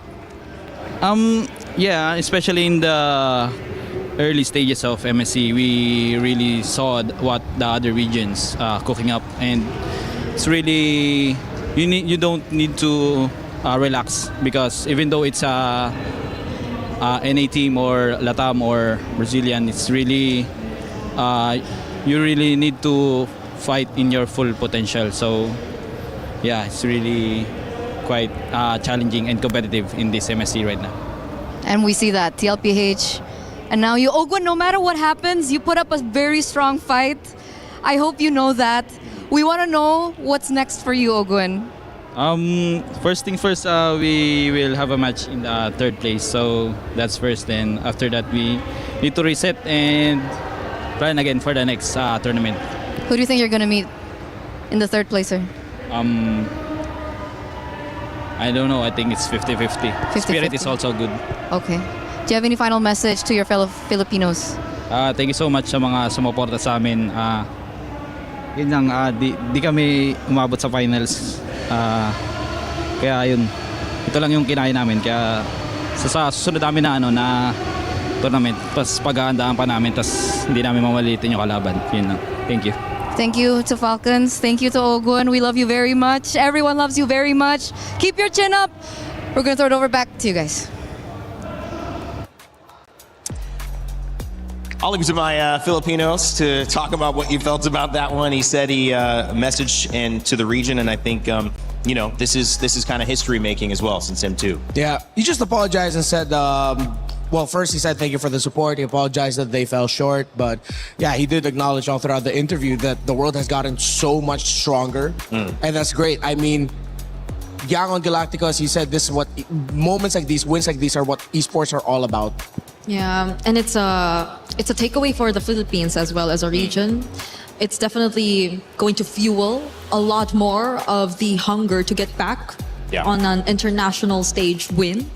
And I think for a lot of people, rewriting history at its finest. It's such a great way to increase the competition that we currently have in the MLBB competitive landscape.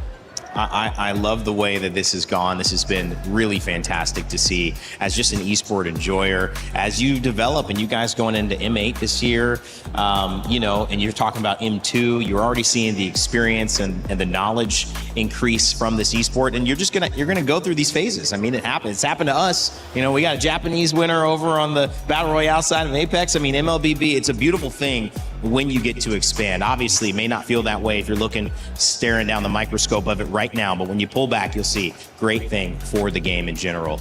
As we continue to move on, guys, I know this is the end for you two, today at least. Any final thoughts after seeing this, and anything to preview as we look at our next match coming up today? I agree with Owen. It's a 50-50, you know? Let's all set our eyes on the upcoming series because this is not looking like a fast one either. Yeah, if ever Team Spirit defeat ONIC later, then for the first time we're gonna get EECA in the grand finals, Myanmar in the grand finals against them, and no team from what we've seen as the big regions in MLBB are first. That will really push the story as an MSC of, I wouldn't call it upsets, but surprises. And the best surprises usually come all the way up until the end. All right, well, I already see your replacements coming up on stage, looking good in their suits. I'll just leave that as a, no, you can't come. Oh, It's God. on white, it's on white, The it's on fella's white. trying it's to on get white, in. We it's can't on let him white, do it's on white, it's on white. It's not your time. It's on white, it's on white, it's on white. I can't wait for that. Make sure if you guys think you know who's going to win, which how in the world could you know who's going to win at this point? There's no way you could. Get your pick'ems in though, and maybe you will be right. But I just remember how many of us have been wrong so often at MSC. Maybe you won't be. I hope you won't be. Coming up after this, we're going to have an amazing game. It's going to be ONIC and Team Spirit, Indonesia and EECA battling for that second spot in the grand finals. Don't go anywhere. Be right back. Play is in our DNA. Whenever we let it out, it becomes our superpower. Now imagine an entire city being built to supercharge it. Kadir City, powered by Play.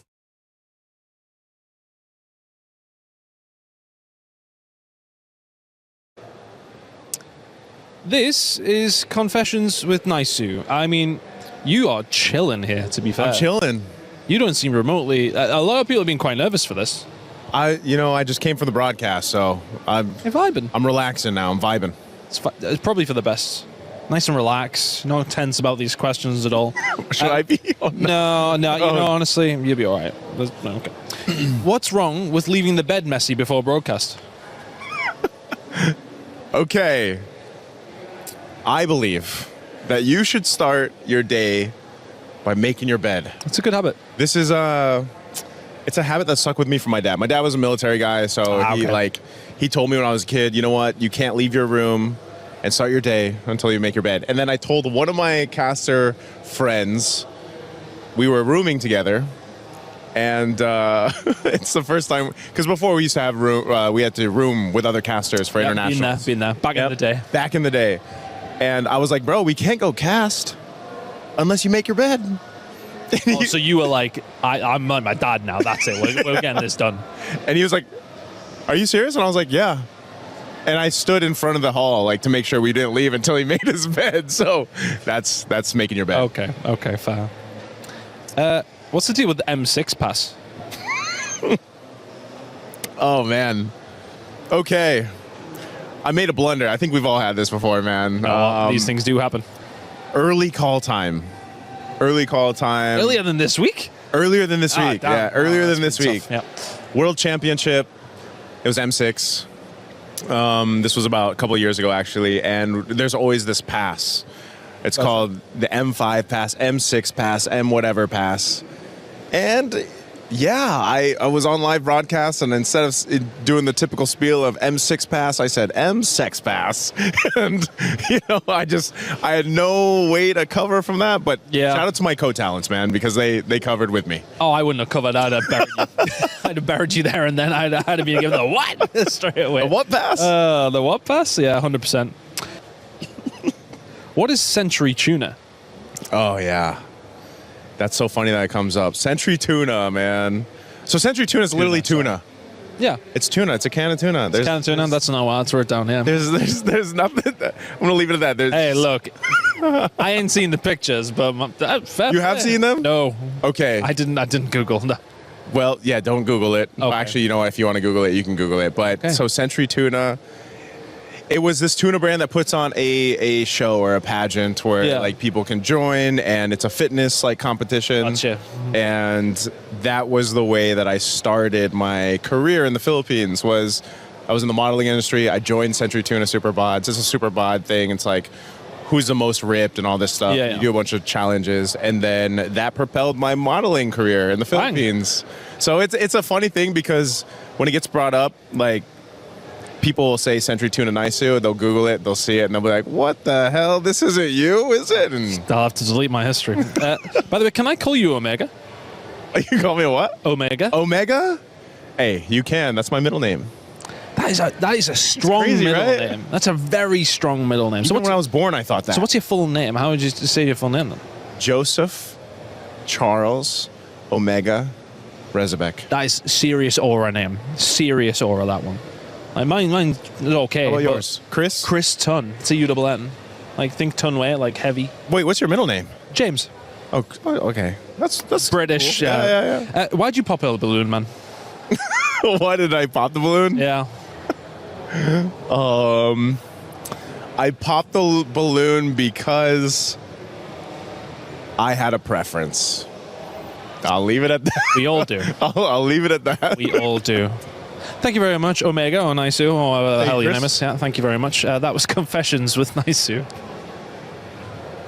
A lot of people are haunted by their past. I'm inspired by it. They're not just playing for themselves, they're really playing for their entire family. They have defeated their demons. They have crushed the curse.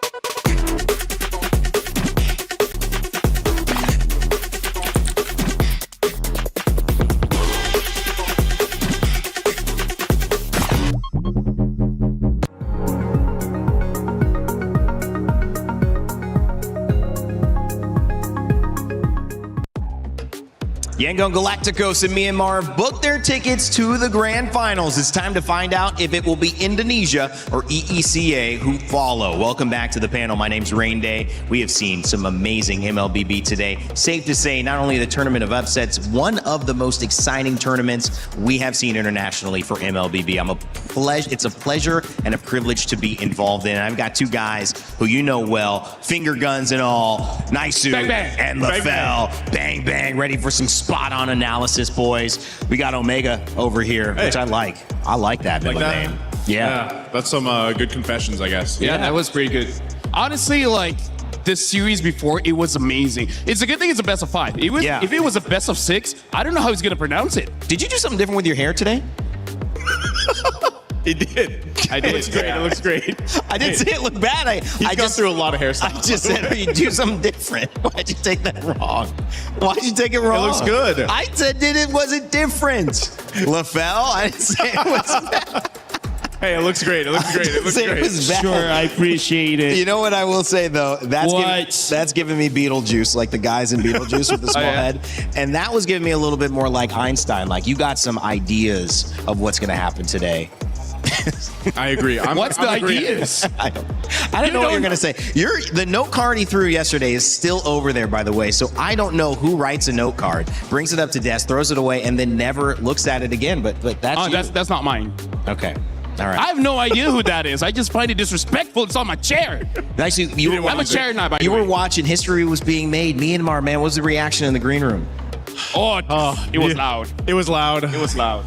You know, I'm going to be real. It was tough to see the last Filipino representation be knocked out of the tournament. And as we heard too on stage, you know, this is the first time in a long time since the Philippines has not been in the grand final. But I think story-wise, it's pretty good, man, because, again, Myanmar has been a team that has been dominating through their own regions. I mean, Yangon Galacticos, their own region, but then they finally get this chance to get to a grand final and bring back this style of gameplay that they've showcased even before, years ago. Yeah, and we were questioning what had happened, but they bounced back in that Game 5. It was awesome, but now we may have something even better, and that's why we have our Crunchyroll Story of the Day set up for this one. It's going to be ONIC and EECA. Will it be a dynasty? Will it be destiny? Can the TS Wonder Kids make history as the first non-SEA finalist? Well, we already have, history being made on the other side of the bracket. Why not, Naisu? I would love to see it, man. But I think a lot of people are going to go ahead and say they want to get ONIC to that grand final. Yeah. You know, and I was casting their series yesterday. It was a hell of a series, another 5-game series. Hopefully today, this one between Team Spirit and ONIC can also be 5 games because, you know, this is where all that time going through the ropes to the group stages, then the knockouts come to fruition for a lot of the teams here. And I feel like even ONIC, they really had to adjust. But what made it work so well for both of them, Team Spirit and ONIC, is throughout the games we've got to see them, they've really showcased just how strong they are at coming together as a team, the synergy that they have, because we have had such an interesting draft throughout this MSC and the meta that's formed, but really it's the execution from the team as a whole for both of them. Team Spirit has been phenomenal, LaFell. And we've seen the emotion with them too. What are they playing with? A little bit of house money because no one expected them to be here? Or at this point, do you say these guys are coming in as a potential 50-50, maybe even a favorite over ONIC? I wouldn't say favorite, but they're definitely the team to watch because almost, I would say for 2 years now, they're always so close to making it to the grand finals. And we're always thinking if they do actually make it there, they can definitely make a difference because one of the strengths of Team Spirit is their side lanes, right? Both Hiko as well as Kid Bomba is like the guys that really made Team Spirit really, really special. Yeah. Now Zara Egoist is playing pretty good. I don't know. After yesterday, what Aurora has shown, I'm just worried about even if Team Spirit has the right strategy to go up against ONIC, ONIC is just gonna outplay them with pure bronze. Well, Team Spirit have a chance to do something special here. The first non-SEA grand finalist could happen here today. And of course, that would be Kid Bumba, Zara Egoist, the youngest player in this tournament in the jungle and in overall. Sunset Lover, Sawo, and Hiko, special on the side lanes, special in the jungle, special all around. We caught up with Kid Bumba, who's had his family in the stands being an emotional support for him before the match. It's Eterna here, and now we are with Kid Bomba from Team Spirit. Kid Bomba, first and foremost, we saw, I think, your family come all the way here to watch you. Was that the first time that they came? Yeah. My mom was gonna watch as well, I think, today. And I think my sister already left because she has work. And yeah. How did you feel? Like, were you aware that they were gonna come for you? Yeah, I was, obviously. I mean, it's nice for them to finally come and watch a tournament live. For me, it doesn't make that much of a difference because I'm concentrated on the game. But obviously, being supported is nice, so yeah. You locked in. Kid Bomba's locked in. But did your mom say anything to you after the match? I don't think so. I mean, even if she said something when she came up on stage, I don't remember already. Was it the adrenaline rush? I mean, I didn't really care about it. You know, we just won. I know that there's still a lot of matches to go. So yeah. Absolutely, because your next match up ahead is going to be a very interesting one. I think it's a little bit of a rematch. But before I ask you about that, were you surprised that ONIC beat Aurora? I'd say 50-50. Their matchup.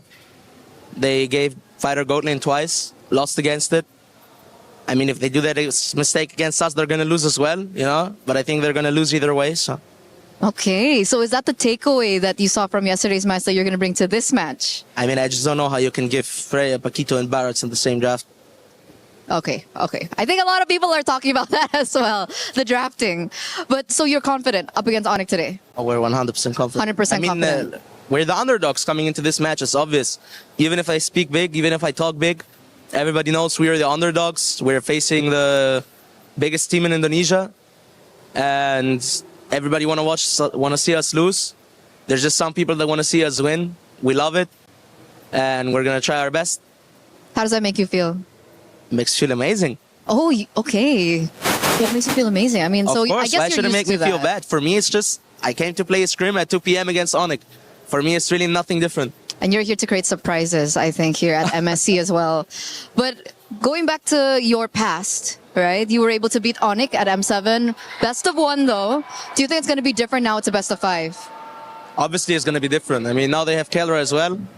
And for me, it's fate, you know? Ooh. That I get to meet him again. That we get to meet him again after the last match. And the last match between us and ONIC Philippines, when Kelra played, was like the best match in the whole tournament. Not considering maybe the grand finals. So I think it's going to be like that again. A fated match. I like how you put it. But I'm going to let you go after this. I think you want to prepare for this upcoming battle. Is there anything else you want to add before your match? Not really. Not really. Okay, we're just going straight into the land of Dawn here. Thank you so much, Kid Bomba, for this interview. And of course, good luck for your next Thank you. match. One step away from the grand finals. We're going to throw it over back to you guys. Straight like an arrow there. Kid Bumba just shooting from the hip, knows exactly what he wants to do and that they are the underdogs.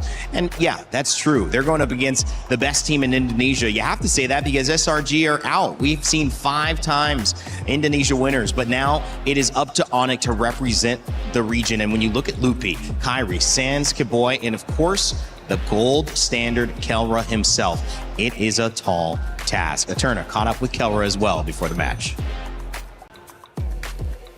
The golden standard here is back, Kelra, before your best of 5 match. Kelra, you were so expressive yesterday up against Aurora. I think after game 1, game 3, we saw you very full of emotion on the stage and even backstage. What was going through your head at the time? My mindset yesterday, just I want to win and I don't want to gumagawa po lang tanpa piyala. He doesn't want to go home without the trophy. Yeah. Why was it so expressive in that match? Like, was Aurora really good? Were you scared that they might be able to beat you yesterday? Not scared, but Aurora playstyle is very different in other teams. They very aggressive and I think their chemistry is very good and yeah. So their chemistry was really good, their playstyle was aggressive, and you expected that though, right? Coming into that match? Expecting what?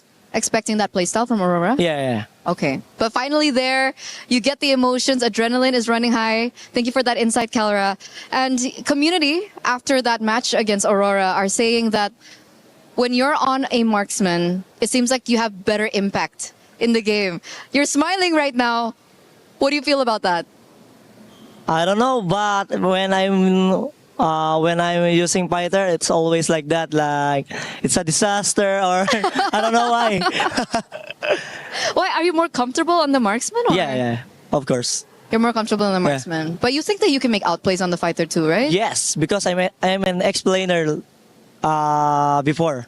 Okay. Before I play gold lane. So you have had experience in the EXP lane, so you're supposed to be comfortable on the fighters, but you're just more comfortable on the marksman. Yes. We saw how comfortable you are yesterday in that last game with Brody, the flicker outs of the taunt, the winter crowns as well. Even Mirko was swearing.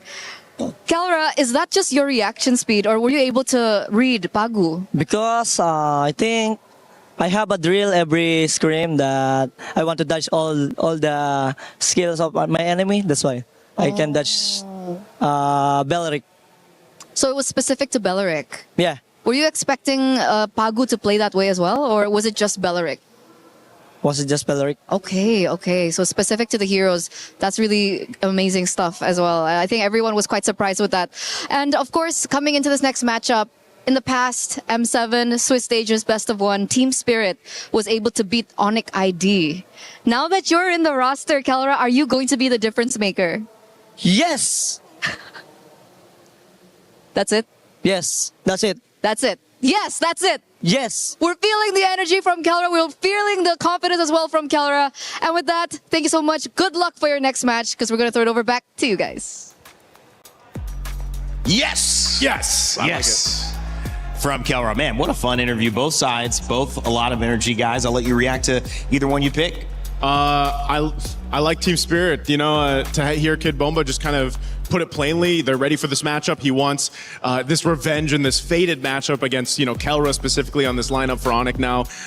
And I think that is going to lead to an electrifying match for us. Yeah, honestly, like every time Kid Bomba speaks, like you just have to listen. But we also heard from Kelra about how he's been having these drills during scrims about how he wants to dodge all of the abilities, and I feel like that's going to be very important because especially if Hiko somehow gets a fighter in a gold lane, something like a Freya, that's definitely going to be tested because Kelra, when he's using the marksman, he can carry the team, and that's what they desperately need. So we'll see how Team Spirit really fights against that. Well, this is going to be an interesting one, guys. There's a lot on the line again. But as we set the stage for it, maybe the narrative has to be that it's unwritten. Yet again, so many of these grand finals have included someone from the SEA region. And while it will still continue to see Myanmar represent on the other side, this could be EECA's chance to push through and kick out Indonesia. The giants have fallen. Will the ONIC fall as well? Or will Kiboy have something to say about it? Will Kelra show us exactly what that gold standard is and overcome the deficits? After a brutal Game 5, making it out alive, anything is possible. And for the hope inside the Lenovo Legion Gauntlet, the family of Kid Bumba still here, still rooting, still dreaming that this could be the day EECA makes it to the top. And you want to talk about breaking the mold? This is MSC. It has never happened this way, that it's ever been so international. And that's what we love about MSC at EWC 26. This time around, everybody has got a shot. My God, the Yangon Galacticos story, now that is one to warm your hearts too. That was definitely heartwarming. But as we move on to the second match, this match will practically rewrite the history of Mobile Legends Bang Bang as we know it. Because no matter what happens in the semifinals matchup, history will be made. Will EECA finally send their first ever representative to the grand finals, or will ONIC get a chance at getting their third trophy? Let me tell you, Rose, it's an honor to be part of MLBB history, and we get to do it all over again. So please join me in welcoming our first semifinalist in this matchup. Please say hi to Team Spirit!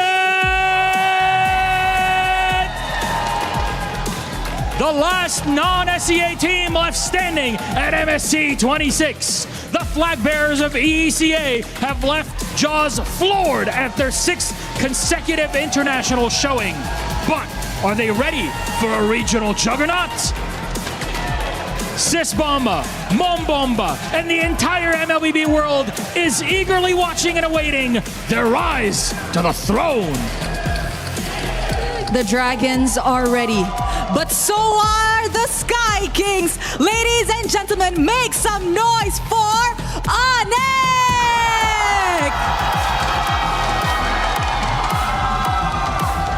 The Sky Kings are closer than ever to clinch their third trophy. The heat has intensified. The pressure is higher. Can they beat the odds as the former champion standing? Can they etch their legacy as the best organization in Mobile Legends Bang Bang history? Only time will tell. It's a game for the ages. I have a feeling, I have it in my heart, in my mind, and I cannot wait to get this one on. So of course, boys, you may place your keys and take your seats. And of course, captains, don't forget to meet in the middle for a little bit of a handshake. Are we gonna get it? Yes. Yes, we will. Respect. We get it at the end of the day. This is a match to watch. And I suggest you guys better hold on tight, because I am sure this is about to be a roller coaster. And of course, to kickstart our match, let's head on over to the Land of Dawn. Gotta clear the wave, but they can't. Team Spirit, lock on the base. Revenge is served. Team Spirit will go on to the semifinals. Everybody underestimated us, not only Vamos. Despite the grueling climb through groups. The score that we're gonna have, 3-0. 1,000,000% sure that we can beat them. ONIC will move on forward with the hope of Indonesia as they douse out the lights of Aurora Gaming. Mungkin ya, first team yang dapat 3 MSC. Our aim from the start to beat all teams without mercy. Coming to the studio today, the match against Vamos, being sure that we are gonna win. We were the ones that let them get into knockout stage in the first place, so it's only right that we are the team that kicks them out of knockout stage. Nest 3-0, taking Vamos out. didn't have a really good start at this tournament, but we really adapt very fast. Group stage was pretty bumpy. Some disagreements about the meta, about some things. Forget about the group stage. We're in playoffs now. I mean, everybody's gonna see in our match in the semifinals that we adapt.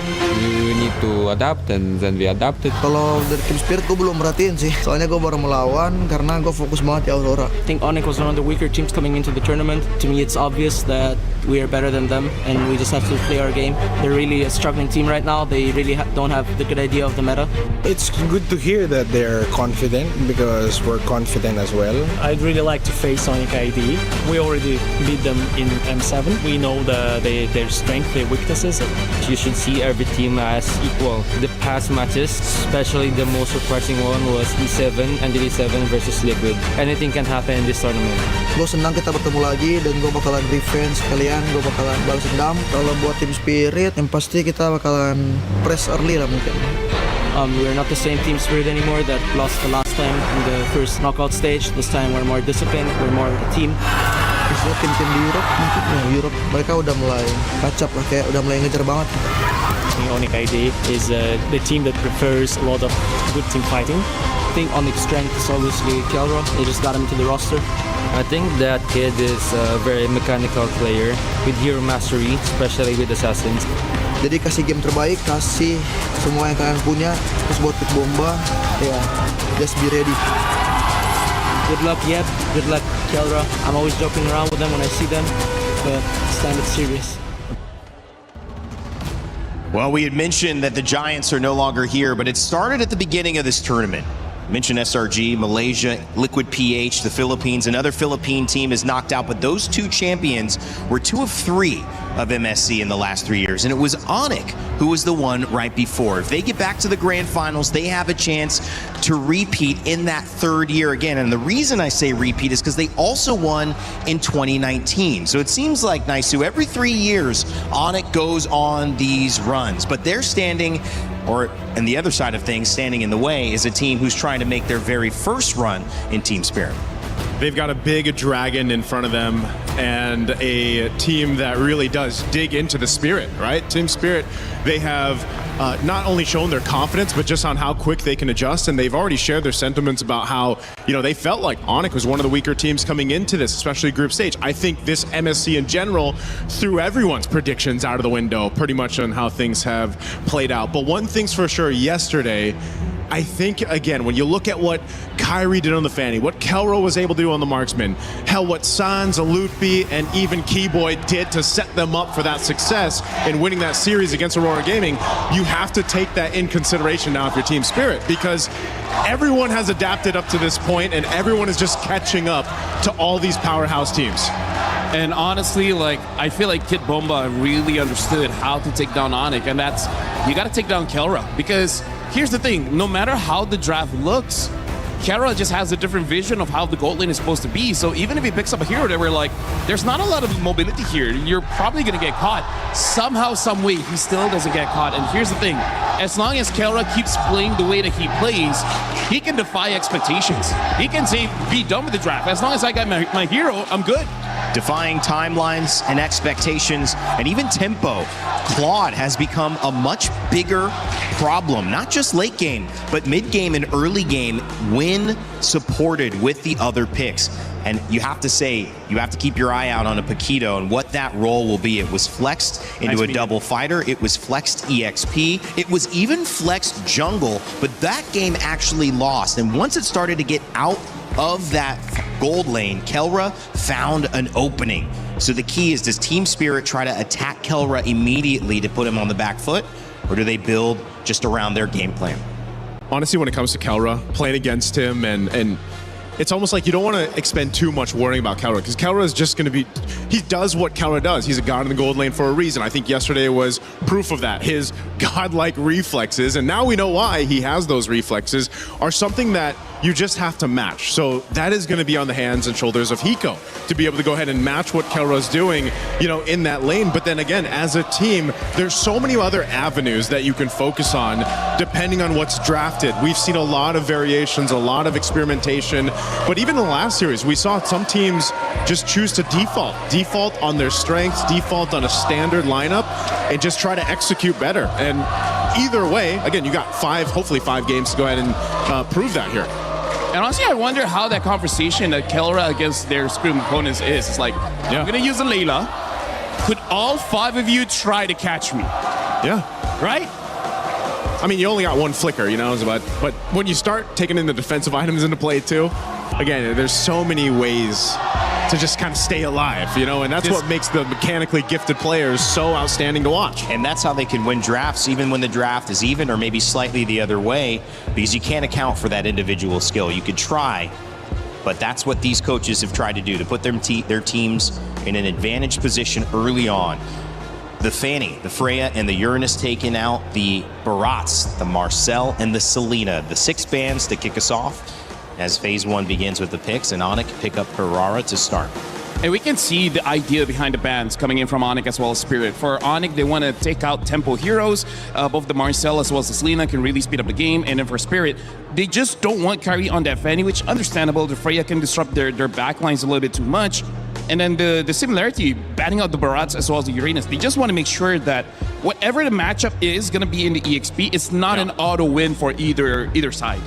Yeah, the XP again, going to be big in what they decide to do. Again, the Paquito has been rather flexible on where you can put him, and that's kind of the upper hands that you have. When you do draft in this Paquito, you don't necessarily know where he's going just yet. Obviously, the Atlas going to be an answer a lot of times, and then the trade is Belric. This has been the common trades that we've seen now over the development of MSC's meta, and this is pretty standard. Again, that's why having a flexible hero like the Paquito is an upper hand. You know, you kind of have that advantage now. What was interesting is that in the first series, we didn't see Paquito picked or banned. We also didn't see Cho picked or banned. We didn't see a lot of these kind of in-your-face, really ISO, burst, control characters that have been dominant in some of these matchups featured there. So again, maybe a preview to the grand final. That might be just a non-contention point, and we'll see who has the better grasp of the meta. And we saw in the video before where Team Spirit, they did say ONIC's biggest strength is probably their team fighting. And right now, that draft looks like a pretty good team fight comp here. Having the Belric as well as the Zushin makes it so that they have amazing control from the get-go. The Herrera is just good anywhere. And right now, I gotta say, this is a good Harley pick, because you know that ONIC, whatever gold laner they're gonna pick up, it's gonna be amazing just because they already have a good support system. Yeah. Doesn't matter if it's a Brody, a Claude, or a Harif. All 3 can work well here. This is, you know, shades of what we saw yesterday for ONIC work. That Jushin helped so much, and if I recall correctly, it was a Granger in the hands of Kelra that he got to use, because again, when he locked in the Sky Piercer, you not only had to worry about the movements from Kyrie on the Hirara, but then eventually when the stacks start building up for Kelra on the Granger, lining it up with the lantern that Jushin provides, it helps so much. You just land your Rhapsody shots, and then you get more stacks, and that was kind of what the result of that game that they had against Aurora Gaming. So this is what, you know, LaFell's saying. You're already really supported and supplemented really well for your gold lane for Kelra. Harith banned as well. You could see with both teams now looking to pick up potentially their gold lane. That Paquito could still be flexed. It is definitely going to be EXP and gold that they're looking for the ban. So Esmeralda goes down as a ban, so does Harith. I just feel like for Team Spirit, as long as they have one more hero that can potentially deal with a backline, is going to be good. So I'm looking to see if Spirit is going to be loco enough just to have a big burst in mid, something like a Farsa, because that can deal with quite a lot unless you're going up against a Claude, which Team Spirit could pick up the Claude later on and then make it so that ONIC doesn't have a dive type of goal laner other than a Moskov. If you're local enough, basically. If you're loco enough. If you're loco enough. You know what? In game 1, I think you can be. You can be a little loco. You can be a little loco. What do you like mid here for Spirit? Ooh, for Spirit against Jushin, man, I don't know. Aurora Gaming was heavy on Eudora. I mean, is it kind of travel Europe, kind of feeling a little bit more comfortable with her? It's interesting because a lot of times we see the Eudora even paired up with the Belric, right? But in this case, if they decide to go ahead and grab it, they can. I think it is one of the better heroes too for Sunset Lover, at least from what we've seen him over the past few days. It can also help, I guess, combo with the Harley in a way. I mean, the Harleys work so well just because you don't only have to rely on that deadly magics, but then depending on the builds that they go, you know, whoever is able to get that Genius Wand, it does help kind of get that burst a little bit faster once you shred down some of the magic resistance here of the opposing team. So there is a room, I would say there is room for the Eudora to come through, especially since now we've seen so much of the Selena, the Valentina, obviously, but they're banned out. So yeah, there's the Eudora. Good call, Rain Day. Thanks, buddy. Valentina banned out, Clint as well. We're going deeper into the gold lane, but the bans are done for all of these squads. So how does Kelra respond? What do they like? I mean, like, here's the thing. Because of that Paquito, it does make it a little bit awkward, I would say, for ONIC to draft their side leaders here, because I think for sure they just want a gold lane. I feel like Claude is going to be pretty solid, but if they want to be safe, I can see a Moskov work pretty well here. You just got to be careful of the Eudora. You have to hope that Lupe is able to absorb the Thunderstrap first, and then Kelra can go in. Speaking of, what other tank heroes do we have left? They pick up the Cho. Is this Cho Rome or EXP? Wow. Yeah, that's a good question. Just because, again, Belric can be flexed too, so. Because I feel like if you're going up against Paquito, Paquito is going to be pretty fast. I think it's better to match speed for speed with the Cho, but we haven't seen Cho HP in years now. It's been a while, yeah. Yeah. It's been a minute. Bit different here. Again, Hiko could go crazy and play Paquito there, and we could see a marksman, but, sorry, excuse me, EXP picked up. Yeah, this would tell us too, because they wanted to wait and hold on to see where they plant this Paquito, if he's actually going to go in the gold lane for Hiko, or if they're going to go ahead and pick up their XP now. Because that question is still there. Okay, they'll go Sora, so now we know. Sora's going to go XP, and then, of course, go Paquito. And then we have gold lane Paquito. Wow. I feel like this is a good idea coming in from Spirit, but we've seen teams try and fail, which is try to end the game pretty fast. And they do have the Harley, so in case, you know, they need to push, you can still use the Harley there. I'm liking both drafts, but I really feel like ONIC, they got everything they wanted. Well, these are two dangerous drafts. A fighter in the gold lane for Hiko going up against the gold standard in Kelra. Eudora picked up as well, and the Beleric. How important will that be to set up these fights? It's going to be a battle, baby, and I know two guys ready to cast. One's already been streaming and casting earlier. It's Mirko and Gideon.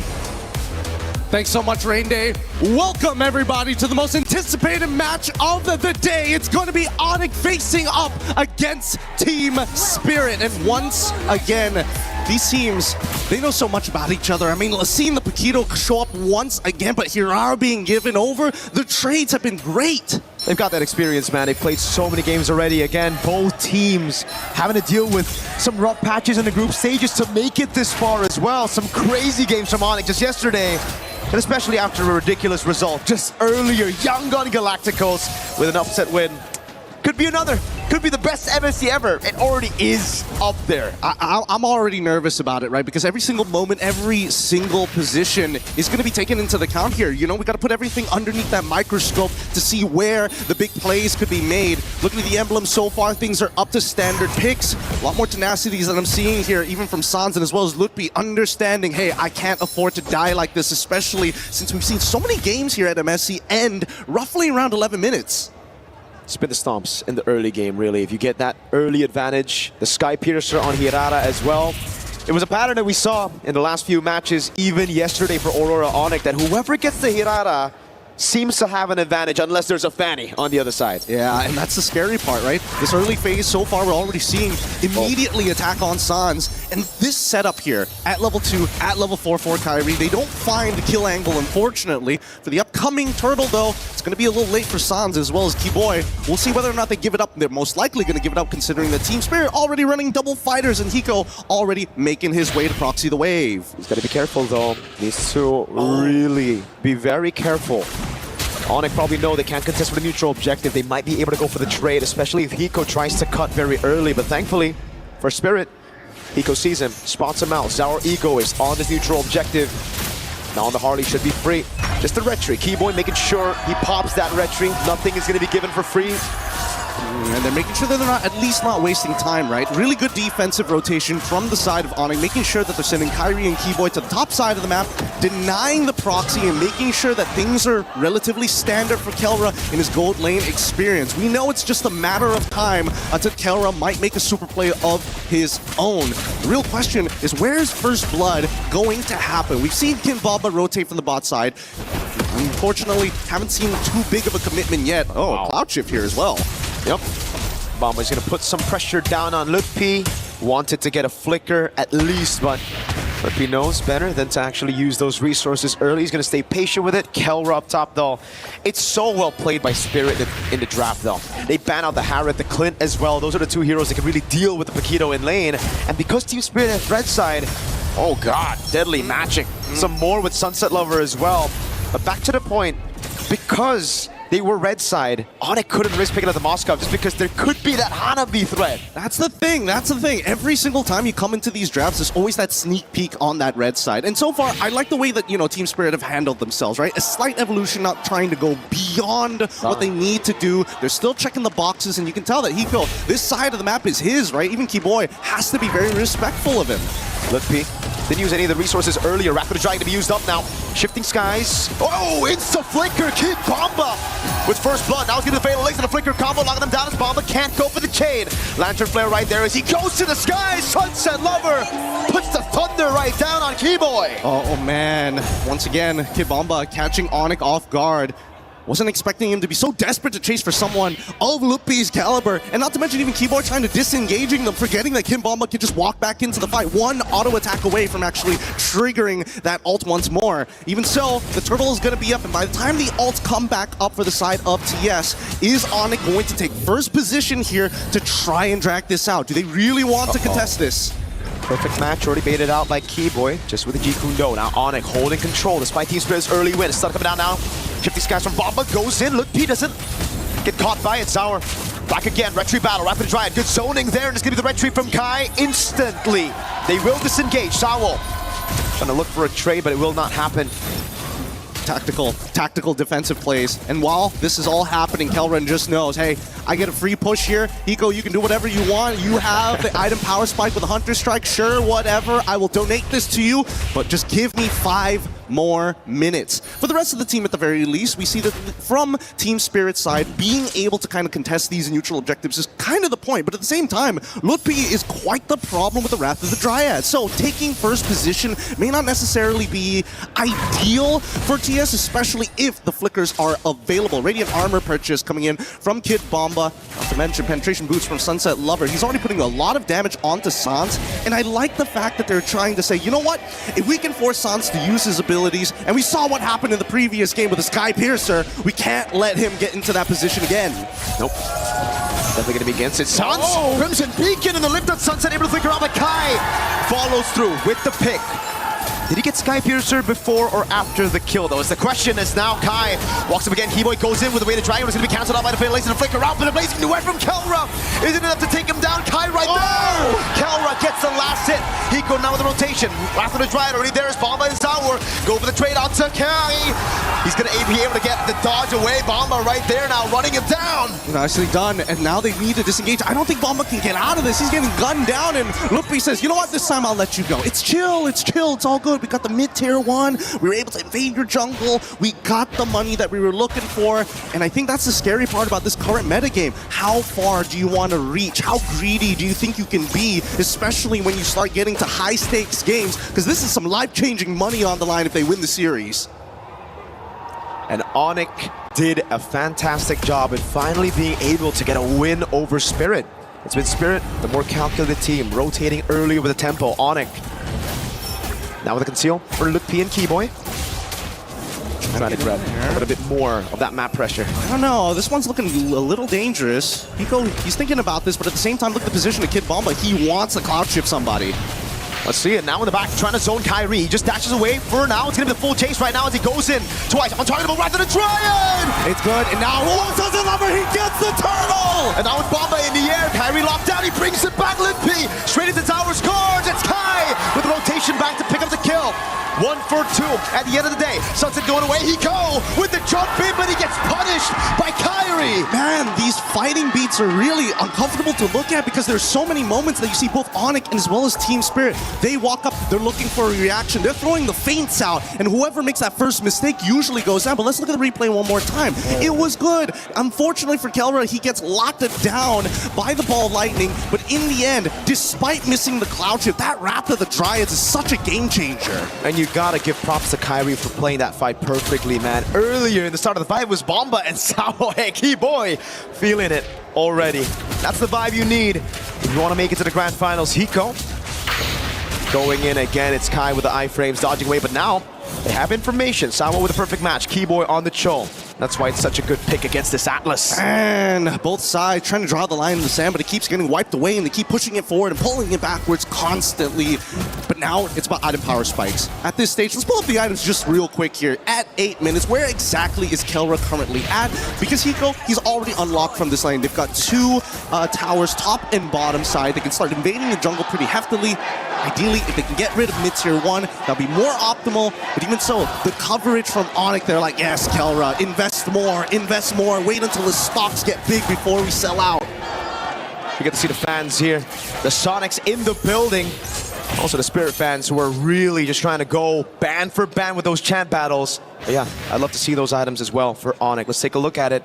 DHS Rush. He's going to go for the Golden Staff next, and it's just a component for Corrosion side. So he wants to be active early. He does.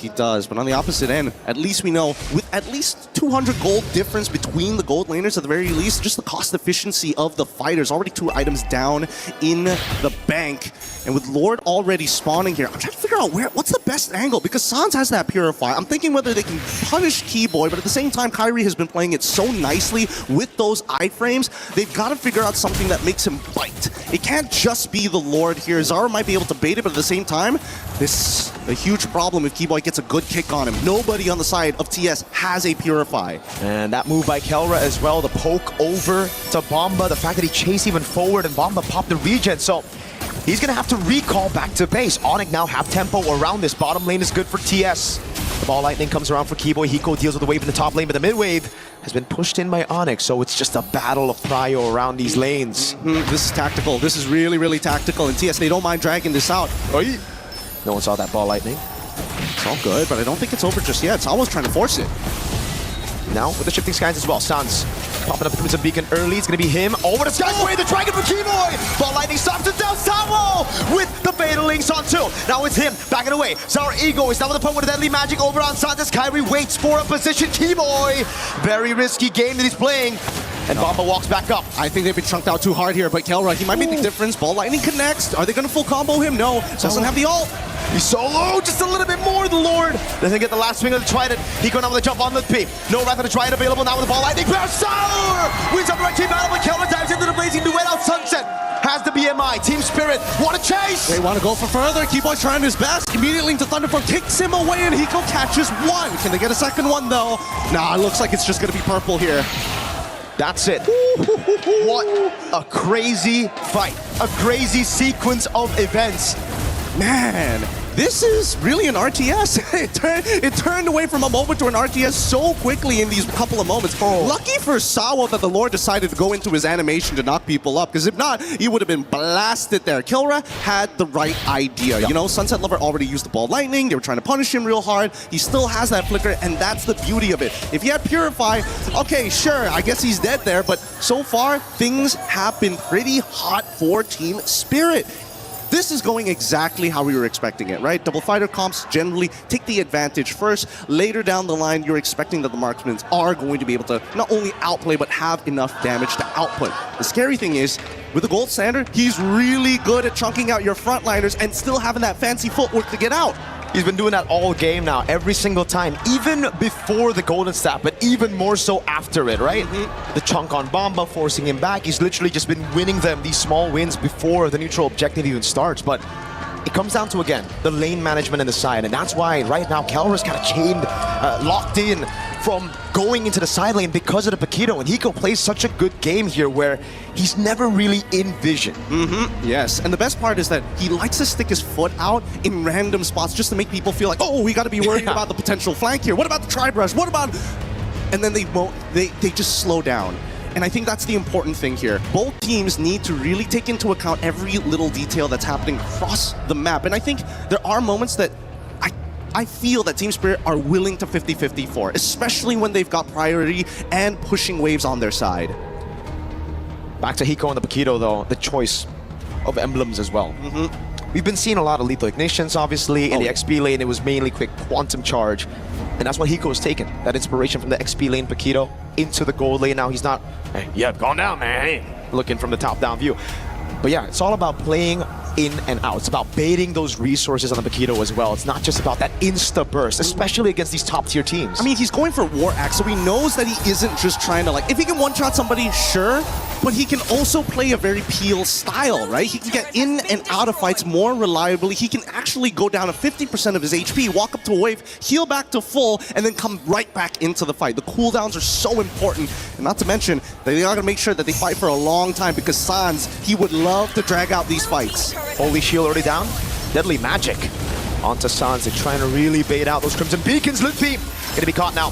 Thrown back, rather try it, but it's too far away from the rest of the team. It has to be Litpi taken low, taken out by Hiko. Really nice, and now they're gonna keep on going forward for this, but I don't think they want to dive even further. They use all of their ults just to get Litpi, and they still haven't cracked open the inhibitor, which is totally fine. But now we're seeing the major interactions here. Kid Bomba recognizes, you can Wrath the Dryad all you want, as long as I am in that cloud form, casting abilities without any hesitation, there's not gonna be a moment for you to lock me down. Oh, this time they get the Crimson Beacon. Sawa with a perfect match now knows there's a man advantage that they want to capitalize on. That's a base turret with the First Lord with fighter side lanes.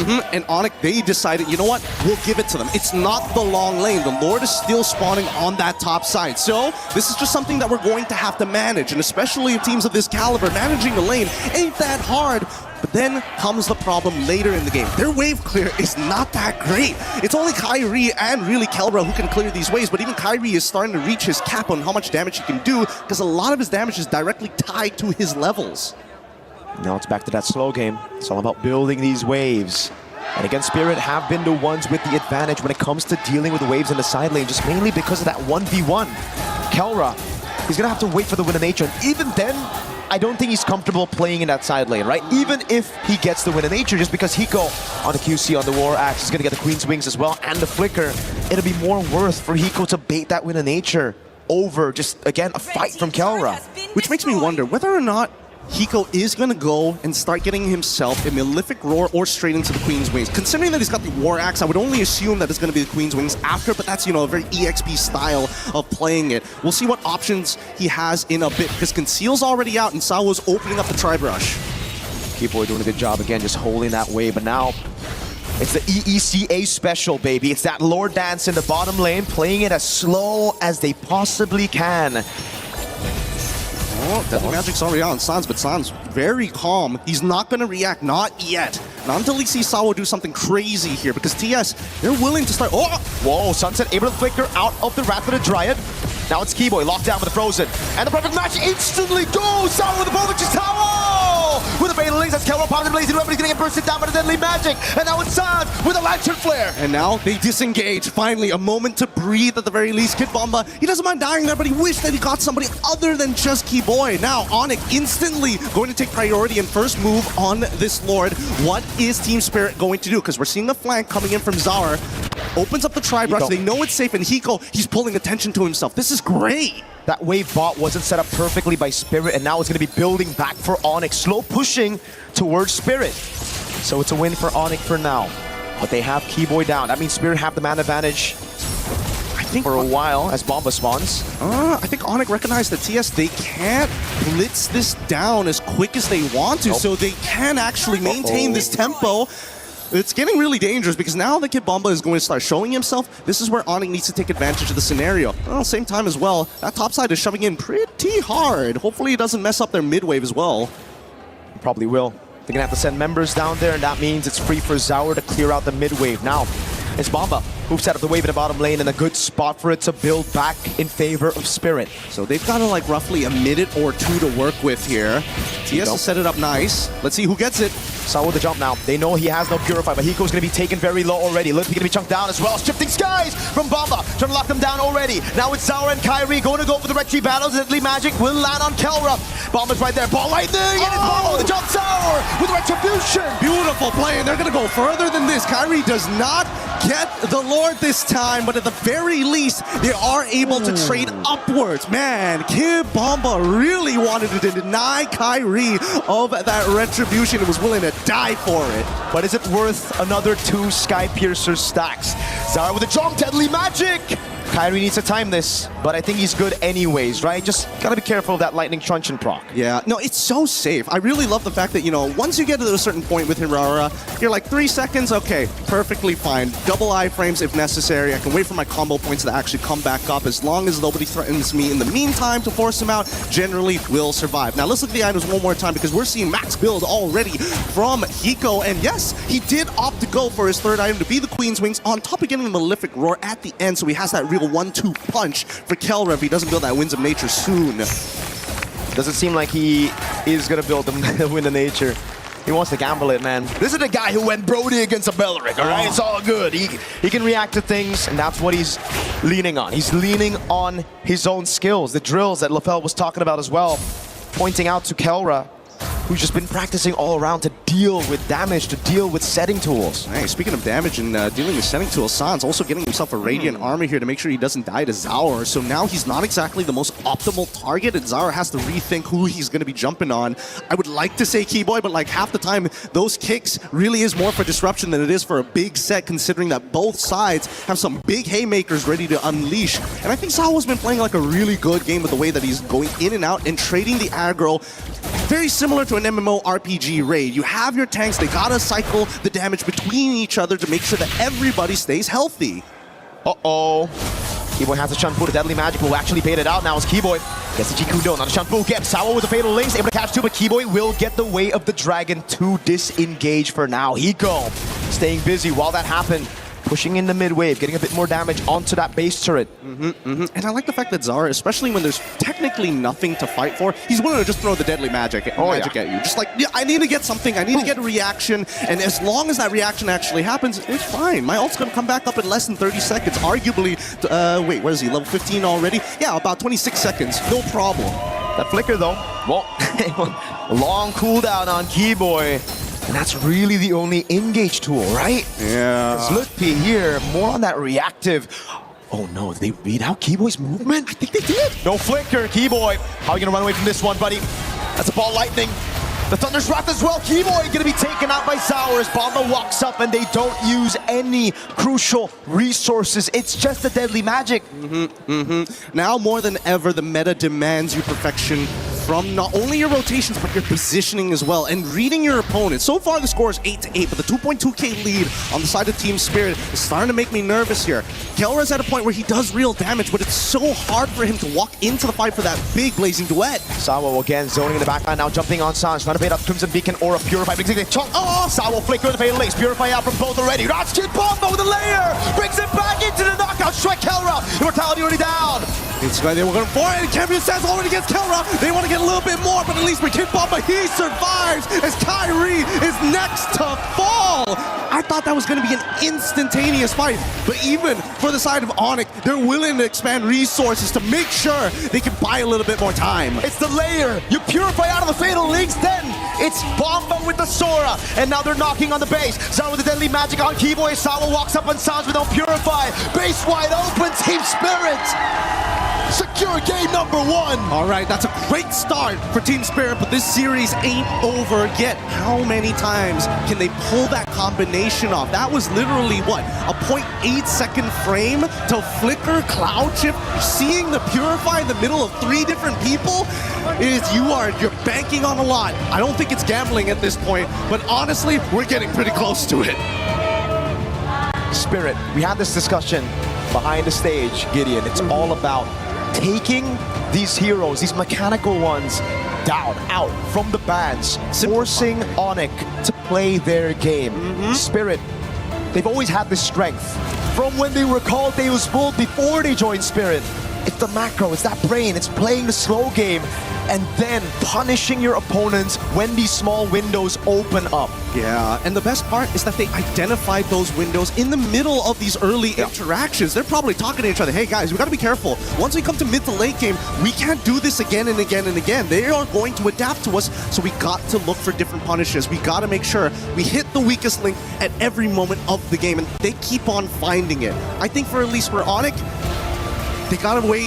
they need a way to set the tempo, and I think that's the biggest issue. This Atlas, and especially the Valentina trade with the Beleric, did end up hurting them. But Sora from Kid Bomba making sure that that could have been a Uranus, and it would have been fine. But with the playmaking capabilities, it becomes that much better. With that being said, we're going to leave the rest of the breakdown to you, Rain Day, and the rest of the panel. Well, thank you so much, guys. I think Zauer Egoist goes deathless there. The 16-year-old, we were talking about Bumba, but that jungle performance was special. Alongside every single member of Team Spirit, it has been a dominant performance from EECA in Game 1, but still, like Gideon said, much more to come. That is, again, just a sampler. Who's Gideon? We got. Who are we? Who's the other guy as well? Next Who's to the other Rico? Like, those guys. Hey, man. They were amazing. I'm the only consistent piece up on this desk, you know what I mean? That's I'm putting true. my time in, right? This is the face of MLBB. That's true. That's right. Yeah, you know what? There you go. I will not add to that no matter what. Yep. We're going to leave it as that. All right, yeah, we're let's happy with move it. on. All right, going back to Game 2. No, guys, talk to me. Game 1, I mean, obviously, man, that was a great draft, but what did you like about it on Spirit side, or what did you like about it on ONIC side? Honestly, when you look at both sides, the drafts, I feel like, are great. Obviously, Keyboy had a really hard time at trying to utilize the Way of the Dragon, the kick, that ultimate from the Cho, to set things up. But also, there was just really good timings from Team Spirit to kind of layer the ultimates like they were talking about. If it's okay, we're going to stick on this graphic for a while because the big thing that I want to show you guys is Keyboy, damage dealt only 9,000. He's a roamer. He's not supposed to deal a lot of damage, but that also just shows he does not have a lot of forward momentum, right? Every single time he tries to go forward, he can't catch anyone. He's going to take way too much damage. So that's the first thing you guys got to look at. 111,000 damage taken, but only 9,000 damage dealt shows that Keyboy could not have much impact in this game, even compared to Sao. Sao did 15,000. That shows that he has a bigger impact compared to the rest. And look at ONIC as well. When you're looking at the jungle control, only 1 turtle and 0 lords. And we will be showing this in the Telestrator later of how Team Spirit, they lost the first one, but then one quick adjustment, and then after that, it's all Team Spirit. Yeah. Also, you got to commend Hiko here on the Paquito because his patience, his timing, his window of opportunity that he waited for was a big part. Even in that last exchange, that last team fight that we saw, they expended some of the battle spells out, utilizing Sao on that Atlas, but then Kid Bomba comes through, like the Shifting Skies, and then Hiko comes through after that to go ahead and capitalize the kills. So, it's all about the layering. It's almost like it's a really nice cake, basically, is what Team Spirit brought to Game 1.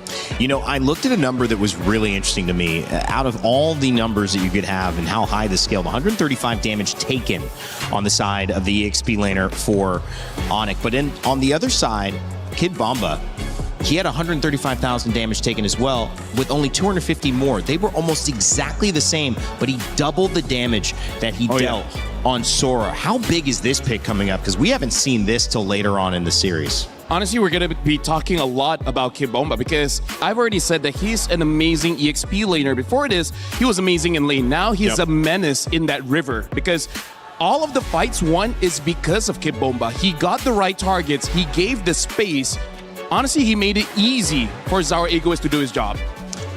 And that's what you're hoping for, especially in a meta that helps the jungle when that EXP laner is jumping off to a start like that. Lethal, I know you had some stuff to break down here with the Telestrator. I want to see what you thought about Game 1. Let's get to it. Well, first of all, we do have to talk about the draft, right? For Team Spirit, their position 1 is going to be this Harley. The Harley is going to be the main damage dealer as well as the biggest threat going up against ONIC. Now, ONIC, they have a good draft in the sense that they have the Zushin as well as the Cho, where they can fight at any time. They have basically no cooldowns, honestly, and that makes it a threat in the early game. But they were able to shut them down with both the Eudora as well as the Atlas. So this is a dual mid lane combination for both teams where it's just that Team Spirit was able to outplay that. But again, the big piece here, position 3 coming in from Team Spirit, which is Kid Bomba on the Sora, he was the one being the main disruptor, making it almost impossible for ONIC to really win the fights. So because of that, we're going to be looking at the clips here. We're going to be looking at the first clip, and the first clip that we have to look at is what ONIC did right, where over here, you really got to look at the position coming in from Keyboy, if I'm not mistaken here, where his job is to shut down Hiko. And then for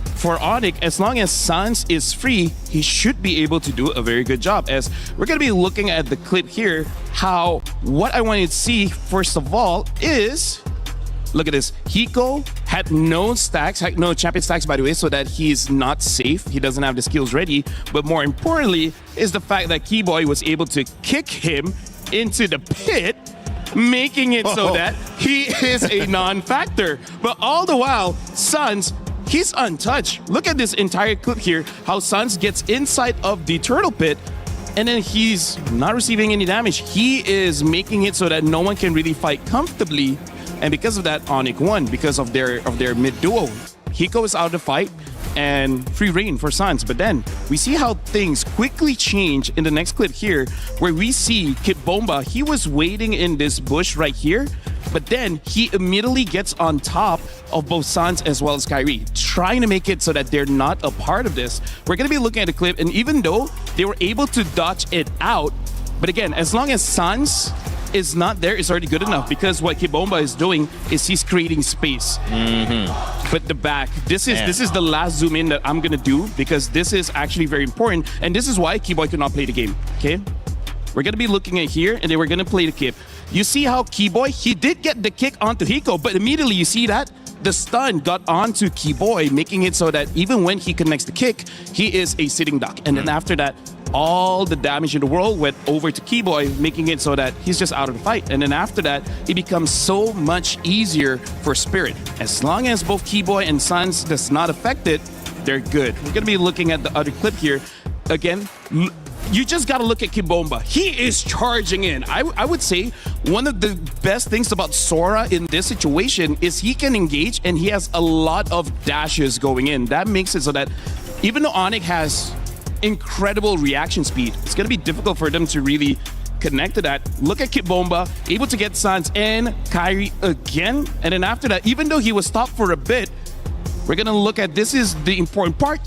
Boom. Wow. Goes in, finds Kyrie, making it so that he could not retry this Lord. And then Zara Egoist just basically gets it for free. We heard Miracle even asking, is it really worth it to give over that, Sky Piercer stacks? It honestly is, because even in this fight, you can see Kid Bomba once again disrupting the fight, making it super easy for the rest of Team Spirit. And this is why I say Zara Egoist had an amazing time, because he was never threatened. It's weird. It's like a more flexible Atlas, because the Fatal Links is like so telegraphed that you're trying to set it up, and Kid Bomba just had their number, man. Part of it is you want to just, if they have Purifies or if they have Flickers, you want to get those battle spells out. Yep. And either or can do that. That's why you can't really predict it, because they can just change it out. Either it's Kid Bomba that goes in, initiates, and then Sawa follows up, or vice versa, and then that allows our Egoist or Hiko to have that room to move around and capitalize on it. So it was just really good, kind of mixing things up throughout the entirety of that game, where then Team Spirit continued to hone in on it. And yes, I think, as LaFell mentioned, Keyboy really couldn't play. Like, this was a really difficult Cho game to play. As a troll roam myself, most played roam that I have, this is so difficult to actually go in for a setup. Well, this is now like kind of your turn, right, to respond. And we've seen this again, and many of the teams that we've been up to have responded, whether it's game 1 and game 2, or whether they wait a couple of games. What's the lesson that if you take away now, you think, LaFell, they can respond in game 2? The lesson that ONIC has to take is that they need a bit more layers in how they approach the fight, because the big reason of the first half of the Telestrator is the fact that ONIC had a good idea, kick Hiko, and then win the fight. But then after that, they just countered by the Eudora protecting Hiko on this Paquito. Even though Paquito is a fighter, doesn't mean that he doesn't need protection. Yeah. He still got protection coming in from his team, and that was the response of Team Spirit. But we didn't see ONIC changing it up. The change that they could have made was wait for Kid Bomba to go in and then kick him out, right? Either kick him out or to burst him down very, very fast. So I feel like going into game number 2, they got to be a little bit more flexible. See who is the real threat. If Hiko's the threat, sure, fine, take him out. But if Bomba's the threat, even though he is an EXP laner, even though he's position 3, you got to give him that respect.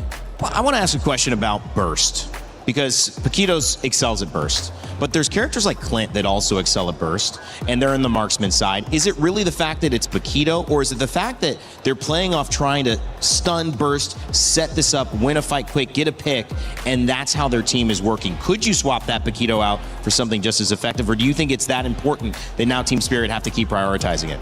I think it's one big thing to just have this burst, in the Paquito or any of the gold lane picks that come through, but it's more so just, again, effective layering. Paquito has to wait for that moment when he has those stacks, when he has that champ stance and everything else to capitalize it, and that's why the Eudora works so well. I think Eudora is one of the main centerpieces for a lot of these compositions, where it's like, I'm just going to go get this stun off, shred some damage down. I mean, again, her combo can almost one-shot someone. If it doesn't, it brings them low enough that any gold laner or fighter that's parked in the gold lane can usually then get a kill. You know, it's more so, again, it's either more of a smooth damage output or it's this kind of burst that you see. And Paquito is just one of them that works so well in that fighter lane. Whereas, for example, if you see a Freya put there, or let's say it's another variation of any of the marksmen that you can pick up, they're very different. Yeah, and the tempo that was applied in this one, you saw earlier in the series, if you were watching, as it was an amazing back and forth between Yangon Galacticos and Team Falcons PH. One of the things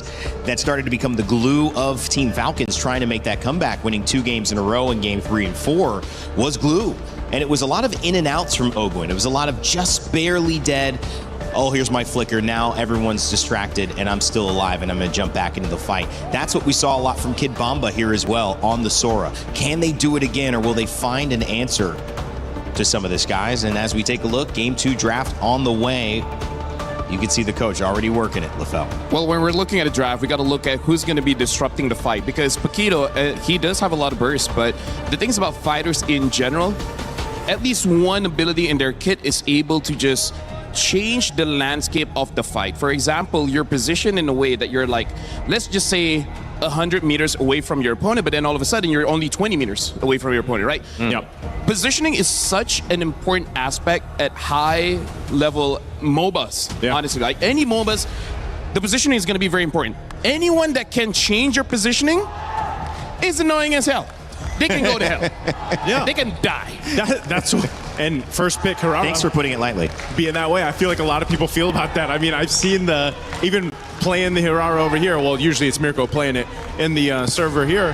They have the opponents say the same thing. They talk about Harara just being able to move and have that mobility. But I think another point of that is again, you have just so many things that you can do compositions wise, but because we're in this more assassin meta more often than utility, for example, we've seen it pop up a couple times, these fights are very push and pull. They're so logic based that you kind of see this play out that way.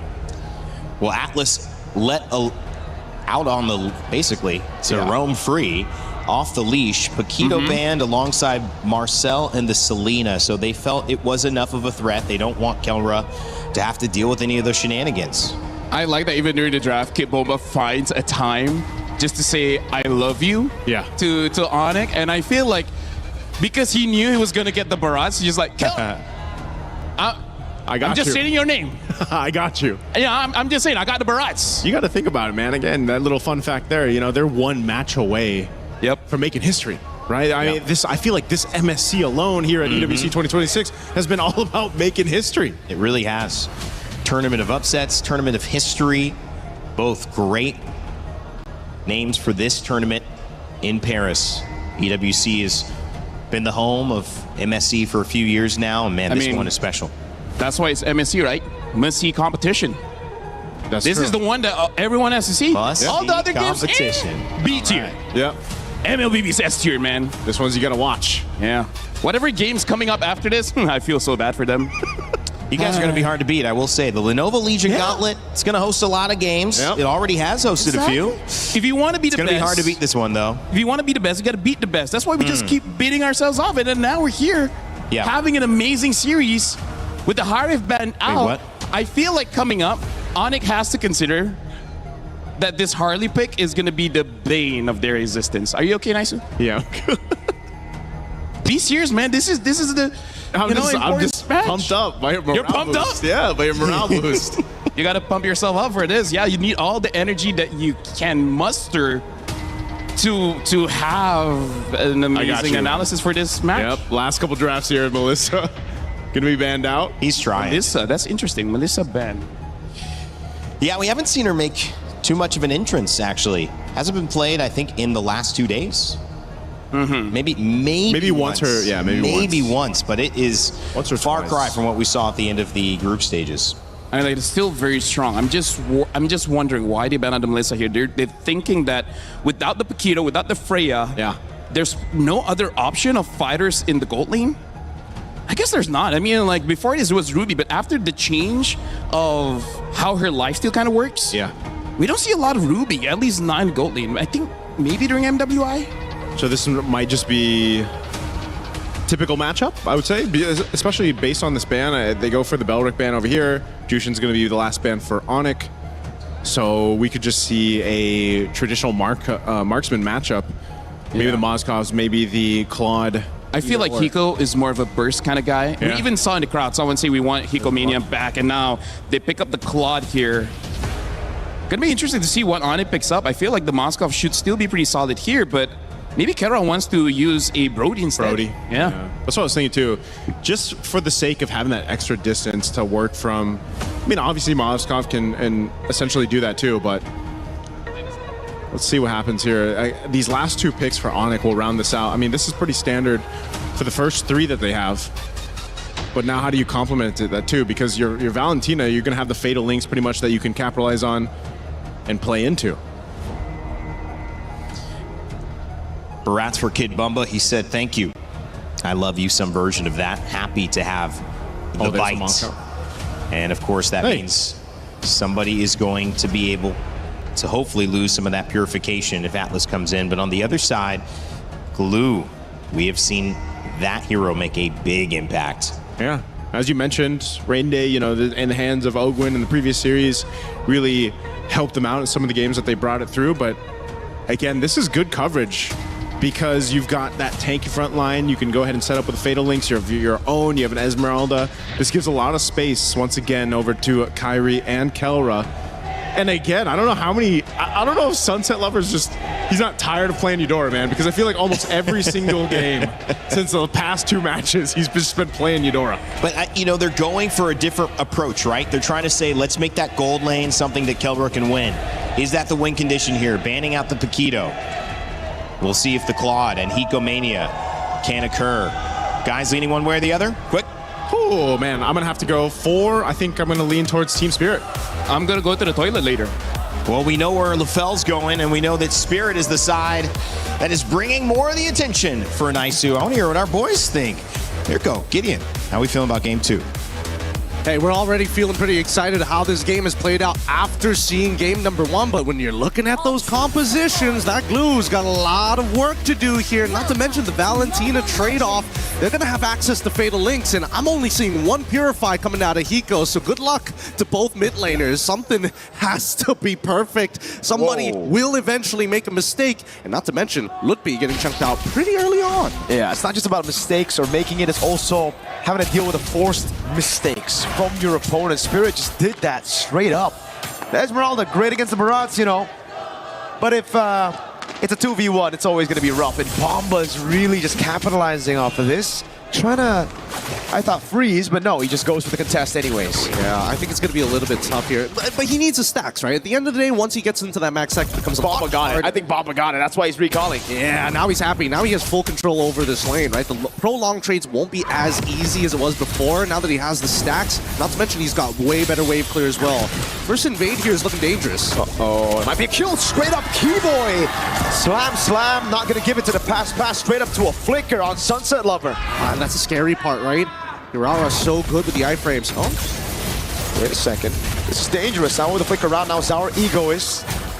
So Sawo will sacrifice his flicker to give Zaur, or to ensure he gets his farm. Yeah, and he has to take it. If not, he's not going to have the deadly magic in time to start pressuring these lanes, and I think it's the influence of the lanes that really matter more here. Kelra, he's already in a pretty good position against Hiko, but for the time being, it's all about control. How long can they maintain this? The next 10 seconds is when that turtle is going to spawn, and Sans very close to level 4 here. They will have access to Fatal Links if necessary, but let's see what Sans does here.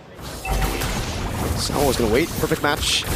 Oh, that was a gamble that didn't pay off. Now Sans just steals away the Fatal Links for free. And remember, Sunset's not 4. He died earlier, missed a whole wave. Yeah, they got to give this up. I don't think this is going to be a contest, or technically it shouldn't be. They also still don't have an answer to Keyboard, who's able to just kind of walk up and does whatever he wants. Whoa. Oh! Gets on the glue now. Oh my god, the stun on 3! Combo! Deadly magic coming out of the Fatal Links. Sunset reacts to it. Blazing to web. Keyboard gonna be taken down. That's the SOD landing, but look, he's gonna get taken out by Hiko. Oh, brother man's, Kid Bomba. I can't believe that they got not only a beautiful Detona's welcome, but made it collide into 2 people in the very first interaction of the game. That could not have gone better for TS in a position which technically wasn't even supposed to be theirs. And the reaction time of Sunset Lover reacting to the Fatal Links flicker combo from Sans as well. Turns out it's not just Kelra doing drills. Sunset's been doing it all the time as well. Bomba though. Hey, buddy, you got the first play. Now it's gonna be revenge. Yeah, I mean, Bomba accepts his fate. There's no way he's gonna burn his flicker anyways there. It's like 4 guys? Really? 4 of them? Boys! Nice. Let's give Hiko a lead, and now immediately going straight for the plating. And I mean, that's the natural trade-off here, and understandably so, but definitely is more important for Kyrie at this stage of the game. He needs to get those kills early on. I don't know whether Keyboy can keep this up, but he needs to continuously harass and start opening up this map here. Not only are we seeing the man-to-man defense, but we're also seeing decisive action from both TS and as well as ONIC. Hey, if you're going to gank 4 people down here, we got to make something happen on that top side. And not to mention that Keyboy, even when he is playing defensive like he is right now, he is looking for Sawo. He's thinking, all right, if Sawo shows up, we can do something about this. If we notice that, hey, Zaur actually is on the bottom side of the map, does he need to reposition? Because you can see both sides are leaning into that insurance policy at the end of the day. Ooh. It's not just the retry. Yes, Zaur actually took that away. It's such a small win because it's the small little beetle, but hey, a win is a win. If you take away Hirara's main power, you know, being able to farm. Well, hold on. I thought ONIC were going to rotate up top. Instead, they're going to wait. I thought so too. Ambush. Keyboard just spams on the pass. Wow, Sawo gets a perfect match in time. Okay. Are they going to Links? Oh, that's already worth it. They bait out the Fatal Links. Interesting interaction with Cyclone 9. Now they want more. Oh my god, Keyboy spat into Hiko's guns. Bullets, bang. That was the that was the most interesting fate of all time. Both sides were and finally it surmounts to just a single kill onto Keyboy's side, which is great at the end of the day for Team Spirit. They're going to be able to get this turtle, and I want to see how they want to actually convert this into something real. They're playing such a beautiful game of MLBB right now, and it's such a... I love the dynamic of, you know, Yangon Falcons going, team fights it, and Spirit and ONIC being a lot more slow. Sawo knows there's no Fatal Links. That means he can open. That means he can try to actually feint out some of these, you know, engages. Hold on. Even to conceal to get more prio. Hold on. Valentina's waiting in the bush. No. All right. They're not going to dive this, are they? I mean, it's a little dangerous to do this at this stage of the game. Not to mention, there's kind of nothing to fight for on the map, right? The buff's already been taken on that top side. If they wanted to make something happen, maybe on that bottom side. But even so, they still are able to get the turret, which is great. And you get to really see the growth of Hiko as a player, Gideon. Just last year, against ONIC Philippines, Spirit were the ones to choose ONIC PH, right? Winning their groups, doing really well.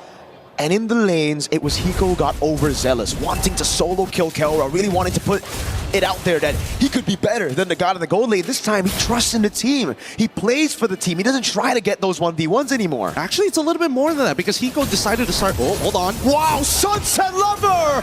What a reaction again. Hiko stays patient on the Purify. Now Litpi taking a brunt of that damage. Kid Bomba's trying to get the angle to pull Litpi back. Sunset What is he on? Yeah, I don't know. I was surprised that Kid Bomba actually didn't want to try for Detna's welcome to get the Purify out of Lupi earlier. There's still like 35 more seconds until the next turtle actually spawns here, but this is working out perfectly. Come back to the point here.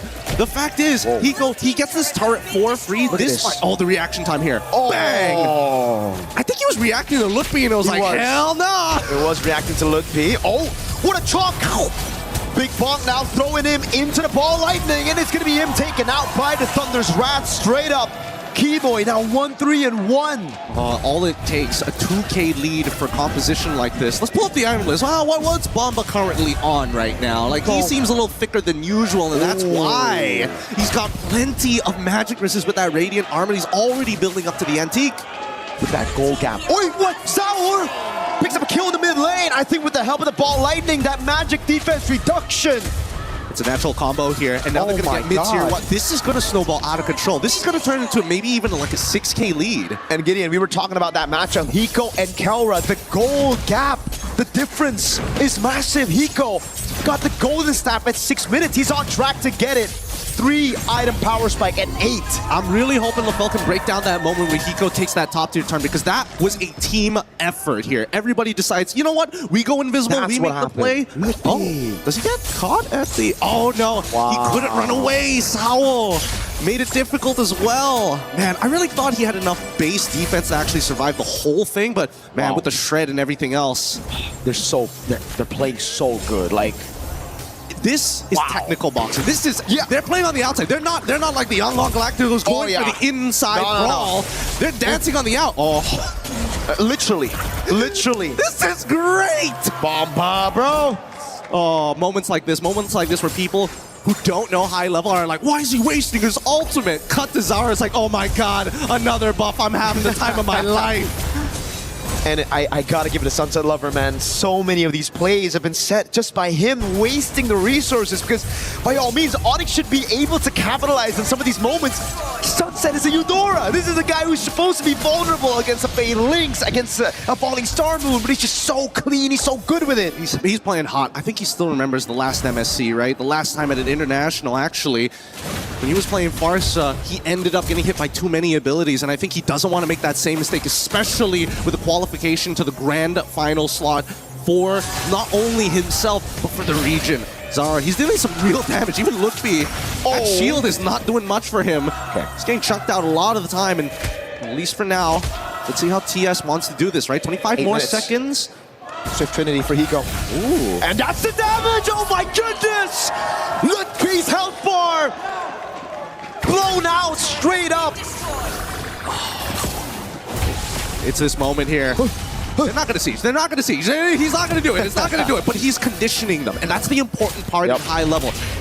At the end of the day, Kid Bomba has shown so many Detna's welcomes that have so much value. The fact that he's charging it up, ONIC have decided behaviorally, I must respect it. And they start moving away from this. Now, they've got the Lord in their hands. They don't care about the setup on the Lord because, hey, the waves show up, ONIC. If ONIC shows up, that's when TS are going to attack. When can they attack, though, is the question now. I mean, it couldn't have been, like, this perfect, honestly. Like, he gets the Swift Trinity, and they go and see Lutfi instantly bursting him down. And even Lutfi's confused. He's behind on Esmeralda. He's thinking, all right, I got to get the Radiant Armor to deal with our egoist, right? Didn't take into account at all, and it's not his fault that Hiko will be able to get Swift Trinity at 8. How much do you want to bet that Lutfi probably freaked out because he was looking at the items like, he doesn't have it yet. And when he checks it again, when did he get it? Oh, another combo! Yeah, but it's only on to Sawo. The only shield saves him. Kelra is able to find SOD, lands it on him. The turret shot also doing well. Now the Spear of Misery. And this is where you start to believe again, if you're an ONIC fan, that Kelra can turn things around for the team, right? On the Moskov a bit too many times, he's done this, but Spirit, they're okay with the trade. They say, go, take Sawo. It's okay, that's a base turret in the far lane. Hiko's farmed up. He's a whole item ahead of Kelra. And yet, ONIC can't really force the situation. Oh my god, Kelra's dead. Can he out? He's trying! Zaur! Too much damage. It's just too much damage here. Now they get another inhibitor turret. And I think this game is almost pretty much done for at this point, right? 8.7 wins of nature purchase as well. Like, worst case scenario, somehow Sans and Lutfi need to take out Hiko after getting chunked out by Kyrie and Kelra. Spirit just took out ONIC's plan B like it was nothing, and it was our egoist. with his cards. They bait out the Holy Shield. Sans now cover the ball. Lightning's out! Oh my god! Together with the Thunder's Wrath! Oh my goodness, styling on ONIC. That was Hiko with the BMI. Caught again by Kai. But now he's getting him down, Savo. Straight to the back line now. Going for the Fatal Links. Waiting and Purify out already. Kiboy's taken out by Sunset. This is sheer domination. This is sheer domination from Team Spirit. They're not letting this go. We don't need the Lord. We're going straight for the end. We have the power spikes, and we're going to close it out here. Look, me jump in, and oh my god, Tower again! Takes Kelra below, he gets into the base in time. That's everybody except Kelra down against the SOD, but it gets gunned down by Hiko, and now it's Sans! They're looking for the end, and this should be at the full wipeout at the top of it. 13-4, 11 minutes. What a game two, what a confidence boost for every Team Spirit fan here in the arena. Holy cow! Devastation, and I mean, as an ONIC fan at this point, they're begging for something. They're begging for a better draft. They're begging to see some light at the end of the tunnel. Gideon, the question is, what could have been better? You need to ban the picks that were banned out earlier. It wasn't that ONIC dropped the ball, it was Team Spirit that just feel like they're ahead. They banned out the Selena, you have to do that. The Paquito is the adjustment from game number 1, then the Marcel as well. These are just picks that you cannot give out to Spirit. Unfortunately, I think a lot of it is just coming down to just habits and behaviors that are being taken advantage of here. That top tier turn showed everything. The fact that people go missing, there's so much respect that ONIC is putting on Team Spirit, and I think they gotta get a little dirty here against them. If not, nothing's gonna happen in this game. It's just slowly getting choked out. The triangle choke is almost there. And again, the understanding of power spikes, just the identity of Spirit here from EECA, something that we've been talking about for EECA, and this pickup, my goodness. ONIC had a shot. They were like, let's pray for Kelra, and Spirit shut those prayers down instantly with Zaur and his magic. Man, the mythical beasts here. Crazy stuff. We have to throw it back to the panel to break this down for you. It's LaFell Nice and of course Rain Day to teach you what just happened. Oh my god. I actually don't know if Zaur Egoist has died yet. I think that might be 2 games in a row that he has not died. And this time on the Harley, putting on a clinic into the dismay of the Indonesian fans of ONIC, not only here in the building, but to the elation of that woman right there, Kid Bomba's mom, front and center, excited to see her son one step away from a guaranteed $500,000. Welcome back to the studio, Rain Day, Naisu, LaFell. Gentlemen, what do we got to say? EECA on the verge of history, but we saw that in our first series, and it wasn't over after 2. Hey, you know, it's great for Team Spirit. I'm hoping it's not a sweep here but something's got to change. And I don't know if it's the family buff out there for Team Spirit, but they just gave it to ONIC, and it was across the board. And yes, Zarigos was amazing here. The burst damage, I think even Lutby again is still wondering just how fast that happened. But Kid Bomba is just making so much impact from now game to game. We talked about his Sora in the game 1, and now look at this, the Barretts that he was able to do. He himself zoned out most of ONIC. I mean, like, here's the thing. Team Spirit didn't change, right? The heroes changed, sure, but in terms of how they approach the fights, it's all the same. Like, during the draft, I feel like we're going to be seeing it a little bit later on, but ONIC, they ban out the Paquito, but now they're like, wait, hold on. The Paquito was a problem, but Bomba, man. Because the thing about the Barats, he basically has a winning matchup against everything in the current meta. Well, at least, you know, meta picks. I mentioned, and I don't know, I mean, listen, the Atlas has worked and not worked. It's obviously high prio, but it paired with the Barats, it just feels like too much. Too much you have to avoid. Not just that. And the Eudora. I was going to say, again, Sunset Lover. I don't know what it is about this pick, this Eudora, but he doesn't have to change it unless ONIC forces the change. Look at the damage dealt by Keyboy and Kyrie. That, again, shows how much that they are not involved in this game. So, Team Spirit, keep Bomba kind of like 1v4 and then let Sunset Lover, Sao, and maybe even Zao Igor just to be like, make sure Keyboy is not here.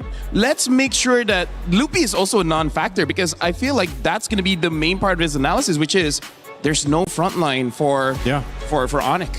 That's the hard part about it, because now back-to-back games, we've seen Keyboy really struggle, right? He is known as being a roamer to set things up for the team. He's had so many amazing plays in his career, but we're seeing the struggle now, back-to-back games. And so usually when that's happening, when the roamer is struggling and having a really difficult time at trying to set things up, you really have to count on your XP laner, right? We're seeing the exact opposite, the contrast to that between Sawo and Kid Bomba. So it's like, what are you going to do for ONIC to allow that to actually happen? It's got to be Lutpi and Keyboy to kind of figure that out, you know, and the rest of ONIC to make this happen, not just in the draft, but obviously the execution. I know you're going to look at the draft. You're probably going to look at the game, LaFell. I can't even remember who was first banned, first picked, or what the changes were. Was it Selena that was taken out early? Are they looking at mid? So I think that's an interesting thing, too. Where did they start to shift their attention? Break down what you were looking at and how you analyze game 2. So first... Oh, thank you. So, I got you. So first of all, we're going to be looking at the draft here, and we're going to talk about how, honestly, things didn't change that much, because you guys are my fellow Americans. I'll explain in language that you guys understand. Right? Okay. Thank you, sir. Imagine this is July 4th. Imagine this is American football, right? Yeah. Yep. Over here, field goal. Over here, we got the quarterback, and over here, we got the running back. Okay. Now, here's the problem, like, when we're looking at team spirit, Kid Bomba, doesn't matter what hero he's using, he's the middle linebacker. He's always disrupting the play, always going for a blitz, either honestly, mostly for the running back, because he knows. You watch a lot of football. I'm so surprised you know the positions. What's going on here? I always have a lot of useless information. I just have to figure out how to use it, right? So either ways, back to the point here. Again, as the linebacker, he knows the read that it's always going to be a running play. It's never going to be a pass. So it makes it easy for team spirit here, where these two deal with the glue. And then that's it. That's your job. That's it. Kid Bomba, everyone else. But it's going to be easy because he just has this single target, because in lane, he's already dealt with this Esmeralda. And honestly, the clips aren't much. The clips is just how it's just team spirit basically outplaying ONIC multiple times. And it looks like ONIC, they're stuck in a rut where they're like, we're not used to the opponents responding faster than us, because there's two bad things happening here. First of all, Kid Bomba got a catch here, but then just a bit unlucky where Sawo was able to stun two members of ONIC. We're gonna see here. Okay, I think it was already passed, but also in behind, we can see that Sunset Lover was almost caught by Suns, and then incredible reaction speed, able to get out of it. And same as the second clip, it's just that Sunset Lover had amazing reaction time. So it really is just a situation where ONIC roughly understands what to do, but the opponents already see it coming, so they're able to respond appropriately. This is kind of like ONIC against Aurora yesterday, where they know that Kelra is the target. Kelra just survives, and then it's all good. Same here. You try to get Sunset Lover never gets caught.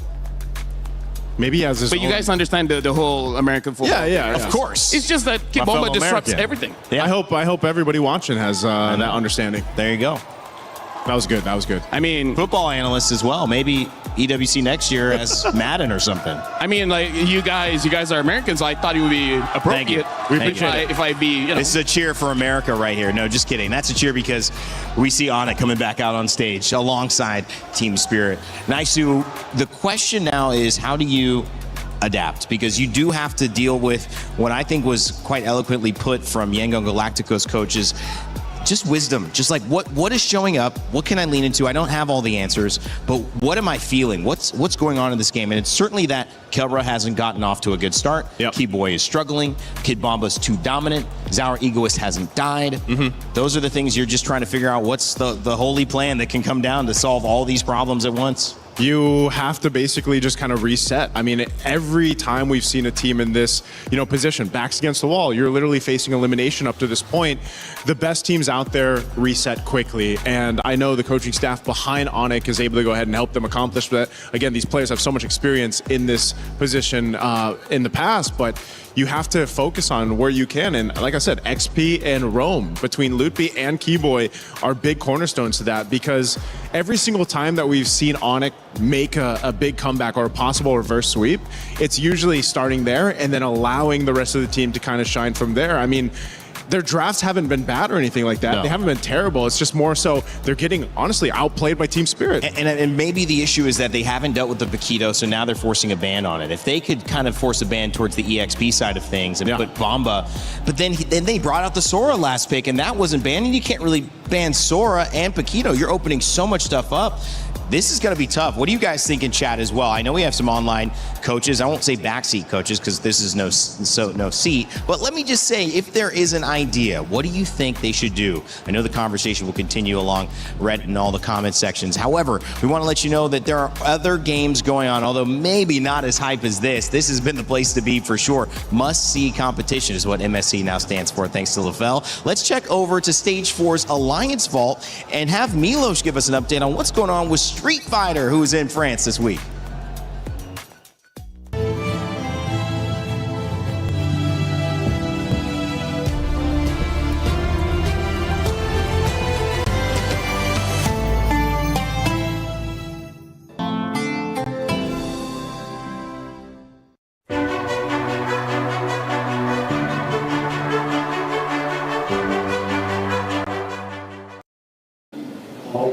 All my friends, a quick check-in from the Alliance Vault here, Street Fighter 6. I got my homeboy over here, Mr. Rob Television. My friend, I've been hearing stories about what's been happening here on stage because Xiaohai is out and Blaz is out, the two finalists from last year. Brother, you know that was amazing. We hosted it last year. It was a legendary grand finals. Both of them not only out, they went 0-2. They did not win a single match here. That's how insane the level of competition here is. But this one is shaping up to be a classic. Right now, we are in the top 16. We're in the playoffs phase, and everyone who makes it out here is going to make it to the finals day. We're in the next on the second group right now, and so far the results have been unpredictable, bro. Who's been looking good so far? Is Punk still goodness. in? Okay. Did he sit down? Punk. Oh, did he sit down this time and make sure he was locked in? Well, he did make sure he sat down, but unfortunately, he had to sit down for good as far as this tournament because even the Alpha himself went 0-2 in this event. But as far as somebody that's looking good, a player to look out for, Cryme from Chile, only 15 years old, and he is representing Team Falcons here. From Chile, that young, and he has already made his way all the way to the top 8, taking out Titans. It's one of the beautiful things about Street Fighter, bro, the generations. You have a 15-year-old playing against a 40-year-old. That are literally decades in between players in here. It's an OG game, if anything, in terms of competition. Thank you very much, my good friend Rob. Appreciate you. Oh, man, it's good to see what's been going on all over EWC. I'll send it back.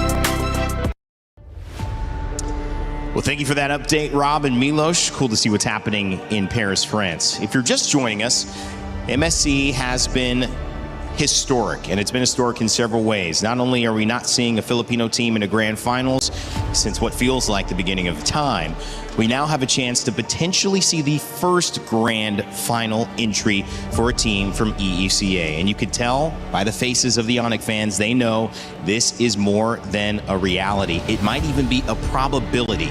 But that's why we have LaFell and Naisu with me here on the desk, because they're so smart. They can help us figure out how there might be a chance to claw this one back from Indonesia and ONIC side. And if they can, well, what does it look like? Well, last series, we found ourselves in this position too. We ended up seeing, Falcons get a couple games under the belt, eventually go to a game 5. Hopefully we have the case here for this. Hopefully we can extend the series, because right now I think ONIC really needs to dig deep here on what to change, what to pull through, because I don't know, man. The momentum and the way that Team Spirit is playing looks really scary. It's really worrying going into this one. Match point now for Team Spirit if you're on it, because what do you do? LaFell, it's like an oxygen tank, and you see it start blinking red, and you know you're too far away from home to refill. How do you handle a moment like this where survival's the only thing on your mind? Yeah, either under the ocean or high up in space. Yeah. Having that little oxygen makes it difficult for you to think, because that's how your brain functions. It needs oxygen for you to really process things. This is a very interesting way, though, to start off. They're batting out the Harley here, where Zara Egoist, just like you said, has not died so far. So they're trying to take that out. And I feel like the big problem here is that, do they go for the first pick Barats? Are they going to go Harara themselves again? They've been on blues. Okay, they do. They're not going to change it up. I'm just worried Team Spirit picks up the Barats, which instant pick, by the way. Instantly picked. And the Atlas again, which works so well. And the problem is, you pick up the Barats, he's going to stomp all over you. Does ONIC take the Eudora here? Because if Sunset Lover gets this Eudora, man, I don't know. Okay, good and bad. It's good to deny, but also it doesn't do much against the Barats as well as the Atlas. I mean, like, they can stun. Yeah. Actually, you know what? Take it. Like, at least that gives space for Keyboy. That's kind of all you really need. Let Keyboy play the game. Do you not like your homeboy? Well, I hope so, man. I hope Keyboy can play the game, because right now they're going to go ahead and take this Harith. And I'd love to see if they do take the Eudora right now, because I just expect that to be the answer. They'll lock in the Belric. Okay, so now the Barats can stomp on them. I hope this Belric can stomp them. But is this going... I hope is it going to go XP or is it going to go Rome? I think it's got to go Rome. It's got to go Rome. Oh, Isun Shin. Okay, YSS. We're starting to see this develop a little bit more, where we're seeing some of the flex happen later on in the gold lanes. Yeah. And in the Rome. And that's kind of, but this time, you have the Atlas exposed already, so it's the mid that they're kind of flexing, which, I mean, having played Eudora, is it really a flex? And she's still open? Yep. I mean, Team Spirit, they're just playing position 1 for Zaur. He's going to be kind of the only one with good range to end the game. Yeah. Everyone else, just keep on fighting. Is this like one of those things where it's just like, you know what, funnel the YSS if you can? And maybe also Sunset Lovers like, guys, I want to play something else, right? I'm getting bored, man. Let me take a risk. I don't mind a Valentina game. Either Valentina or maybe Jushin's still open. Like, he could still, I don't know if he's going to want to pick that or not. Again, there's so many choices that Sunset Lover can actually go with. And, the mere fact that you've basically seen him on one hero for the most part, it's like, what does he have? Maybe there's a pocket pick even that Sunset Lover has here, but just they're already really covering the grounds well. They'll take out the XP options right now just to cover the bases. Like I said, we have seen the Belric go in the XP lane, but let's just say this is Keyboy's Belric. Now, what do you go from here? They are honing in on those choices for gold lane even, but we could potentially, I don't know, maybe we see Hiko pick up a fighter himself, because, I mean, they bailed out the Freya. The Paquito's gone. Mm-hmm. What's left in fighter territory for gold lane? That is a good point. Selena also available after being banned every game, and that could be something that Sunset Lover's okay swapping up to LaFell. That's a good Alice ban, because I was thinking of something like an Alice or Yuzong, because at this point, you got to win the lane against Kit Bomba, or at least make it so that he doesn't secure the first EXP crap. That's how you win the lane against Kit Bomba, and then after that, you got to start chasing either Zhao Egoist or Sunset Lover. At that point, I feel like Lupi has to do what Kit Bomba has been doing, and 1v3 or 1v4. If he cannot do that, that's GG. Spirit's going to end the game. They have to. I was wondering if it'd be a gold lane ban, at least to maybe take out the Klon or something, but they do take out Sunset Lover's Eudora. He just gets the Valentina anyway. I almost expected Valentina to be picked up for ONIC, because you're playing against the Atlas here, but this is going to be a little bit different. Now these last two picks will sort of paint the destiny of ONIC throughout MSC right now. This is so crucial for them, because these first 3 picks, not much difference, right, than what we've seen so far. But how do you supplement that main problem we're talking about? Lutpi especially needs to help Keyboy in this game 3 to set things up for the rest. Again, he just needs to win the lane. This Valentina pick, well, they pick up a Gord here, so I think that's how they're going to deal with Kit Bomba, have a shred. But then for the EXP, mini they're going to bites. pick up the high loss. Interesting. Either high loss or Beller can go to the EXP. It's not that bad because Barats is slow, but still, ONIC is taking a risk here with their draft. But hey, say la vie. You know, it's a bit of a risk when you guys aren't even sure about how it's going to work.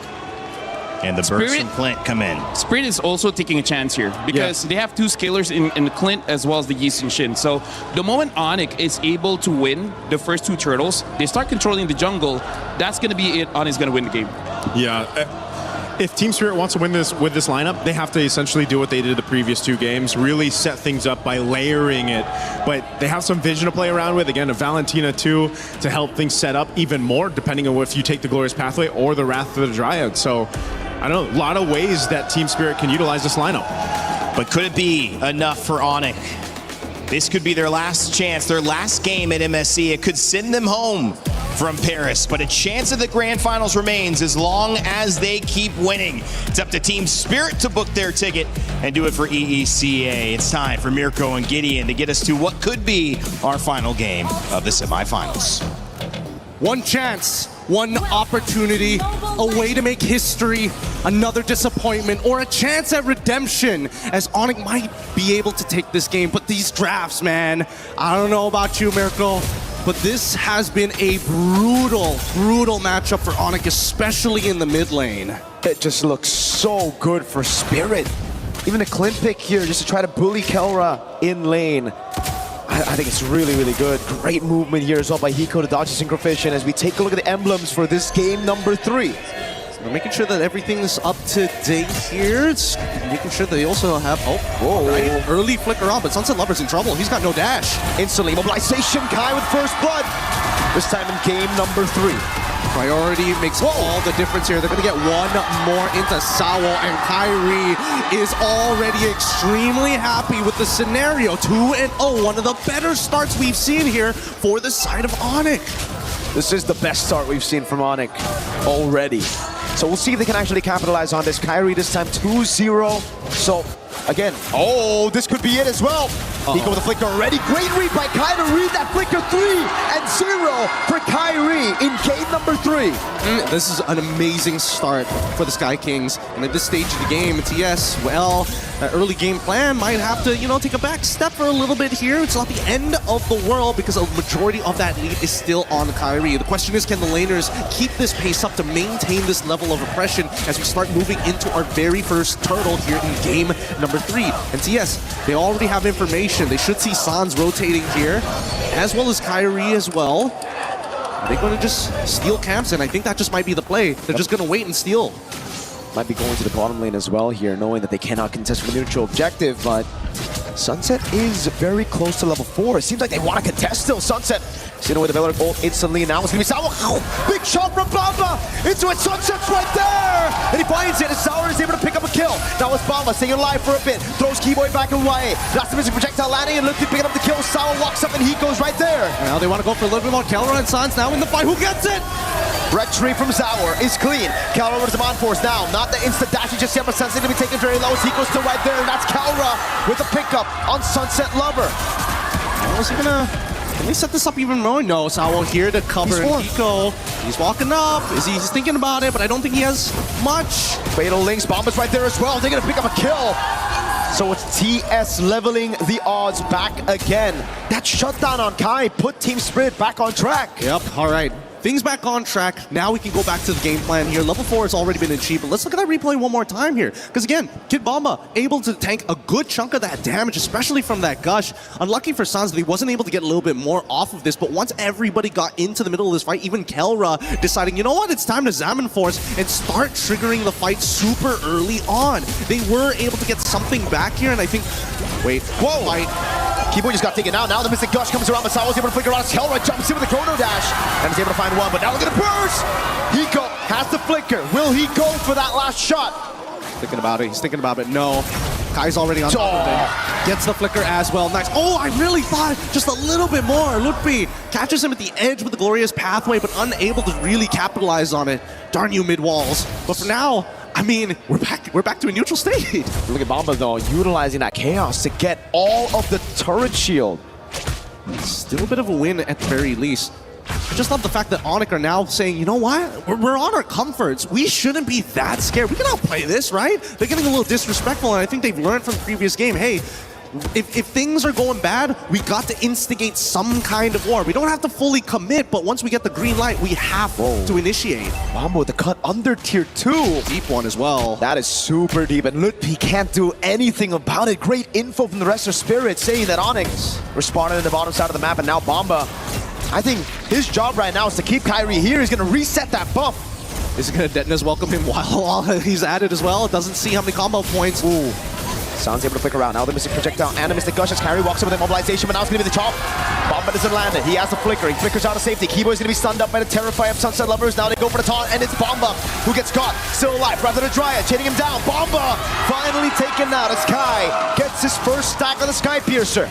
But they don't get anything else on the map, unfortunately. They managed to clear the waves just in time, so no big convergence and no bigger trades for the side of TS. ONIC win it out. They're sending 3 members down as Kyrie's on top. Let's see the dispersion, because unfortunately for Hiko, he's got to recall at some point. He's got no mana. Yep. I think now was the right time to recall. Sunset Lovers looking for the angle. Now on Kai. He goes for the dash. He's waiting for it. Oh my god. He timed it perfectly. Now the Rather Triad. Sunset Lover. 3 games in a row having one of the best series performances. Man, Sunset Lover, the prodigal child, is back. They don't want to go. At least Kid Bomba didn't have his flicker there. That'll. Oh! Sawo fatally straight into Cervico! Keyboy with the Rather to the Dryad, but now it's going to be the chase as the conceal gets used up by both. One into the bottom lane. It's Bomba. He's going to look to try to bait out the Purify from Kelra. Zaman Force coming out. Sawo with the perfect match. He's going to try to go for the dive right now as Kelra is able to go for it. A few more hits. Big chunk. Purify out from Kelra. Don't punish just yet. We need to see the item list here. Did Hiko get that power spike as soon as that Wombo combo happened? Because as of yet, that was a lot of damage. And now Zara gets a mid-tier 1. Looking to threaten multiple buffs at the same time. Even managing to walk away with this. Bit early on the retribution. Let's look at this one more time, because again, a huge catch here, especially onto Zans, who's very susceptible to this Atlas at the stage of the game. He doesn't have that Purify. He's got to make sure that when he positions himself, it's very much when he has that info, but at the same time, nobody can really stop Sawo from getting in on the fight. And no one can stop Zaur from farming. This guy, I mean, Rainy pointed it out earlier. Yes, Zaur has died. It was once. It was a shutdown towards the end of the game, so it didn't count that death. But man, this guy's just untouchable. The egoist, and this time so clean on the Traceless. The CC immune to get away from these CC locks. Even the target from Lutfi, now the Mountain Shocker to get vision. Yep, we've moved from technical boxing. There's still aspects of being on the outside, but you can see that Team Spirit, they want to get on the inside. They want to make this as messy as possible, because when it is messy, you are blinded by what is happening around you. And so far, Kid Bomba and Zara Egoist are the biggest winners in those cases. This is a huge lead, 3.2k, 7 minutes in, and Hiko is still gunning down these turrets. This is why you got to watch these games. This is why you can't just look at the stats after the game. You look at Sunset stats, you're probably like, oh my god, he didn't have a good game. But then you watch it and, hey man, what a performance from Sunset. Yes, first blood, sure, a mistake, but the redemption was 10 times fold. That mistake. And now Sawo zoning Kai away from the jungle. Plenty of damage dealt all across the board. San's actually getting some pretty decent damage.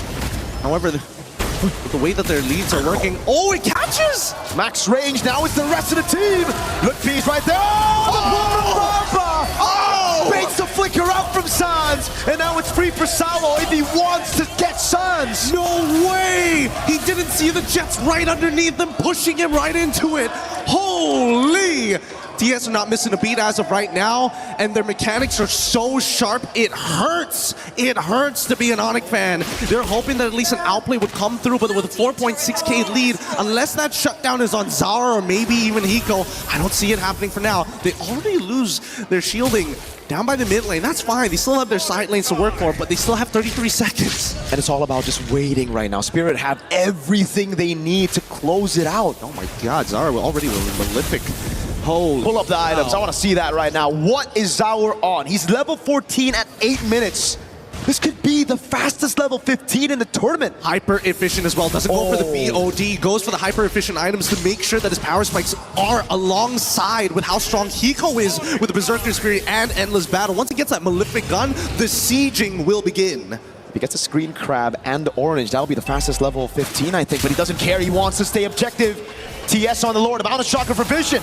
They want to dance around this for just a little bit. Look B, he's taking a decent amount of damage. Kibama's losing his stacks while they're dancing around this. ONIC don't mind, but they can't walk in on the pit, and also they get it for free. Sawo knows that Sans doesn't have the flicker, so he's just going to zone everybody away from the purple. We're not playing chess anymore. We're playing Go. An ancient game designed to surround your opponents and zone them out from key positions on this board. It is beyond what we know. It's not even 4D chess. It may seem black and white, but the chips are telling everything. 8-6, 2 kills down, and yet there's a 6.5k lead and a Lord about to knock on the front door. Kelra at least has his third item. Let's talk about the Siege, because the Siege is looking good for Spirit. It's 2 marksmen. On top of that, the zoning tool from Bomba. Detonus welcome, Fatal Links as well. Sky Piercer for Kai was shut down earlier, and how's the Mountain Shocker again? It's gonna be Sour, trying to bait out a few resources again. If he's able to get a Purify, which he can, that'll be massive for Sour, massive for Bomba. Let's see how they play this up, because I want to see that Wrath of the Dryads be used at some point in TS. They recognize it, they have to respect it. Sawa with his own again with a perfect match now. They're gonna go straight for the base turret in the mid lane. The Malefic Gun picked up for Hiko. And now they can do this all day. They can do this all day, but there's still that fear that maybe Keyboy makes a play. We might see initiation from a Glorious Pathway, but the denial of information and the split up from Zar, they're not playing a traditional front to back, and now they're sieging even further. Again, it's gonna be Sawo. Khan has the flicker out again. They're gonna play it safe right there as a Glorious Pathway gets sent down, and Bomba won't go for the Detonus welcome. Spirit are playing to their identity, to their strength, playing it as slow as they possibly can, knowing they have a composition that can withstand ONIC scaling as well. They can do this. They can absolutely do this. For once in a very, very long time, the Dark Horses of EECA might be able to punch their ticket right into the Grand Finals if they just close this out cleanly. But we know that the Sky Kings have always been in these types of positions before. Yes, maybe they're not winning championships right now, but here we go! Big chomp down. The Mystic Gush not able to get anyone down right now as Keyboy looks for the flank. Can he look for the Wrath of the Dryad? He goes in, but it's only going to be on the front lines. Mountain Shocker lands on Luke P! Sunset Lover! Makes the play already with Wrath Dryad. Pull him with the Fatal Links! Kelra is a force now, jumping around as Hiko's kill. Gonna be there. Kyrie with a pick off on the Sawo. Kelra very good at buying some time, distracting, zoning the rest of Team Spirit away, and isolating Sawo from the rest of the pack. ONIC still alive. That could have been so much worse. That could have been so much worse, and that's all you can ask for a gold laner at this stage of the game. I'm sorry that we can't give you that space, but at the very least, just buy us just a couple more seconds here as we move into the 12th. 16 or more with a missing mid inhibitor. This is very manageable for ONIC, but so far, these Glorious Pathways have been dealt with very handedly by Team Spirit. And Kelra, he's got some real damage on his hands. The problem right now is that they can't get that first move. They can't get the first initiation onto Team Spirit without the counter initiation completely annihilating the back line. You can see, oh my god, it's Chomp! He got him. Purify out, oh my god! They're still going. Glorious Pathway, it's already out, and now they should disengage. Keyboy, he's stuck. Mountain Shocker, and pull from the missile zone with the Fatal Links as well! Keyboy with the Wrath of the Dryad is able to buy some time, but again, Kelra cannot walk up.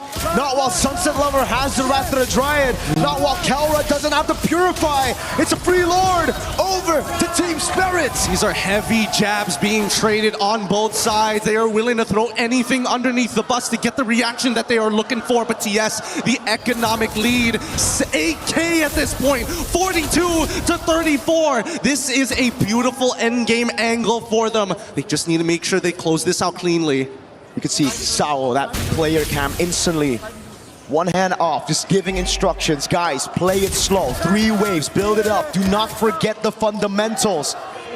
They are possibly a few minutes away from another big upset at MSC, from locking their spot in the grand finals. The first time ever for an EECA representative. This is for all their predecessors before them, for War Barbie, for Defender, for everybody else as they look for the endgame scenario.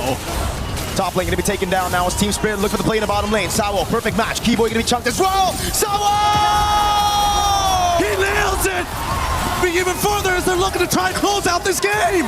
Big shot now, a throwback again. It's gonna be Kai. Taken out by Sauer.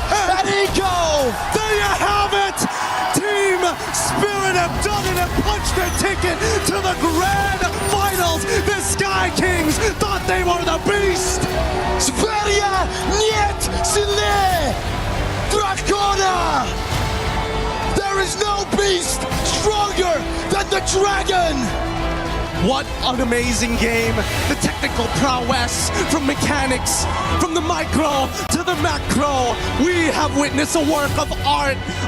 Nobody can be disappointed with that. Even the Sky Kings can recognize when they have been matched. What a crazy game coming in from EECA. They haven't just been matched. They've been stomped and they've been destroyed. The Porcupines, the Sky Kings, burned to the ground by the flames of the dragon. Ladies and gentlemen, give your congratulations to Team Spirit as they qualify for the grand finals. What a moment this is. What a crazy set of events. I keep using this word crazy time and time again for another region to rise up to the grand finals of this caliber for the first time ever in a mid-season cup here at an international. There will be no major regions. No PH, no ID, no Malaysia. It's EECA up against Myanmar. It's Team Spirit up against Yangon Galacticos. Truly, we are witnessing history unfold before us.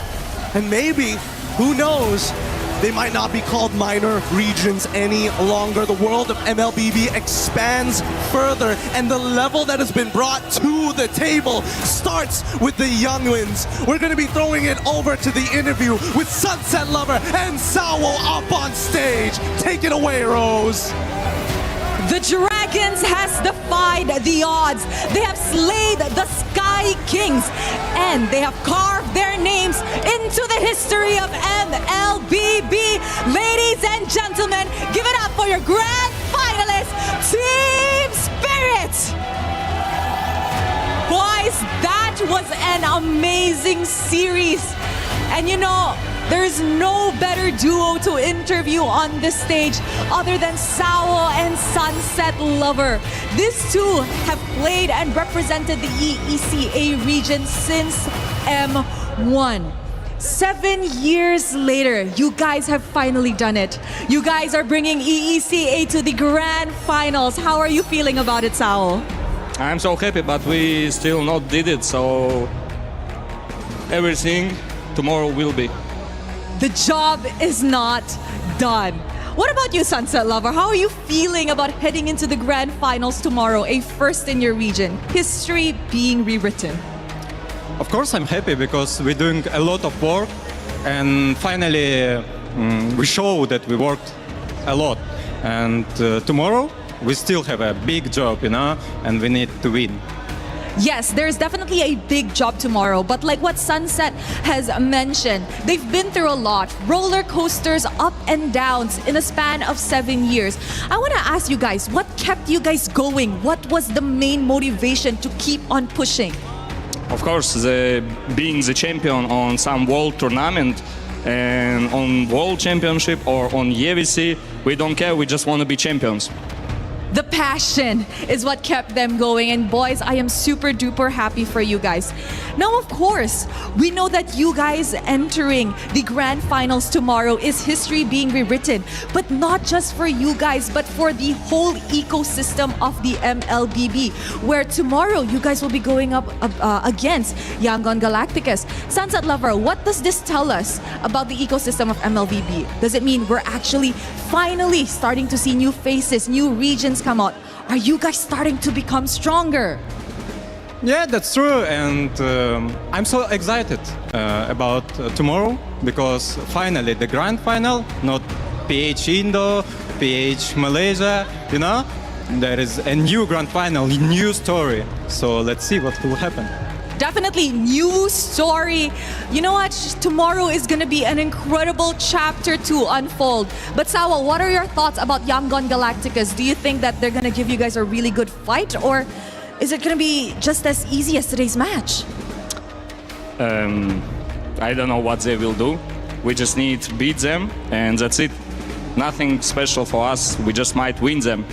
Oh, the confidence coming out from these EECA boys on stage. I love it. They are truly showing what the new grand finalists are made of. And of course, Sunset Lover, a message for all of the fans. Look at the love. Look at the support that they have here in the arena in Paris and of course back at home. Thank you so much. Big respect for supporting us. You know, it's so huge that we can play and be happy that we're here. Congratulations, boys. Congratulations. We will see you in the grand finals.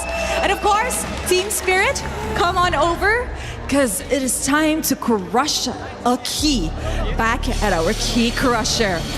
Now, the biggest question for today is who will be crushing ONIC key? Kid Bomba is at it. Let's go, Kid Bomba.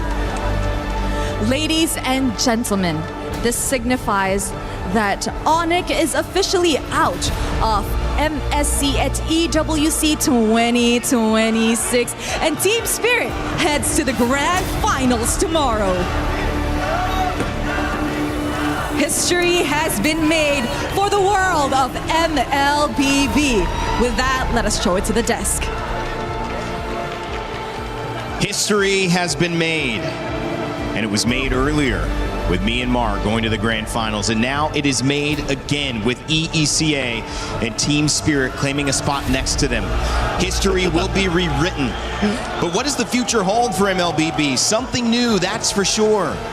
And as destiny collapses and dynasty falls apart, you see that the unknown is where MLBB is headed. And maybe that just means space, maybe it means right down here on Earth, maybe centered around Europe or something like that. We'll have to wait and see as these two teams now get a chance to battle it out, guys. Oh, man. What a day of games. What a day of games. History made. I like the smile there, the satisfying smile of Kid Bomba there as they crush the key of ONIC, because again, he heard it in his interview leading into the matchup. This was fated for him. This was kind of destined to go ahead and fight against Kelra in this version of ONIC this time, and man, they did it so well. A sweep. I honestly didn't expect it to be a 3-0 here, because who would have thought? Who did? I don't think anyone expected a 3-0, LaFell. In your wildest, promising, most ambitious and positive looks at what Team Spirit did, you still felt after ONIC's performance yesterday, taking down Aurora, that they would have a chance here. Yeah, here's the thing. This is why it's really hard to call anything here in MSC. Ever since day one, we think it's going to be a full series. It's a quick 3-0. We think like, this is going to be a stomp, and it becomes a full series. We anticipate this kind of draft, and then something else just develops. Something about MSC here. Something about Paris. Let me just say, quite a few organizations, I really feel like they should start lobbying just to have all of these major tournaments in Europe, because we got to talk about the support as well. Usually Team Spirit, whenever they're playing outside of Europe, they have some support, yes, but nothing like this. And we can definitely see that it's helping them quite a lot. And he said it doesn't matter. He said, oh, there's no buff from having my mom and my sister here. I don't believe it for a second. I don't believe also the way that he plays, bro. And I feel like they're winning over the fans. They're not just winning over, and this is for Myanmar's case as well. These people are now becoming different. They're becoming idols. They're becoming people who fan support of the teams that have lost, which are many of the favorites, many of the regions that are normally here, going, you know what? These guys are doing something. I actually support them. They're the new chapter. Yeah. And this is the new era. I think a lot of people, they've been discussing that, and some people are really holding on to, oh, maybe we still have one more Philippine to make it to the grand final. Maybe it's going to be Indonesia. But just as we heard there from Sunset Lover, this is going to be the first time, and an entirely different story now, that there's not going to be Philippines, Indonesia, Malaysia included in that grand final. So now, if you're just a fan of MLBB, you got to choose a side. Who are you going to be rooting for? Honestly, I feel like for most MLBB fans, it's one of the rare times they can be happy with whoever wins that one. Otherwise, they would just be like, nah, your team sucks. Nah, this guy sucks. And it's like, hey, you know what? Congrats. I love it, man, because, you know, you get to see the clash of the fans, the clash of the trash talk, which is different.